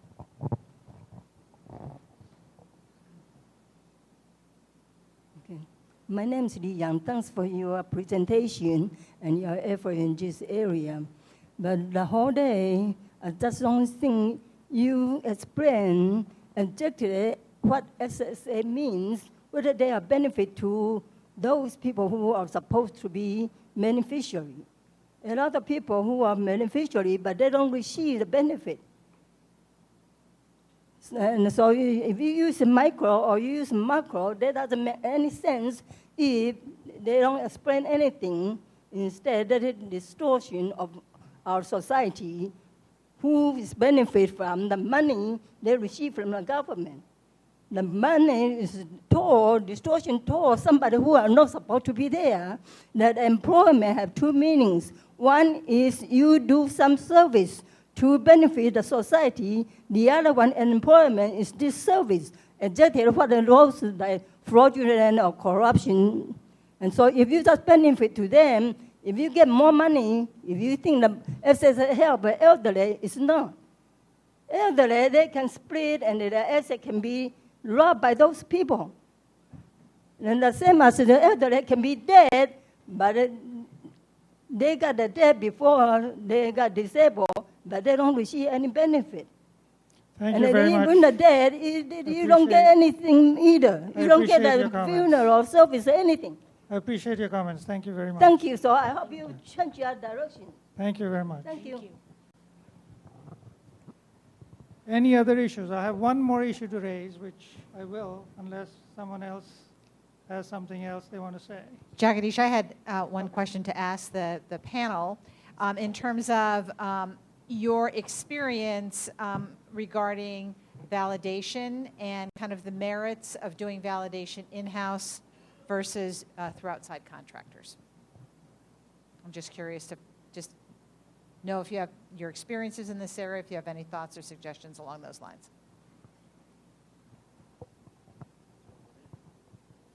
So distributions of all kinds of attributes in the population and compare them, charts are great, with what your model is producing over time.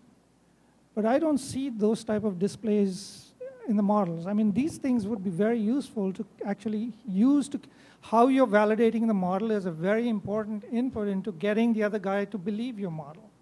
And I don't see enough activity. You may be validating it, it may be squeaky clean, but since when I look at it, it's a black box, you need to tell me what exactly you did.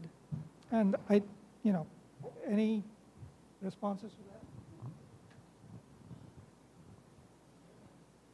So as a model developer, I spend like 5% making the model and 95% validating. And one of the challenges with validation is what do you validate it against? And for example, the CPS is a great data set, but it doesn't match what the Social Security trustees say is the answer. So for example, if you look at the earnings distribution from the CPS and you look at the earnings distribution that's published on the SSA website, they're not the same. The median earnings of workers on the CPS is not the median earnings of workers in the SSA data. I can't say, if I go back in time, I have this mortality problem that I only have the people who survived the SIP. So looking 20 years back is not informative because many of those people 20 years ago aren't alive. So I do a lot of validation. Julie is exactly right. We have the historic data. We could confirm that yes, over the historic period, the model is doing the right answer. It's getting the right relative differences.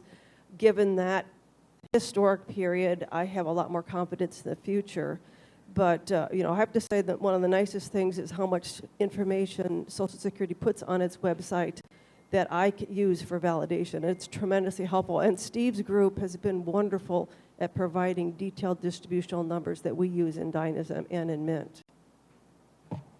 If I could add one thing in that, and I hope I'll get this about right, and Karen Gunner, somebody correct me if not, but on the PolySim microsimulation model that we've been running, I think it's at least, it starts making its projections something like 20 years in the past. And that allows an opportunity to see what the model is doing over an historical period where we really can validate it against what was reality. Now, that's all well and good, and that's a wonderful thing to be able to do that. But of course, will the next 20 years follow the same kind of patterns as the last 20 years? And this, of course, is the challenge for any model and every model always. You can validate against the so that they can do the same in their models. And we always learn a lot.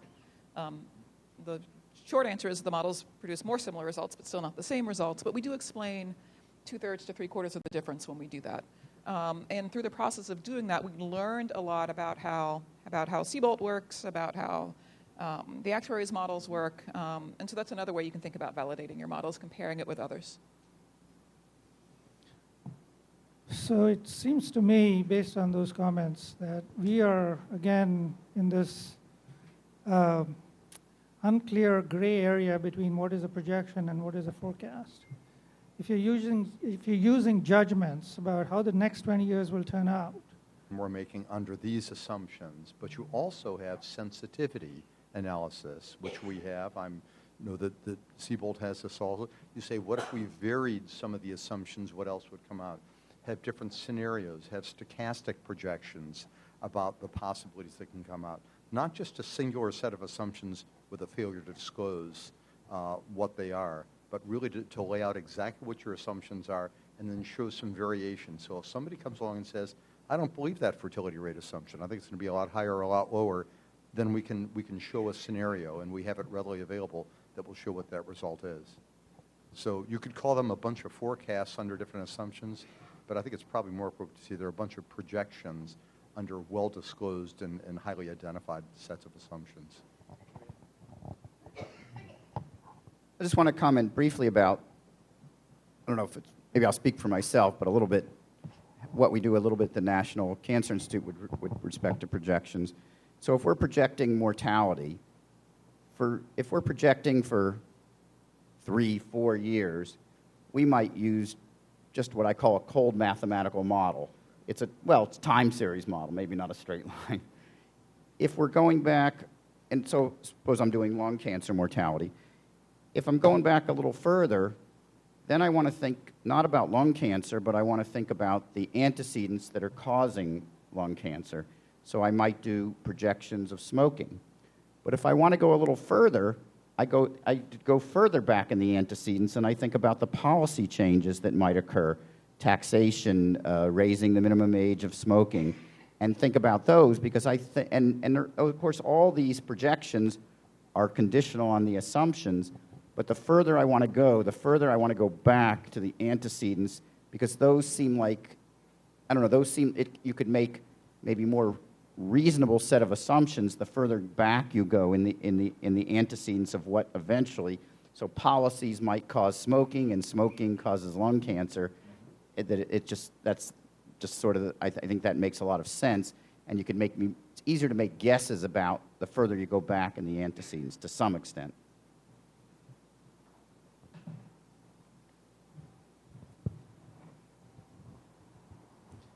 anything else at all? Because otherwise I'm going to close the session. You have something? I have one very discrete question, and it's really in terms of when we're thinking about improving the model, where should this go, if at all, in our priorities? So should SSA improve the model's behavioral responses? As we heard, they're really quite limited. I think I heard none. Really the question is that an area where we think it would be helpful, where you think it would be helpful? So for example, claiming decisions in response to a change in the full retirement age. Question is would that be helpful? Would it be believable? Would it get us into a lot of controversy? I'm curious as to what CBO does, so if the panel could comment on that.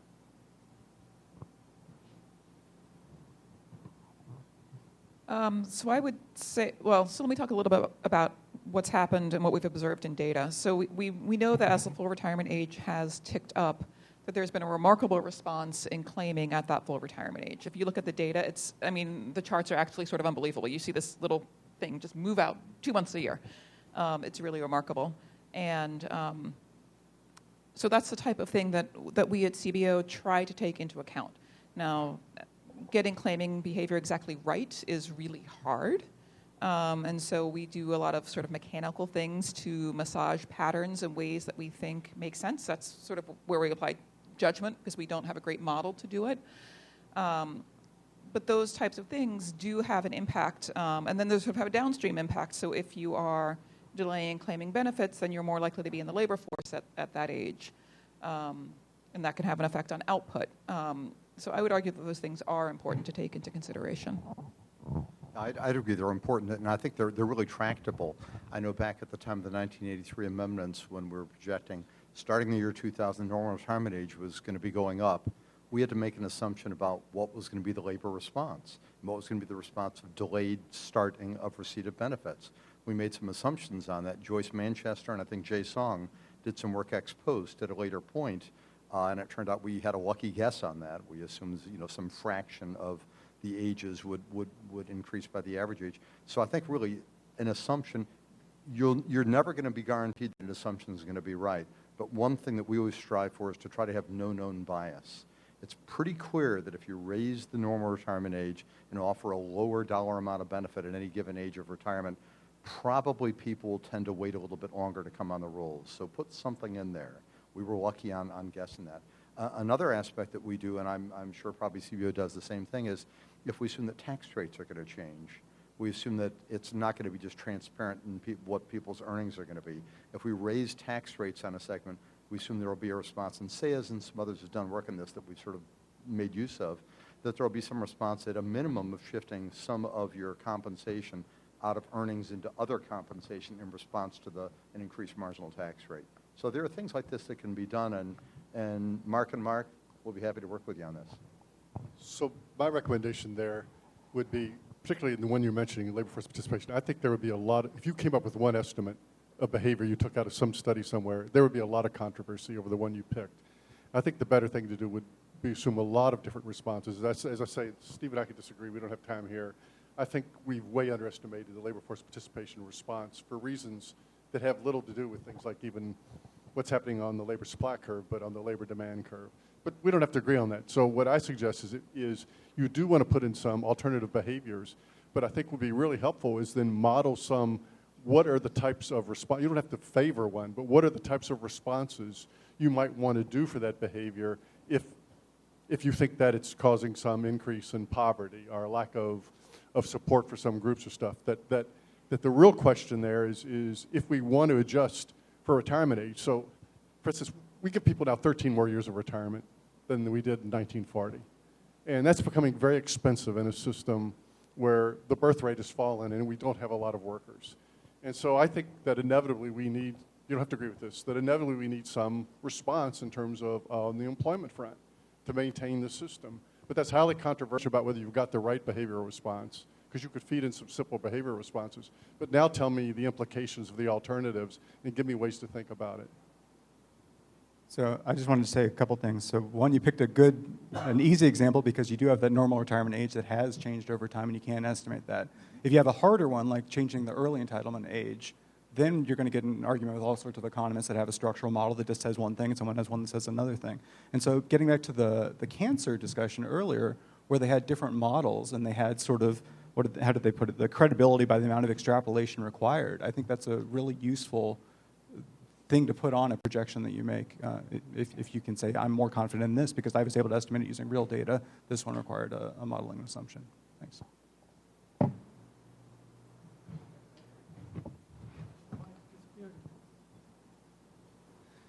Okay, well, this has been a very interesting discussion. Not everybody agrees with everybody else. That's par for the course for these type of discussions. But I'd like, again, for you guys to give the panelists a big applause. Thank you.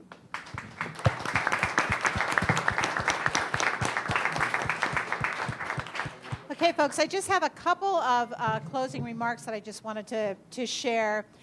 During his opening, Mark Warshawski expressed, we certainly discussed the importance of Mint today. We also learned about the resource challenges Mark and his staff face as they work with Mint on a day-to-day basis, never mind taking on the task of adapting Mint so that it's relevant and valuable going forward. So Godspeed, Deputy Commissioner Warshawski. But I believe there's very good news in the fact that you've forward to hearing how our feedback will be used to determine Mint's future. I also want to thank the audience and all of you, too, for completing a survey you will soon receive from the board to continuously improve future events. And lastly, I want to thank those who made the success of this event possible. First, I want to thank Mark and his staff. We worked in true partnership on all aspects of this event, and I am deeply grateful for their collaboration with us. Also, our staff was supported by a number of terrific communications and other experts at Social Security, and please forgive me if I don't get your names right, including Dawn Bystry, BJ Barrett, Dennis Steller, Dash Adamson, Richard Alves, Jennifer Berghardt, along with Ty Brown, our photographer. These folks who are doing all the audio, they are not from the building, they're from the Social Security Administration, so we are truly grateful for their technical support. I also want to thank our board members for their feedback along the way, for serving as moderators, and especially to Jagadish for being so generous with his time and expertise during the planning for this event. And I also want to thank our staff director, Claire Green, and our entire board staff for their hard work promoting the event, supporting our presenters, and taking care of all the logistical details. And lastly, thank you to the staff, wherever you may be, of the National Union Building for all of your help with the setup details. So thanks to everyone, and enjoy your evening.